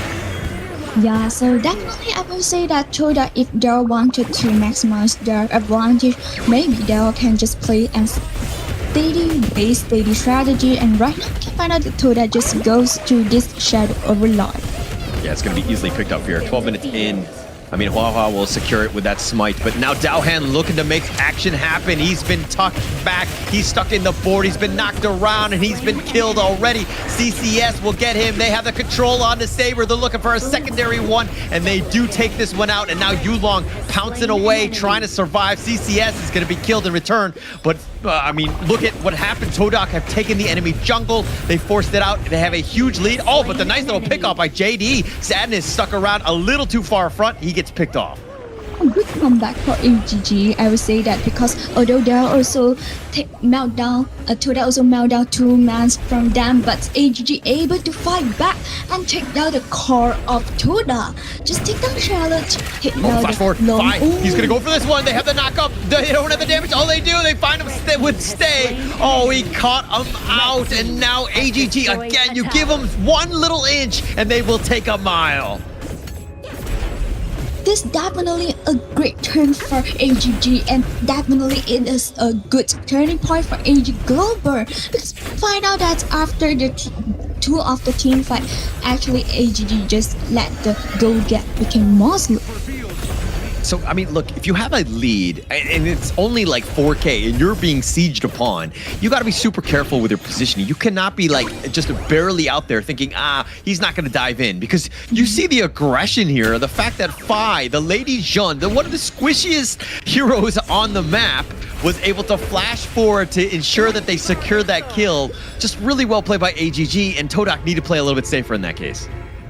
You can go through to the items right now. This Lady Sun also quite complete, and so for Toda, they need to be more careful right now, because we know that when Lady Sun have this kind of item, just complete of this kind of things farm up, and it definitely will just stack out a huge damage on Toda.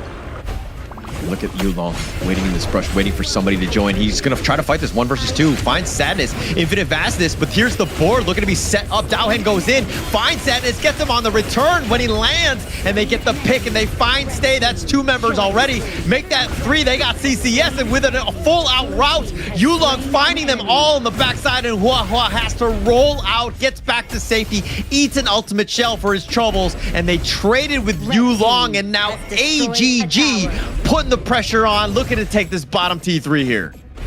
Say that although AGG here right now, Yulong just down, but it definitely is a great opportunity for AG Global right now, because we can find out that they have the opportunities to try to shut down the game, and now Toda just wipe out from AG Global and just take down the whole game 1. And that's going to be an ace. I mean, they just completely got wiped out, and in the end, AGG finding ways to get back in this game. And never say die. A couple of team fights, a couple of picks, and they're right back in this game. And there's a reason why they are the 3rd place team in the MKL here. Okay, and look, Todak here, a valiant effort, right? This is a good time. Sorry, go on. Yeah, actually, we can find out that for today match for today games, no matter it's from which team, we also can find out that some of the time is this team gain a lot of advantage, some of the time is another teams have more advantage. So definitely, I would say that for today's matchup, it is really, really interesting.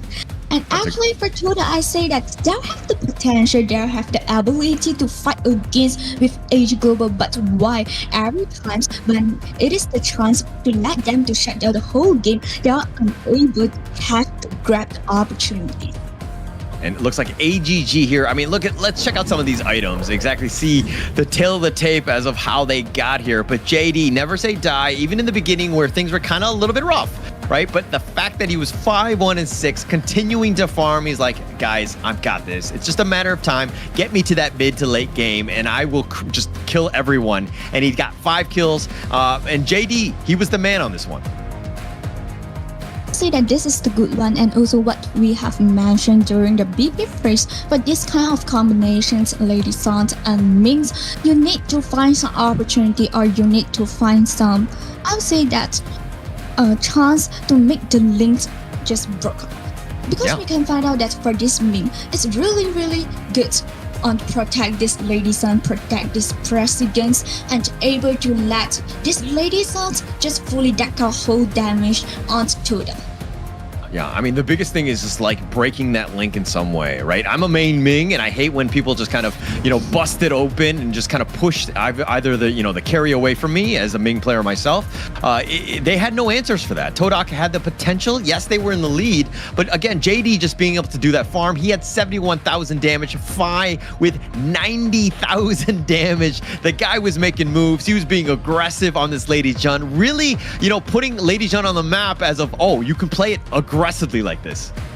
Really crazy, really crazy. Taking a lower goal, but I can burst out a lot of damage. I would say that this PHY done a really, really good job, did a really, really good performance during the game 1. Really good performance here. Look, Todak, I was like, oh my gosh, are they able to do this? Are they able to close out AGG? And there was that potential, and I was just like, oh, I think I just jinxed it because I just thought of that. And AGG just able to get back in this game. Yeah, actually, because we can find out this is what they say that the experience on this kind of experienced team, yeah, again, not a one-side game, and until sometimes it's extremely goes to the Toda side, but AG have the ability just fight back, just grab the opportunities, chase back some things. I mean, just try to chase it back. But look at this gold grab. I mean, it's a complete dive. Like, all of a sudden, we're like, Todak, we're like, we have a great lead, but we don't want it. No, we're going to let AGG just take us over and just control us and just win out of this game. And AGG, we're like, we will happily take whatever freebies you're giving us. I think that for Toda, still the old problems. They need to figure it out how to shut down the whole game. You just did so well during the early game, during the mid game, but whenever it's the time to let them to shut down the whole game, and all the things will just go. everything just went. I mean, look, I think that this is a great game for Todak to like look back on, because they're like, okay, we had some really good success, especially early. This is where we want to be. But it's that like what, the 12-minute mark where things got a little shaky and allowed AGG to get back in. And of course, it was because of JD, your MVP, 5-1-6, 25% of the team's damage. And he was very difficult to just pin down. I mean, he only died once, but that is the kind of game that you want from your farm laner. Yeah, this is totally proof that this Lady Sun, this JD, make a great stress during the in-game, during the team fight, and this Lady Sun's also, I would say that for JD, it is really clever to claim all the golds back to himself. It's able to farm up in a really, really fast, but at the same time, I also can, it's a lot of gold. It's a great one. Yeah. I mean, just giving him time, and JD will be able to do that. You want to make sure that your farm laner, which if you're building a team or you're playing in a ranked game, you need somebody who's like calm, cool, and collected, and just at the end of the day is just gonna be like, hey, just put my head down. I'm able to out farm you, and I'm gonna get those items. You want somebody who's super reliable that can carry you in that end game. Yeah, JD just say that I will not let you or will go in the emotion of disappointment. I will just lead you all to the win. Yeah, so it's a great one, but let's check out the highlights. And again, this is really back and forth. It was a game that I was kind of like, oh my God, Todak, they're kind of doing it. But then Daohan going in for this had that potential kill. And this is a little bit of a shift here. They were trying to fight 2 versus 5, Todak that is, but they made him pay. They were starting to siege the top, even at this point, there was a moment. But when JD got that pick off on the Sadness, you're like, ooh, this game feels different. Something feels off. And 5, with that flash forward, goes golden, perfectly setting it up for the rest of the team to clean house under that tower. Aggressive play, and there's a reason why this team came back. Yeah, definitely we can find out that for AG, when the time star gain the advantage, they are able to maximize all the things that they are gained and all the things that they can hit, because we can find out that it is really clear. After I just farm out, I let this Lady Suns just fully complete farm out in a really, really bad situations, and I will just try to make some team fight happens and let my JD, my Lady Suns, to claim some kills, and I will just keep corrupt the common resources, take down the common resources, and make some invasions. So this makes to the like, oh my gosh, why all the things is turns around table, all the things just goes to you. What happened? No real chance. I mean, look, JD, just too much time, too much space, right? Todak, it's if you have a lead, you got to close it out. You got to choke them out. And I was like, why are they on their side of the river when they have a lead? This is a situation where you got to understand the game state. You have an advantage. You should be up in their face. They should be hiding and cowering in their T3s or in their base, right? Just on their side. And Todak gave way too much respect and let AGG come back in this one.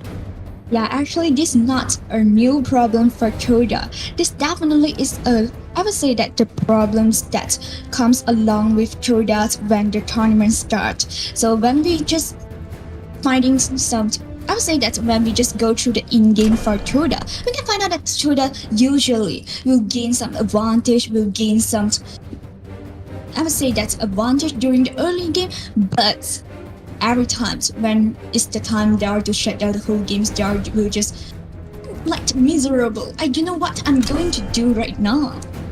Yeah. I mean, that last game, the happiest thing about that one was the fact that Ming won. That is the first time it's won in MKL, and now Ming is 1-3 in the MKL. So finally, congratulations that, Ming is now on the winning side, or at least gets that first one, which is the most elusive one. But this is going to be game 2. The draft is underway. It looks like AGG are kind of like, hey, these are some of the heroes that we played. We don't want to be facing them with the Lady Sun and the Byron Band here.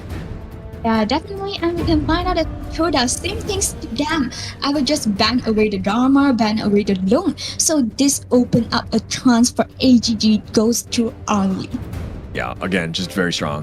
Prioritizing JD, like time and time again, this is the hero. This is the guy that they want to ensure just carries them. Like, again, you give him space, he's going to just win you games. So very smart by AGG, taking one of the best farm laners now. Well, I would say that actually for biggest early picks for AGG is definitely a quite worse situations for Toda, because we know that AGG just can play so well in this kind of early competition, but at the same time Toda just responds by using minions and channel.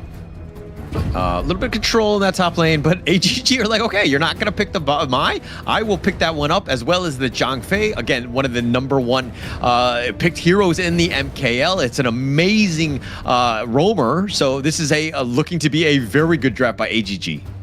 Yeah, actually, I would say that this channel is quite strong in our current patch. I would say that in our current meta, channel is also one of a popular picks. But from myself, when I'm facing this kind of early game competition, I will not put so much favor on this hero, because we know that channel needs to farm up, and at the same time, channel is quite, I would say that it's really to be killed by AGG for this kind of composition. So for Toda, they need to more protect this channel, and channel need to be more careful for the positions. Positioning is going to be key on the channel, right? For sure. And just staying alive, right?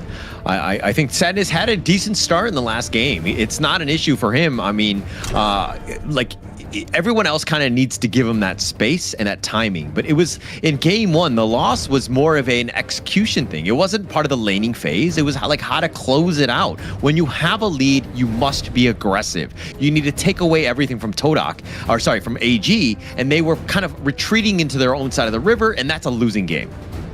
Yeah, and we can find out that both of them just try to minimize their hero pool on the jungler. Just take away Outground and get rid away Jinx.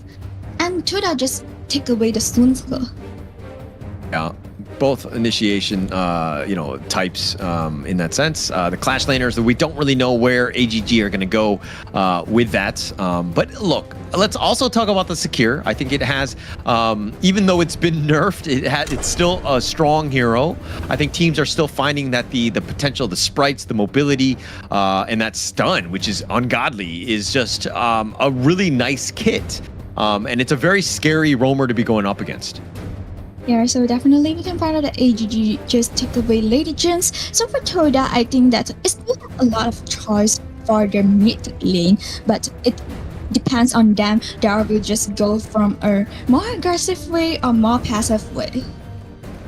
Maybe more, yeah. I mean, look, AGG's lineup can be very aggressive. They can kind of put a little bit of tempo on, and they can kind of dictate it. Todak need to do a good job of returning that one and not letting them kind of push the pace. And those initiations are going to be key. So a big one here is for Todak to find somebody who can get to the back line. If he's able to kind of pin down this Arlie and Mai, they're going to have a great time. And it looks like the Dune Secure combination, I'm liking that from Todak. I think that it's quite good for Toda until right now, because we can find out that Sarkar also can protect this channel, and at the same time Dune also can be a great frontliner for them, and May also can just give some stress to the backliner of AGG. Great one. A great chance. I mean, that's a nice combination if they're able to do it. And plus you have Mai in to kind of set it up. But my concern right now with Todak's lineup is you have Chano. It's all in on this damage. If he dies, and it looks like AGG have spotted that weakness as well, this Luna and Mai, they're going to make a beeline for the Chano. If they find him, they kill him, then Todak are like, actually, we don't have the damage to deal with the rest of the squad. So this is a huge weakness. Todak need to shore that up with a great damage dealer in this last pick here.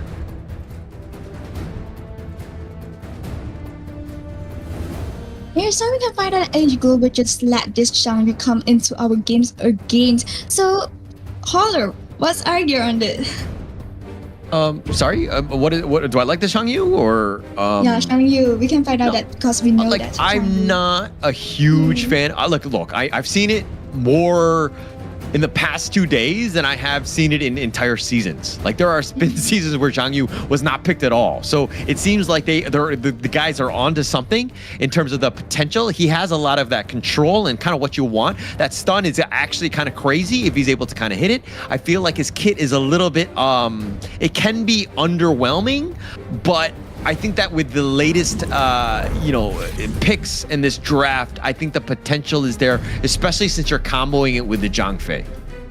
Yeah, actually we also can find out that for Toda, they are just let she goes as the mid laner. I would say that it's definitely also one of a good pick for Toda because it's able to try to stop the Mai or Luna, but it's also quite tough. Just check it out in the in-game. All right, this is going to be the third series of the day. The second game, AGG up 1-0. They're looking to close out the series. Todak, on the other hand, obviously want to strike back. They had a great game one, at least from the start, but AGG able to come back and making them pay. The Mulberry Power's on point. Not enough damage to kill JD here. Well, I would say that this Toda just play in a really aggressive way for the bottom of the map, but for the upper for the map, we can find out that AG Global really aggressive, just try to make some invasions and try to gain something from Toda. Yeah, Todak near. I mean, they need to kind of stick to what they did last game, right? Again, by having those good rotations, getting some pickoffs to kind of get them going. It's always easier to play a game when you have a lead, especially in the early game, and they want to kind of, you know, repeat that success that they had. I think that the heroes they have, there's no like huge discrepancy in the lane matchups. I think that they're going to have a good time. Yeah, actually what I wanted to highlight right now is for Toda, this kind of competitions, they have a lot of card, they have a lot of member need to farming up. So definitely right now they need to try their best to boost up the farming phase. Farming phase is long. Right now they need to wait for Dune, wait for this channel, and Minion also. So definitely I think that Toda need to be more careful during early game, because if they are just let AGG get some opportunity, get some advantage, maybe the first phase will be dry. Oh, the Mulberry Power. Anda just barely staying alive. He rides the wind to safety. He gets on out of there like a Superman with his cape flying in the background. But they did put a little bit of pressure. They saw JD all by himself. He was able to outmaneuver 3 members from Todak here. Yeah, we can find out that for Sadness, it is a great start for the bottom lane, and definitely right now they are just can go to claim more things. They're really aggressive for this bottom.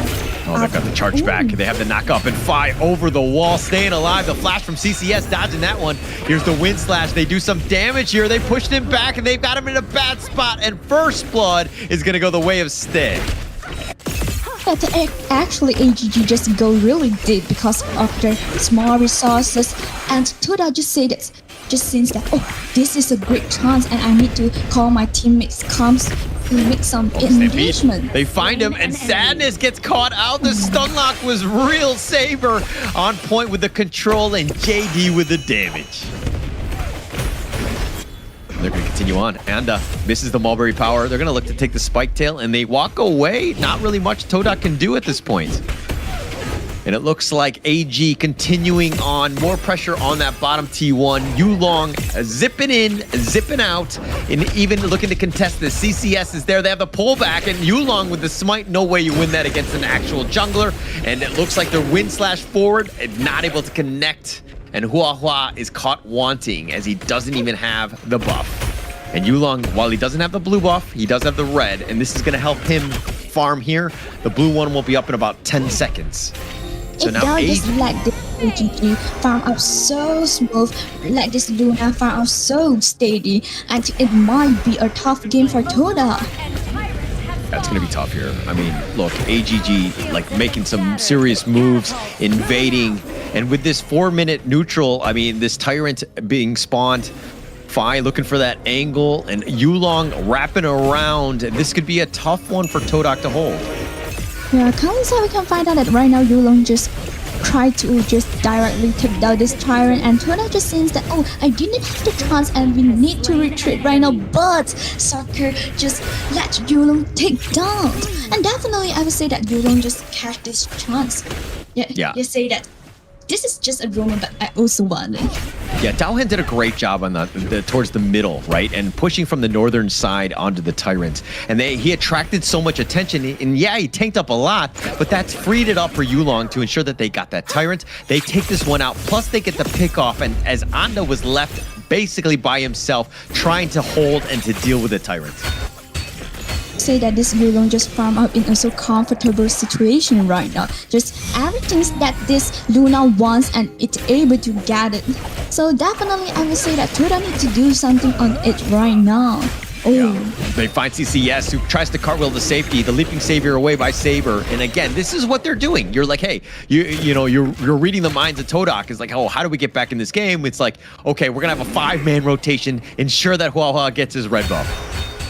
Yeah, so definitely I would say that right now for Toda, not only securing your own objective, and at the same time they are still need to find some opportunity. Right now PHY just come in. Putting pressure on that top T1.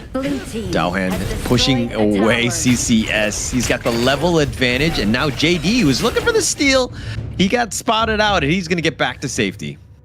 Yeah, actually quite risky because we can find out that just now the position of JD is quite deep. But I would say that it is good one because actually just now Dunt and China also didn't. Oh, he's gonna get chased in. He's gonna be focused around. He's somehow okay. He gets picked off. Hua does find him, but it took 5-man. It took a village to take him down, and that's a great win for Todak thus far. Oh my gosh, this is a big present for Toda, honestly. I know that Yulong definitely is a really huge goal lead for all of them, and actually this is the big brother of AGG, and at the same time I take down the big brother and I know that that's all and I just retreat. It is good. This strategy is good for Toda. Have to calm. It was good, but I mean, they're down about 3K, still need to find ways to chip back in. It was just 1 kill at the end of the day, and they weren't able to get any sort of towers out of this. So again, it's not that consistent goal that you want, and now Todak still on the defensive here. Yulong looking to go in, finds him, goes in, knock around, and Fi just playing with his food, but JD finds Anda, and it looks like Fi wants to go, but he gets killed. Hua running for his life. He's been focused. He actually goes back into this. He's got the Gale's Benediction with that wind slash, the nice little knock up, and Hua is out taking everything, and he finally goes down. Yulong picks him off. It's a 2 for 2, and AGG are still in the enemy jungle. Find out that this Hua, this Dun is tanky enough, is crazy tanky, and so they are just able to buy a lot of time for his teammate. I would say that after this team fight, both of them just 50-50, but actually for Toda they still need to work for the goal difference because right now AGG still have a pretty much goal lead. So definitely the next team fight maybe will be a turning point for Toda. But I mean, when you're the losing team and you're getting at least trading even, I think all in all, it's a slight edge for that losing team. So I think Todak will be happy with that, especially since Hua was like surviving and getting that gold, right? I think that he is, at the end of the day, your win condition. You need to ensure that he's got that farm. And he's kind of, I mean, he's falling a little bit behind Yulong, but Yulong is definitely squishy. If Hua gets on top of him, you know, and gets that wind slash on, it might be an instant deletion. But here we go, the hegemon slash. Oh, Daohan in a bad spot. The Unbridled Outburst pushing him back, and Daohan survives. But at the side, we can find out that Mayan just take down Mai, so definitely it will be a 1-to-1 trade for the mid laner. Yeah, I think AGG actually not all. I mean, it's a mid laner for mid laner. Again, to my point earlier, I think Todak will be happy with that. But again, turning that 1 kill, that trade into a Tyrant, very helpful for AG. Yeah, definitely it's worth it because that I used the life of this Mai and I have the chance to take down this Tyrant, and this makes that I have more goal leads within Toda. So definitely Toda will just need to face a huge gap, and it's not so easy for them right now. And I mean, look, trying to fight face value right now, like, you know, 5-on-5, probably not where you want to be. You probably want to be looking to split push, cut creeps, figure out ways to create some space on the map. You're literally taking all of the fights that, you know, they're going in with that unruly blade. He wants to go, but CCS is actually going to be killed. Anda is solo. Hua is trying to take it, but he's going to be picked off. Yulong with that damage, it started to show. He's got a triple kill, continuing to chase the flash away. Sadness trying to stay alive, but how far can they go? Stay gets Conchusent for his trouble. Fi finds him out, and Daohan found Sadness, and that's an ace. This team fight from AGG 0-5 trade and able to take down the T1 turrets is definitely worth it. And I will say that after this team fight, AGG just take over the whole game. It will be more tough for Toda right now. Very tough situation, right? That was where like a couple people fell and then, you know, the cookies crumble, so to speak. All 5 of them just like being knocked over. Really difficult situation. And now AGG playing out the greedy play in the sense that they want both of the neutrals at the same time. Picked out both of the neutral, and definitely I have the advantage to do more pushing in for the turrets, and at the same time for Toda, they will not want to having team fight with AGG right now because of the buff of the tyrant. So definitely I would say that this is a great one. For AGG, they just need to I would say that need to be more careful and just play in a steady pace, just the matter of the time. It's like, how many buffs do you want? Yes, I will take everything, right? I mean, this is exactly how AGG are looking to play this. And now this is what you do when you have that map control. Look at how far forward they are. And Todak now have to play this defensive game where they have to cower in their base. Continuing on, it looks like they're going to put a little bit of pressure. Those Vanguards have been taken care of. JD actually light steps back. The Vanguard continuing to just slow siege this top lane. And Saber still up in front. He gets mulberry powered for his troubles. He's tanky, but he needs to be careful. The Umbrella Outburst is now going to be committed, and they find him. They decide to go for this one, and they find Stegen. They get the pick off, and the Hegemon Slash is on point. 4 members down, make it another team ace, and AGG take the series as they take this at a quick 2-0. AG Global again. This is just just a great game, right? Say that because that both of the game, maybe for the game 1, Toda just can respond some things on AG Global. Toda just still can take some advantage from AG Global, but for the game 2, AG Global just perform like a dominator, take over the whole games. If I let this Luna have the advantage, and you will just face some, I would say that tough situation right now. So definitely it is really great job for this Luna. Look, I think that if you've done any sort of research on these teams and you're playing up against AGG, you gotta respect ban the Luna. I think that the Luna is just next level. It was just such a nuisance. It was always on the back line. It's like, if you have any squishy heroes, your assassination target and Yulong will find you and gets those kills. Yeah, actually, because we know that just like this kind of hero, Luna, Jing, it still rely on the proficiency of the player. So definitely because of the knowings of these heroes and this game, Yulong just performs so well. Yeah, no chance at this point. I mean, really no way for Todak to get back in this one. And we'll see it in the tail of the tape. That is the KDA and the items that were purchased on this one. But, I mean, it was pretty much all AGG. Look, Yulong 6-1-6. Just an absolute menace on this Luna. Yeah, definitely we also can find out that it is a quite good data, and at the same time, we can find out that the difference between the item for both of the team actually is quite a great gap for them. Yeah, really great grab. No real chance to come back. Todak here. I mean, not even like the game 1 early lead. This was pretty much all AGG. Just the lineup that they had. And again, the Xiangyu, really, you were starting to see the value of it. The plays forward, the flash into that Hegemon Slash. You'll see it at the very end, but he caught like 3 members with it, and it was just so on point. AGG really just taking these heroes to the next level.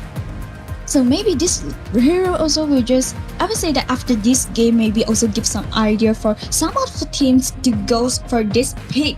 But I would say that it is still risky right now. So definitely I would say that this hero have their value right now. So maybe I can have a try. Yeah, I mean, I think Todak really need to just kind of watch this game and see what they could have done better. It didn't really seem like momentum-wise they were really into it, because it's like when you lose that first game, it really shakes you up. Yeah, actually this is what I also mentioned before, because we can find out that for this channel, these channels also have a really great damage dealt, and at the same time also gain a lot of gold. But why? And they're in a game, in a team fight, comparing this channel with early, actually channel didn't gain a lot of advantage as this early. but it comes back to Yulong on the Luna, right? She was constantly just hounding Sadness, not giving him any space. It's like, okay, you try to leap away, but I have way more dashes than you, and I'm in your face and just making it life miserable for Sadness. And I mean, it pretty much was living up to his name, living in sadness. Yeah, definitely. Today, sadness cannot change the name into happiness. So you just continue as sadness. So definitely, just like what you mentioned just now, for this game, totally is the one-side game. Toda didn't gain anything in this in-game. Didn't really get much into this one. I mean, look at this gold graph completely shifting in AG. It was a slow bit of a rise, and it's going to be kind of just scaling up and up and up. But Todak really were not able to kind of break through, find ways to get back in this game. And again, just more credit to AGG because they were able to close this game out. Yeah, actually I would say that for this game, AGG done a really good job. When they are just gain the advantage and they all know how to maximize my advantage, I just go to make some invasions, take down your small resources, and I have more chance. When I have the goalie, I have more chance to compete with you for their common resources. So definitely I would say that they will just take their strategy, just goes through their strategy in a good way. Yeah. I mean, potentially, like, there's a lot to learn on this one, right? And Todak going up against AGG, this is the perfect time to kind of learn. But the MVP on the AGG side has got to be, of course, it's got to be Yulong, right? I mean, the plays that he made. Oh, wow. Okay, it looks like production has our bit of a roam main because they a little bit more respect into Saber here with his 1-0-11. A little bit of a surprise for me. Only 12% of the damage, but he took a lot with 29% of it. Hey, that's we can give the MVP for 5 of the team, just 5 of the member of AG Global, so it's okay. And for this Zhang Fei, I would say that because in the in-game, it's really protect their teammates so well and also able to open up a team fight to create a good surrounding for their teammates, just like Yulong, just like Luna, to fully deck out. Great job. A really good job here. I think that this is going to be we're not going to see the end of Saber or the rest of AGG. I think that this is a team that's really starting to hit their stride. There's a lot of momentum. They're playing very well and like a team together, and they're able to close the games out, which is a huge factor of a winning team. Yeah, so we can just check out the whole highlight. It definitely will just directly the AGG highlight. So aggressive and just claim a lot of kills and make themselves have a lot of advantage. For this team fight, I know that it's quite good. I would say that I will give a credit on this Hua Dun. Definitely tanky enough and buy a lot of time. But however, AG Global just have crazy damage, have a lot of damage deck out. Yeah, but look at how they're sort of retreating, but like Sadness is like sticking around. And it's confusing Sadness and on Stay, and they're like, okay, what are we doing? Are we fighting or are we not? And it seems like there's a lot of indecision with some of these team fights, and AGG are finding the right pickoffs because again, when you have a team that's like not really fully backing and they're kind of just sticking around, going back and forth. Oh, and here's the charge, the hegemon slash on a 3. That was so good by Dao Hen. But again, it's about the execution from Todak. There are definitely mistakes that they're making where it's like, hey, if somebody's making a call, like we're going in, now is the time. Yeah, after the games for today, we can just check through our standing right now. So for the first place is our BSE, and second one is Noah Esports, followed by AG Globals, O2 Esports, DT Gaming, Team Secrets, Toda, and Seoul Esports. For Toda and Seoul Esports, just still in a very risky place, so they still need to chase back for some things. Definitely a risky place, but Black True Esports off of that win and in convincing style, 7-1, 15-2. The tiebreaker is theirs, and they have surpassed Nova Esports. Nova Esports yesterday losing out, of course, against O2 Esports, and I'm pretty sure they're going to be regretting that Athena strat because of that loss. I mean, it wasn't just one game, but it was a bad one in that sense. And now Nova Esports on the bottom looking up at Black True Esports. And here we go. I think that we've seen the top 8, the standings. And again, Team Secret have yet to find a win in the second half, losing back-to-back games with yesterday and today. A little bit of a struggle. O2 Esports, we've seen a bit of a rise. And again, the powerhouse that is AGG on the rise. They're making their way up as well. Yeah, actually, I wanted to highlight this O2 Esports. That definitely is I would say that great situation, great scenario that for others team wanted to see, because we can find out that it is really have the potential. I have the chance to fight back, and I also have the chance to try to go into the top 3.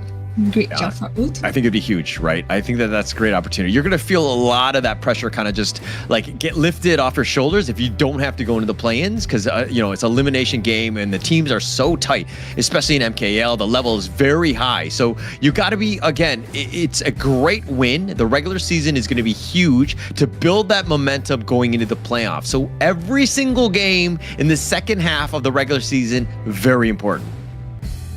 Yeah, so actually for this right now, especially right now for our regular seasons, we just goes in we having double round robin, and right now we just probably in the second round. So for them, they just need to chase back a lot of things, but unfortunately, we didn't have so much time for them.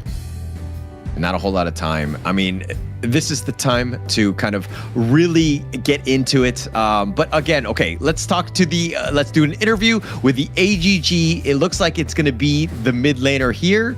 Bye.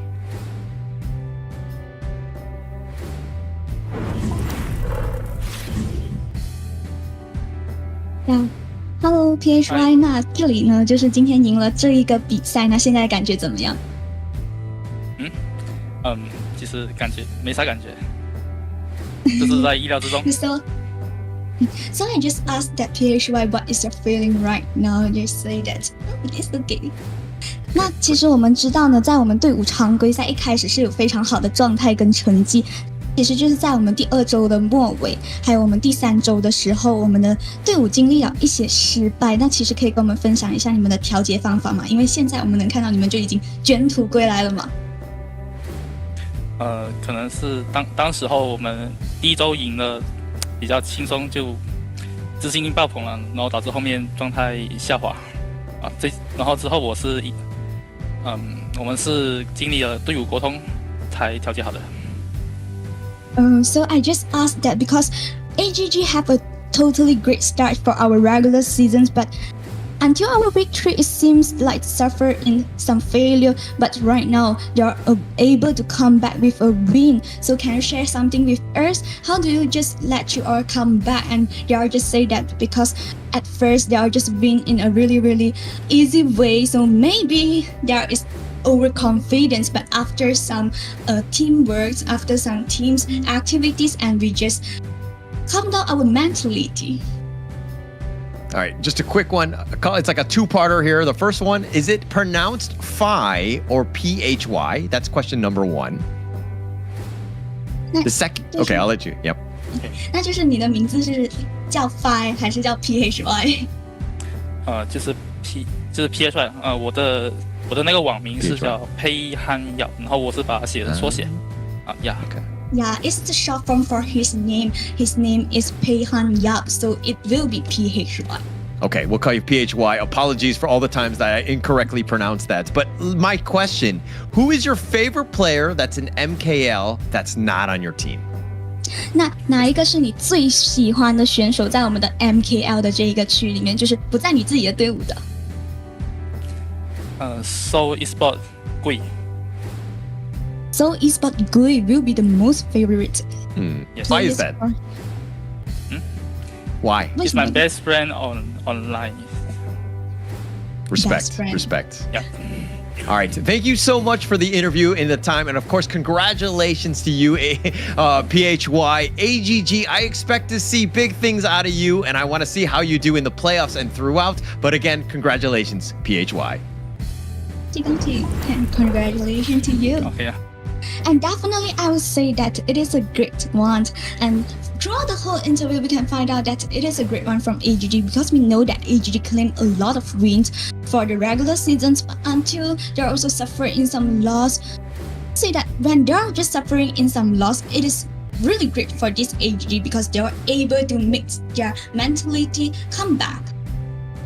I think that that's the biggest thing, the resilience, right? And I think that when you're tested quite a bit and you have those moments, like this is a true time to be like shining as a champion, because there are going to be plenty of times where you're losing, right? And you have to be able to bounce back in some fashion. And AGG are really feeling that in terms of this like championship level resilience. Yeah, I would say that this is the biggest growth and the biggest lesson that they had. It's a great one. So we will just go through our tomorrow matches. Let's check out the matches, the schedule for tomorrow. That one's going to be coming up. Yeah, and it looks like it's going to be DTE Todak versus SE versus Nova, and of course, finally BSE Blackshire Esports going up against O2 Esports. Those are going to be 3 matches, a great set of matches for that final day of the week 4. Yeah, maybe we just go through the matchup for just tomorrow matches. We will find out that actually it will not be a neck-to-neck teams, but we are seeking for some upset situation happens. Yeah, I mean, look, any given Sunday at the end of the day, and this is going to be a potential, right? I think Nova Esports are going to try to right the track, so to speak, and get back in that win column. DTE want to continue that momentum. Todak need to figure out ways to bounce back, as does Seoul Esports. And that final one, I think that this is going to be a great game to watch. O2 Esports, we've seen them kind of on the rise. Are they able to take down a Titan that is BSC? This is going to be a match to watch.